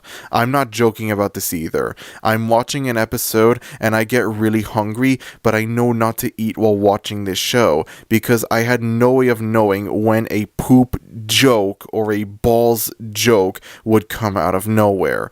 I set up a plan to watch a certain amount of episodes per night, and as soon as I finish that batch of episodes for the night, I think to myself, finally, I can eat again. Let me tell you something. The nights where I decided not to watch Paradise PD, those were the greatest nights within that 2-week time span. Not only is the gross out humor, gross, but it's also highly repetitive. When you're trying to binge watch this entire show for a review, you're gonna notice very quickly that the exact same gross out jokes are used. Haha, the joke is that a character takes a shit. Haha, the joke is that you can see a character's pee-pee. Haha, the joke is balls. It's not funny for the first episode, but by the time you get to the 40th and final episode, you'll just be wishing that the show had actual fucking jokes in it that don't rely on things that are gross. I think it's safe to say this thing has a really awful case of Vivziitis, debatably worse than Farzar. I'm not sure. This thing is definitely terminal as well. I'm afraid we're gonna have to pull the plug and end life support for this one, nurse. I tried everything, but this patient is far beyond saving. Goodbye, Paradise PD. I hope you end up in a better place. Well, actually, no, I hope you end up in a worse place because of how f***ing insufferable the operation was for me to try and save you, and how it ended up being a complete waste of time, given the fact that, your case of Vivziitis is terminal. While I was watching the 3 cartoons sandwiched in between Brickleberry and Paradise PD, I had this very horrifying gut feeling inside of me regarding Paradise PD.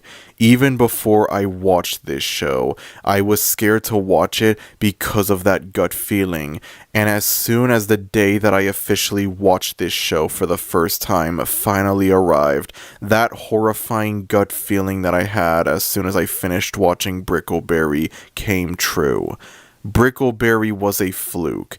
These two, Roger Black and Wacko O'Gwyn, created a mostly okay, mediocre cartoon. Definitely not a good cartoon by any means, but also not as bad as I expected it to be. It was a show that was sometimes funny and sometimes entertaining. It was also sometimes offensively awful. It was sometimes unwatchable, but not as often as I thought it would be. And even if the show got considerably closer to being as bad as I expected it to be with its 3rd and final season, as soon as I finished that final episode, I thought, hey, I didn't hate this show as much as I thought I would. I didn't hate it all that much.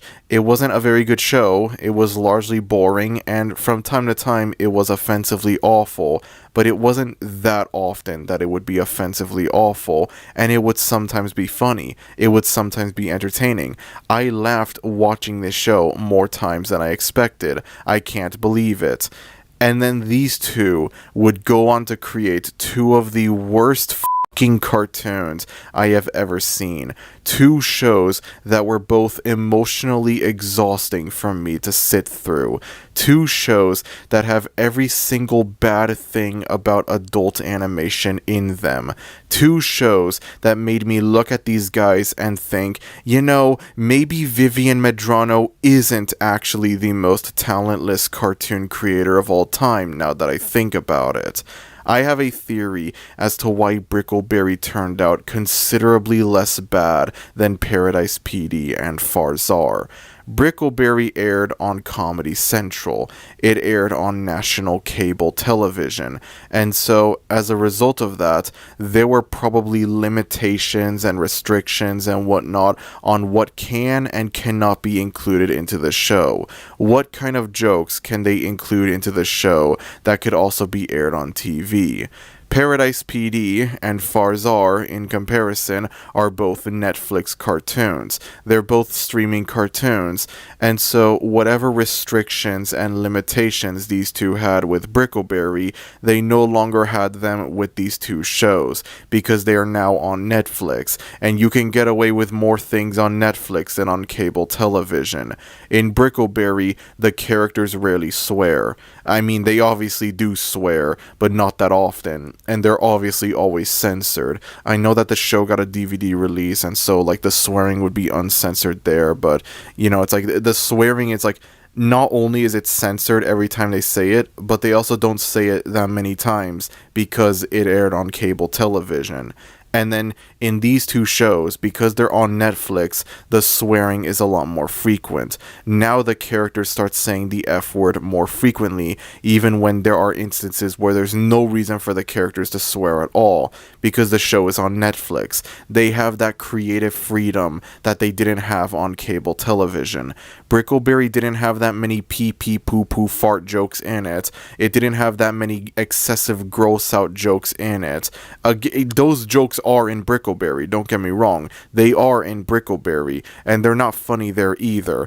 Don't think that I'm a hypocrite or anything like that. But again, it is mostly kept to a minimum. In these two shows, however, I swear, there's only like 2 or 3 episodes of Paradise PD that don't have a single poop joke in them. And I'm pretty sure none of the 10 episodes that make up Farzar go without a single poop joke in them. The gross out toilet humor is a lot more frequent in these two shows because, again, they're on Netflix, and so now these two guys have more creative freedom with Netflix than with cable television. I'm pretty sure that if Brickleberry was a Netflix original show, I would most definitely f***ing hate it a lot more. The bottom 3 cartoons on the Search for the Worst Cartoon ranking list would all be these 3 shows from these two guys. Ladies and gentlemen, this is the first and most likely only time where executive meddling, restrictions, limitations, censorship, etc. are all good things, while creative freedom and making your cartoons the way that you want to make them and whatever are very horrible things. None of the cartoons in the Not Family Guy collection I would ever go back to, but I am especially scared to ever rewatch Brickleberry. When I watched Farzar, it was like all hope was immediately lost for these two. As soon as I finished Farzar, I realized not only did I have to sit through 6 more cartoons in this collection, but 2 of those 6 cartoons were from the same creators as Farzar and were more or less the exact same thing as Farzar. And then this was made even worse because these other 2 shows both lasted much longer than Farzar. They were much more successful than Farzar. I got lucky. Farzar got cancelled after only 1 season and 10 episodes, but I knew that that luck wouldn't last when I also had to look at 2 cartoons with 36 episodes and 40 episodes respectively. I was genuinely scared to watch Brickleberry for the first time. I was aware of the show's reputation for being the generic adult cartoon that tries and fails to be like Family Guy, and I knew that a search for the worst cartoon on it was inevitable, but I was not looking forward to it, and I became even less looking forward to it thanks to Farzar. And then I watched the show. You already know the whole song and dance by now. Not good, but much better than I thought it would be. As a matter of fact, while watching the 3 cartoons sandwiched in between Brickleberry and Paradise PD, I found myself positively re-evaluating Brickleberry more and more. I'm watching Chicago Party Ant, and it doesn't take long before I think, wow, this is boring. I wish I was rewatching Brickleberry instead. Can I just rewatch Brickleberry, please? I started to appreciate the surprisingly occasionally funny nature of Brickleberry more with these three cartoons. And then I finally get to Paradise PD. The more that I watched of Paradise PD, the more that I felt the goodwill I had built up for Brickleberry actively go away. As I kept watching Paradise PD, the consensus that I had shifted from Brickleberry was a fluke to Brickleberry is just as bad as these other two shows, and I refuse to accept that. I would rather stay in denial and pretend that it was significantly better than these other two shows. I am scared to go back to Brickleberry, not that I ever had any intent to go back and rewatch it, because then the illusion that this show was somehow in any way better than Paradise PD or Farzar will be completely shattered. I would rather stay in denial. I would rather stay in blissful ignorance. I would rather gaslight myself into believing that this show was genuinely better than these other two shows. But then I remember how season 3 of Brickleberry was noticeably worse than the first two seasons. I remember how there were considerably more pee-pee poo-poo toilet jokes in season 3 of Brickleberry, and then I realized that the warning signs were there from the beginning, or at least they would be there if I didn't watch Farzar first. I don't know what the hell I'm saying at this point. The point is, I have a very strong feeling that the surprisingly tolerable and occasionally funny nature of Brickleberry, no pun intended, because, you know, Brickleberry takes place in a park and all that. Yeah, I'm sorry for that.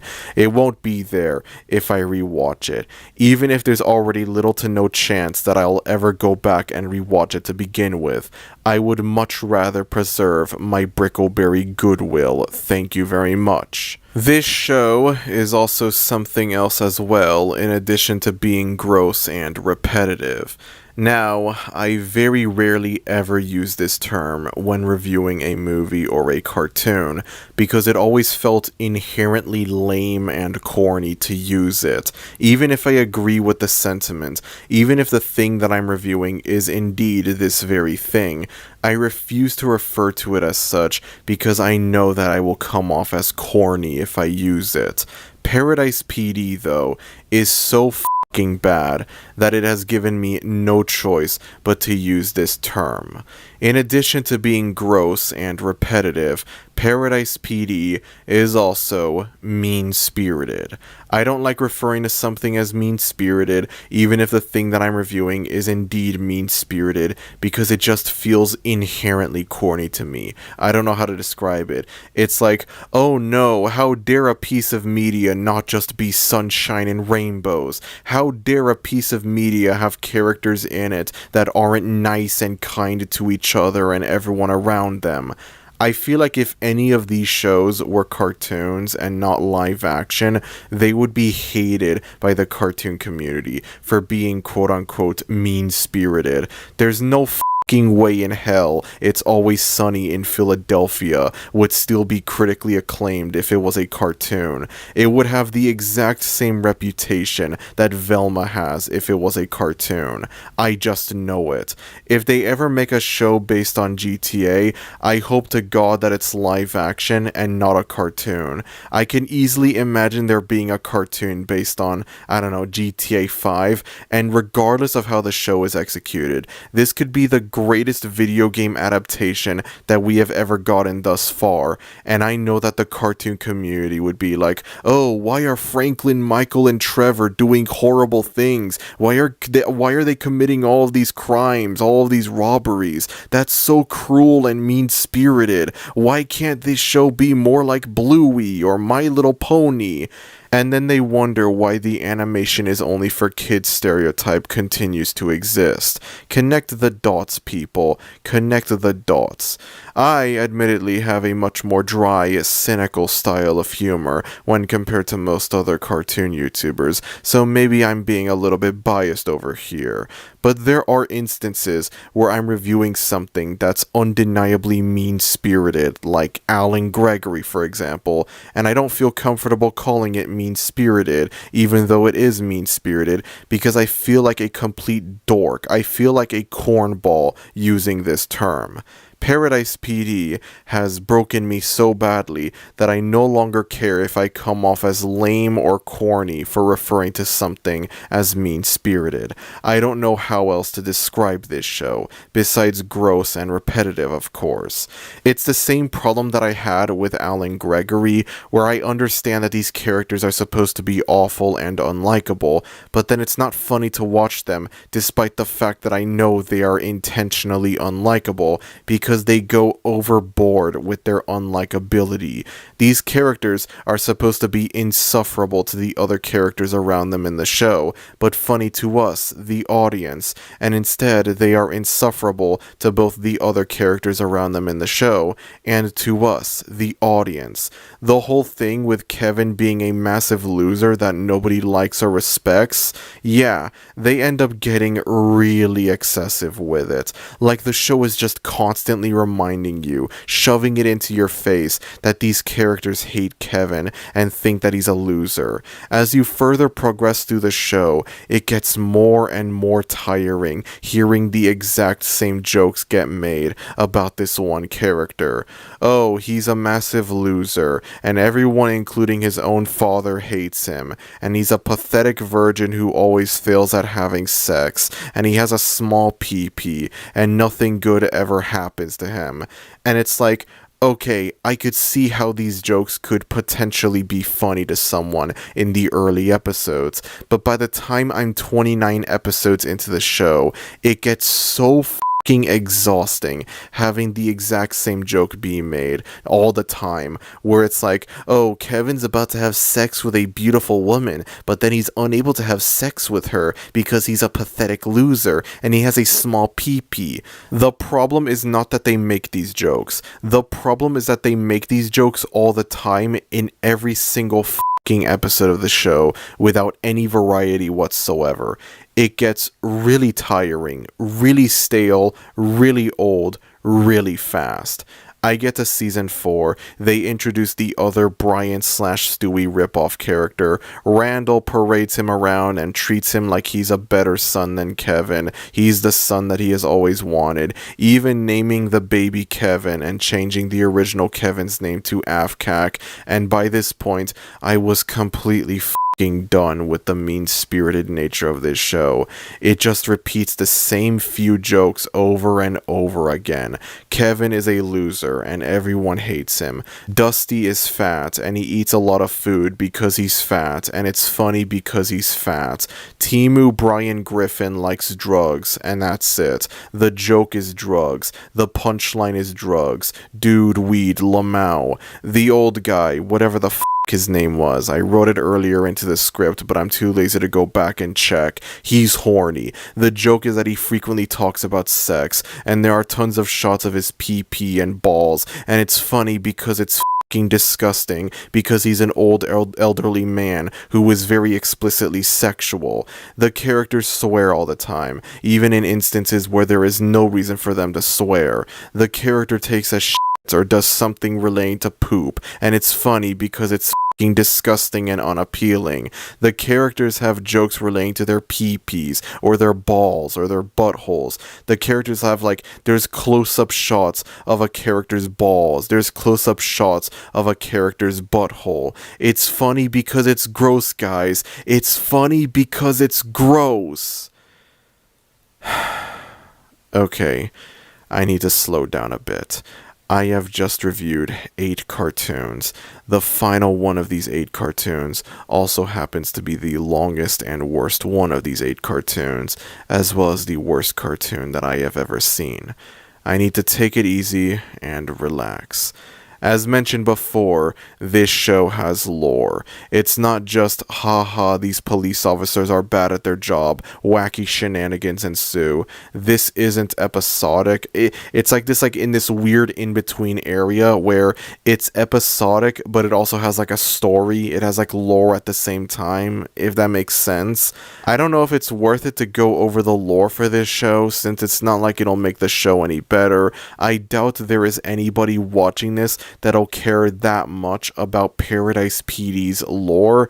but I'm gonna go over it anyways, because why not? So in the first season, it's established that there is this mysterious type of meth being smuggled all around paradise called Argyle meth, and so the team try and find out who is responsible for the Argyle meth. There's all kinds of weird and wacky people in paradise, including flipper people, people who have fins for hands, and the aforementioned two hillbilly characters copy and pasted from Brickleberry. Anyone in paradise could be the kingpin distributing the Argyle meth. Anyone. As it turns out, the kingpin behind Argyle meth is none other than Fitz. Told you I would eventually talk about this character when it became relevant.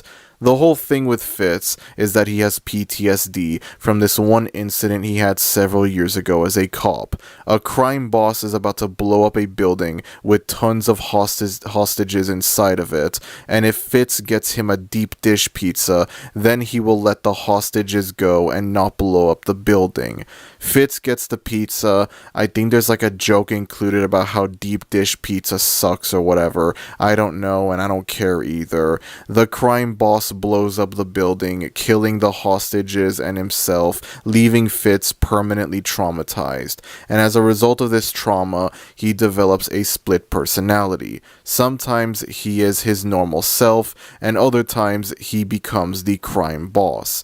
In the first season, Kevin and Fitz team up to find the kingpin. Something happens to Fitz that causes him to fall into a coma, and then by the end of the first season, that's when it's revealed that he's the kingpin all along. For most of the second season, Fitz acts as the main antagonist of the show, with the other members of Paradise PD not knowing that he's the kingpin. He forms an alliance with the Flipper people, marries a dolphin, and plans to run for mayor. He manages to convince people that Karen and the Paradise PD team are evil or whatever, I don't fucking know, and so they end up retreating somewhere far away from Paradise to stay. Ladies and gentlemen, it is here where I can finally go over the Brickleberry crossover. Yes, I am serious about this. Near the end of Season 2, there is a crossover between Paradise PD and Brickleberry. As it turns out, Randall and Woody are actually cousins. Cousins who don't get along very well because of some childhood bullshit that I doubt anyone watching this video cares about.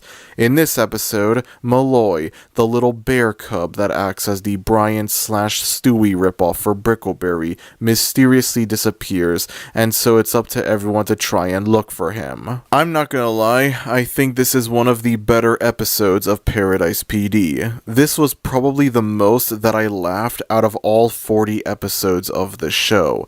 I wish I could say that this was the best episode of the show.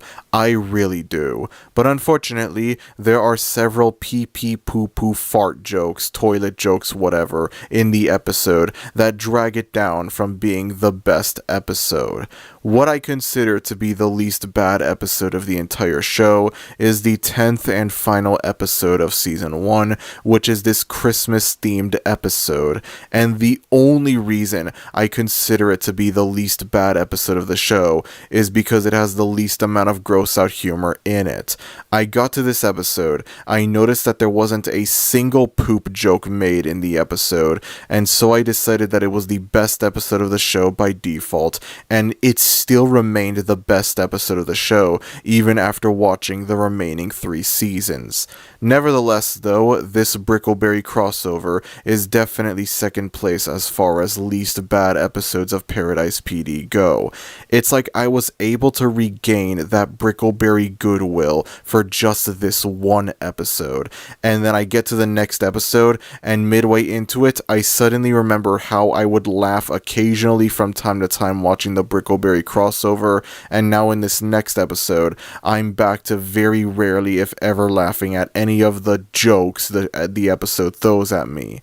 Now we're back to normal. We had an episode that was surprisingly funny from time to time, although a lot of it comes from the goodwill that I had from Brickleberry, and now that we're past that, we're back to having an episode that has like either 1 or 2 funny jokes in it, or 0 funny jokes in it. Now we're back to the norm. That being said, though, the crossover is still not 100% great. There's occasionally funny jokes in it, but then there's also a lot of gross out jokes and a lot of very predictable jokes. Oh, the two ugly and fat characters from these two respective shows get together and become friends. The two easily annoyed and angered characters from these two respective shows get easily annoyed and angered at themselves and everyone around them. I am really disappointed that the crossover revolves around Malloy mysteriously disappearing, because then that means there's never a moment in the episode where we see him interact with Bullet. It would have been ironically funny seeing the two Brian/Stewie ripoffs of these shows interact together, but as far as I'm aware, there is no line of dialogue shared by the two together anywhere in the episode. It's a shame if you ask me. Bullet spends most of the episode hanging out with Denzel, and it's like, holy crap, Jerry Minor the GOAT is back, hell yeah, baby, and the two of them try and see who can get more high. It's literally just dude, weed, Lamau, and that's it. Well, that's disappointing, and as it turns out, Malloy was inside of Dusty all along. He was inside of like one of the fat rolls or whatever inside of Dusty. The joke is that Dusty is fat. The joke is Dusty is overweight. That's the joke. It's funny and hilarious. Funny and hilarious. Nevertheless, though, this being one of the least bad episodes of Paradise PD gives me hope that the Brickleberry was a fluke consensus might be true after all. But again, I would rather not take that risk, thank you very much. The next episode, the squad returns back to Paradise. They find out Fitz plans to turn Paradise into a giant deep dish pizza. Kevin manages to help Fitz get rid of his split personality, get rid of this mob boss that's been haunting his mind, and he returns to being a good guy, working for the PD again. But not before the city gets turned into a deep dish pizza, in which there's only one man that can help save Paradise. You guessed it, Mr. It's Funny Because He's Fat over here. Man, this joke definitely didn't get old after the third episode of the show or anything like that. Nope, it's still just as fresh and funny as it was when I watched the first episode of the show. So everything returns back to normal in season 3, except they don't, because the city is in ruins from the deep dish pizza fallout, and both the Flipper people and the people mutated by the deep dish pizza fallout feel betrayed by Fitz and plan to take him down. Meanwhile, Fitz's relationship with this dolphin is further explored. And they end up having a baby. And it turns out the baby actually belongs to Bullet and not Fitz. Right, there's one more character that I forgot to mention. In Season 2, we are introduced to Agent Clappers, also voiced by the late Lance Reddick. I guess Agent Clappers starts off as a villain for the show, and then becomes a protagonist. I don't know. His whole gimmick, the only thing to take away from this character is that he has unusually large balls. There's actually an entire episode of the show where Karen starts falling for him, and Randall gets so jealous that he gets surgery to have bigger balls than Agent Clappers. It's one of the only episodes of the show to not have a single poop joke in it. Unfortunately, it's also one of the worst episodes of the show despite that. Because of the deep dish pizza fallout, Karen tries to raise money to help repair the town, and so she tries to enlist several famous people to help her out. Among these are Elon Musk, which... what are the odds we bookend this video with two cartoons that parody this fucking guy? I mean, it's the same thing with Good Times, where it's not just, hey, look, it's Elon Musk, we're gonna glaze Elon Musk, you know, at least it's not that. Mark Zuckerberg, whose whole thing is that he's weird and alien looking, which was definitely a very fresh and very original joke in 2022 when season 4 came out.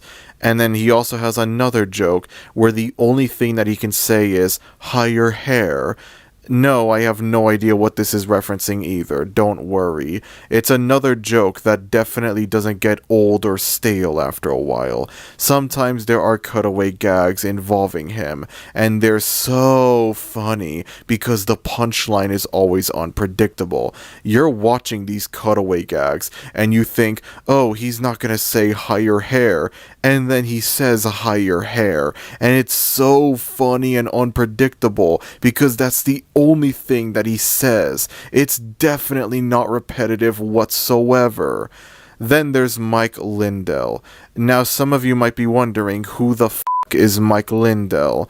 Apparently he owns some pillow company and he's like a big Trump supporter or whatever, and the show just casually expects you to know who this guy is. The show acts like this guy is on the same level of fame and recognizability as Elon Musk and Mark Zuckerberg. This show has the same problem as Our Cartoon President, where they often parody real people on the show, but then it's like, if you don't know the person that the show is parodying, then the jokes won't come off as funny. There's a recurring joke in this show revolving around actor Ron Perlman, with the show portraying him as this big caveman who isn't very smart, and it's like, if you have no idea who Ron Perlman is, none of these jokes will come off as funny because you have no idea who this guy is that the show is parodying. I mean, yes, I know who Ron Perlman is, but there's probably someone watching this that's like, I don't know who this is. Why is the show parodying this guy, you know? You feel like an idiot for not understanding it. And it's like, as soon as you understand who this guy is that the show is parodying, by that point, it's not like the jokes are going to become automatically funny. The opportunity for the joke to be funny had set sail a long time ago. It went away a long time ago. Eventually, Karen teams up with a mysterious man named Charles Lovely, who is the owner of the massive Lovely Corporation, to help repair the town. And then we have yet another funny and original joke where this character is very obviously f***ing evil, but everyone doesn't think much about him, and the punching bag character is the only one of the bunch who thinks he's evil. By the end of the show, it's revealed that, this evil guy is actually evil, and he wants to destroy paradise. Who would have thought? Everyone realizes that Kevin was right all along about everything. They apologize for the way they treated him all throughout the show, and they go to stop Charles Lovely once and for all. As it turns out, Charles had formed a team with other billionaires, including Elon Musk, Mark Zuckerberg, Jeff Bezos, this Mike Lindell guy. Again, the show just casually expects you to know who this guy is. They expect you to pretend that this guy is on the same level of notability as Elon Musk and Jeff Bezos. And this sixth guy, I straight up have no idea who this guy is supposed to be. Maybe there's a joke involving him in an earlier episode that I wasn't paying attention to. I don't know.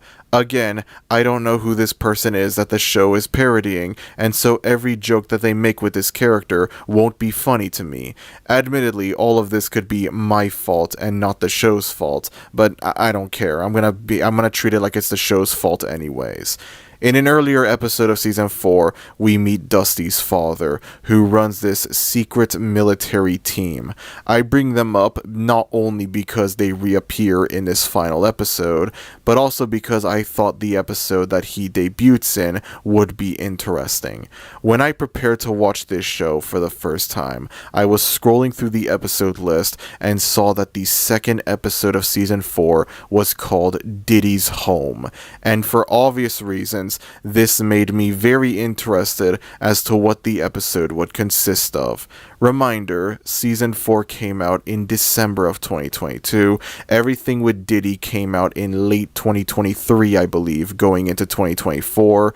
And I became interested to see what this episode would consist of. I became curious to see this potential calm before the storm episode. and I am very disappointed to announce that this episode has nothing to do with that Diddy. The joke is that Dusty mispronounces daddy as Diddy because he's stupid. Very funny. Dusty's father and his team appear to help save the day. I think there's this plot twist where Gina actually works for this team. There's this whole thing where, like, after the failed marriage between Kevin and Gina mysteriously disappears, and then they find out that, like, she works for this lovely corporation, and then it turns out that she was like a spy there, and she was gonna like sabotage their whole thing. She was secretly working for this team or whatever. I have no idea. Okay, I have no idea. They end up stopping the bad guys, and okay, these coincidences are getting very out of hand. How is it that both the first and last cartoons covered in the Not Family Guy collection have episodes involving the main characters beating up real-world billionaires? And not only that, but they are also nowhere near as satisfying to watch as they should be despite that. This is insane, guys. This is insane. Charles ends up kidnapping baby Kevin, and that's it. That's how Paradise PD ends. The show ends with a cliffhanger. A fucking cliffhanger. Now, I am most definitely no stranger to bad cartoons that end with unresolved cliffhangers. As a matter of fact, several of the other cartoons covered in this video have unresolved cliffhangers. However, I feel that things are a bit different for Paradise PD. There's a difference between having a really bad short-lived canceled after one season cartoon end with an unresolved cliffhanger versus having a really insufferable and unwatchable 4-season and 40-episode long cartoon end with an unresolved cliffhanger. I watched this entire show, and all I get at the end is an unresolved cliffhanger. It just made watching the whole show feel like an even bigger waste of time than it already was.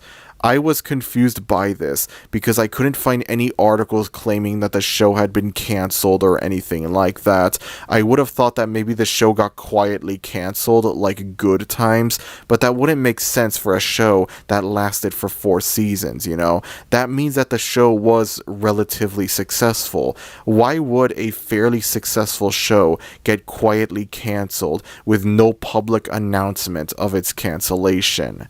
As it turns out, Season 4 was planned to be the final season of the show. The show deliberately ends with a cliffhanger. During the end credits of the final episode, you have the 2 hillbilly characters, in which one of them acknowledges how weird it is to have a cliffhanger in the series finale. I instantly took note of how he said series finale and not season finale, implying that this cliffhanger was intentional. And then the other one says that the cliffhanger would be resolved in Season 2 of Farzar, which, as we all know, never happened. Farzar was cancelled after 1 season in late 2023, and for a while, that was the last that we heard of Roger Black and Wacko O'Gwyn. Until very recently, back in March, when a Kickstarter was launched for a crossover graphic novel between Paradise PD and Farzar intended to serve as the proper finale for both shows. The Kickstarter was a success, the goal was reached, and so now all we have to do is wait patiently for this graphic novel to see the light of day.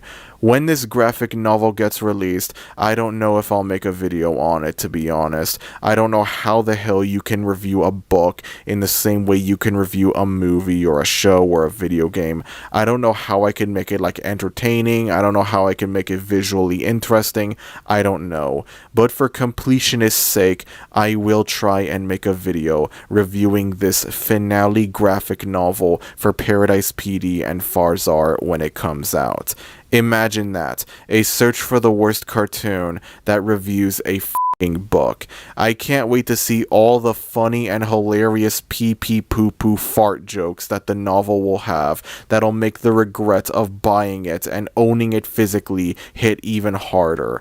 I sailed the 7 seas in order to watch these 3 shows. I don't think I can be able to sail the 7 seas for this graphic novel. I don't think it'll be that easy, unfortunately. And that's all that I have to say for Paradise PD. I apologize for how long this segment was, but there was a lot of things for me to go over in regards to why this show is bad, and I mean a lot of things. And to be honest, I feel that it's fitting. The fact that the last and worst one of these 8 not Family Guy collection cartoons, as well as the one with the most episodes, also has the longest segment in this entire video. This is the worst cartoon I have ever seen in my whole entire life, and so I feel that it was only natural that I give it such a long, in-depth review. With all of that said, let us move on to my final thoughts regarding all 8 cartoons covered in the Not Family Guy collection.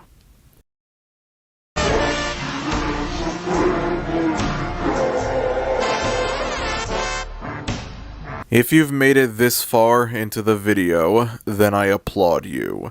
This video was a nightmare to make for several different reasons.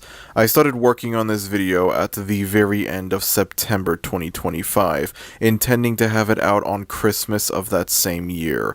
A large majority of this video was recorded back in 2025, hence why I frequently make references in the earlier segments that imply they were recorded in 2025, that they implied that 2025 was still the present year when I recorded them, despite these segments not coming out publicly until 2026.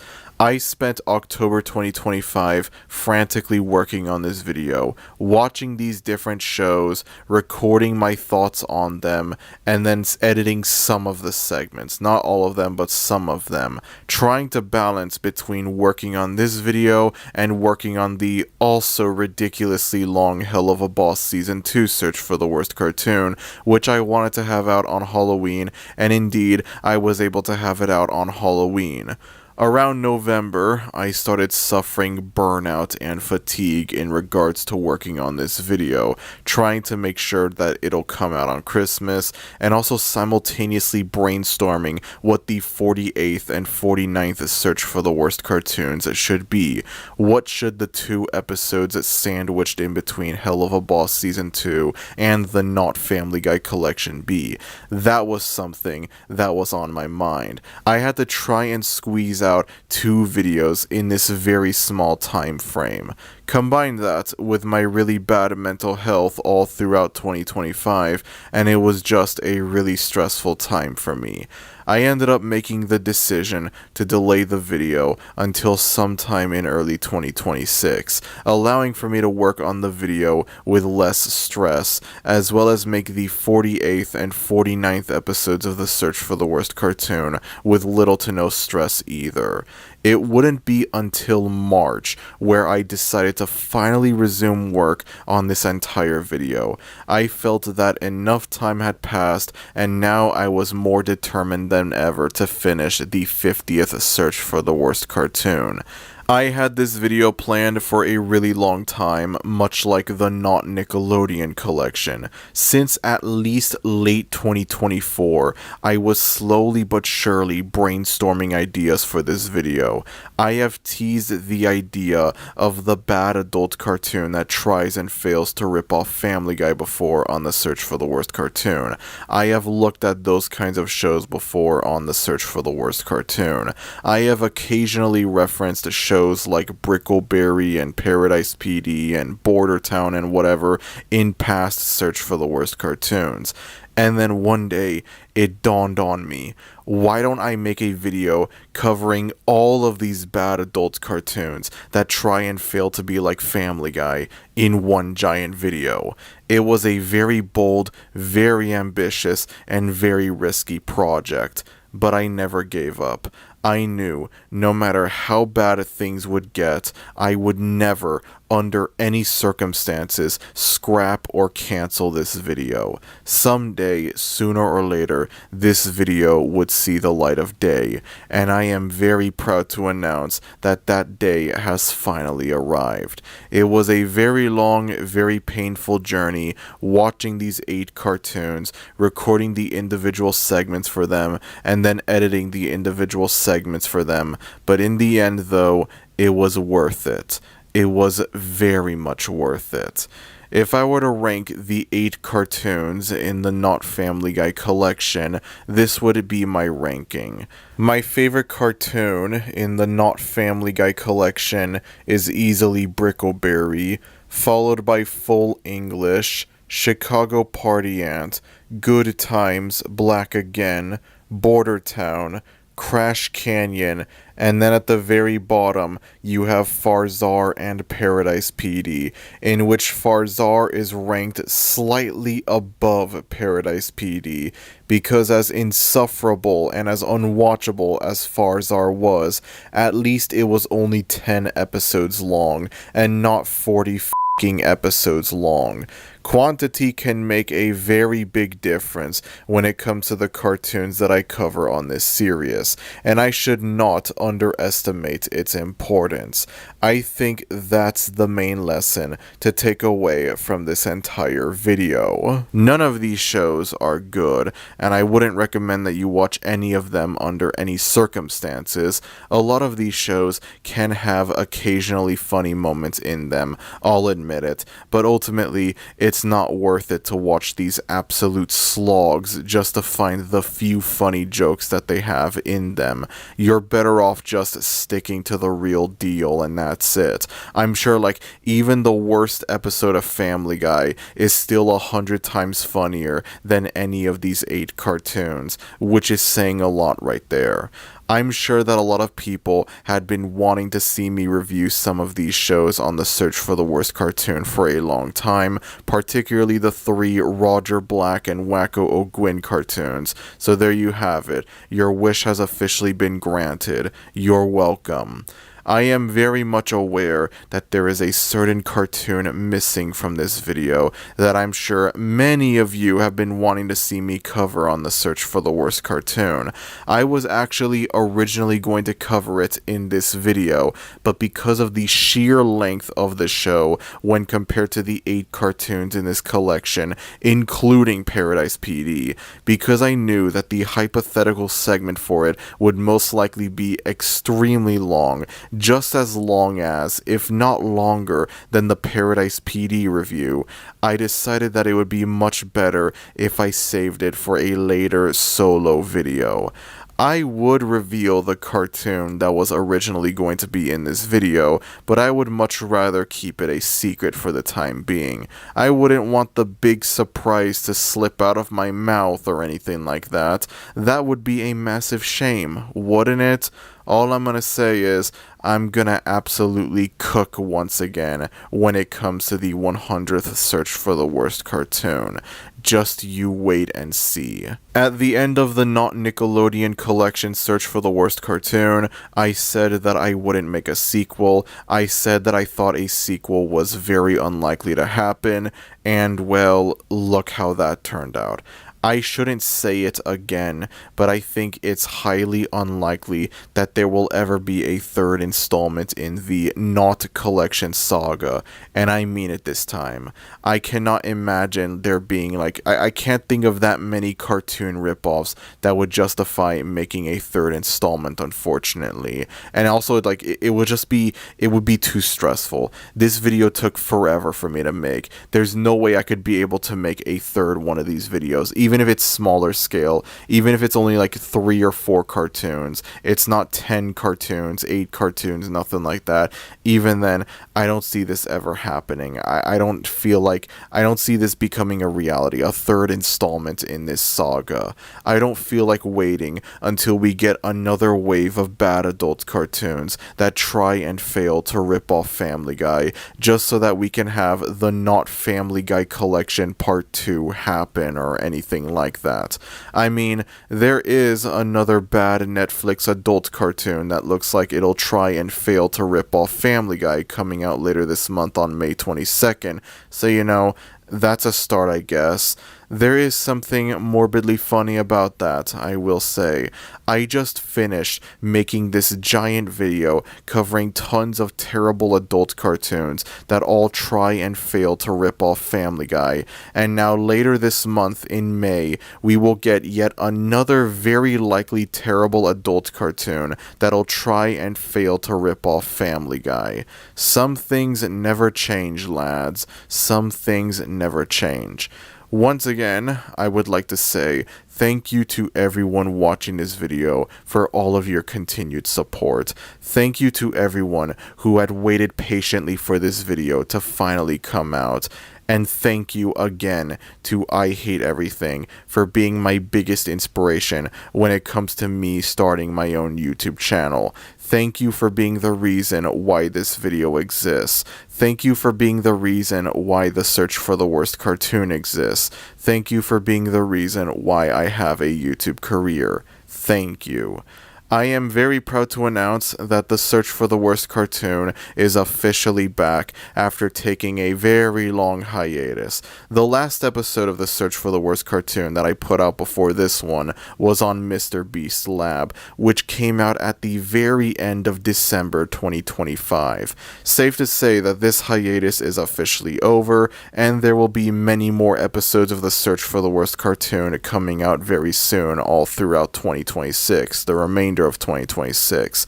In the time spent working on this video, I have been brainstorming different potential cartoons to cover on this series, and I cannot wait to finally make these episodes become a reality.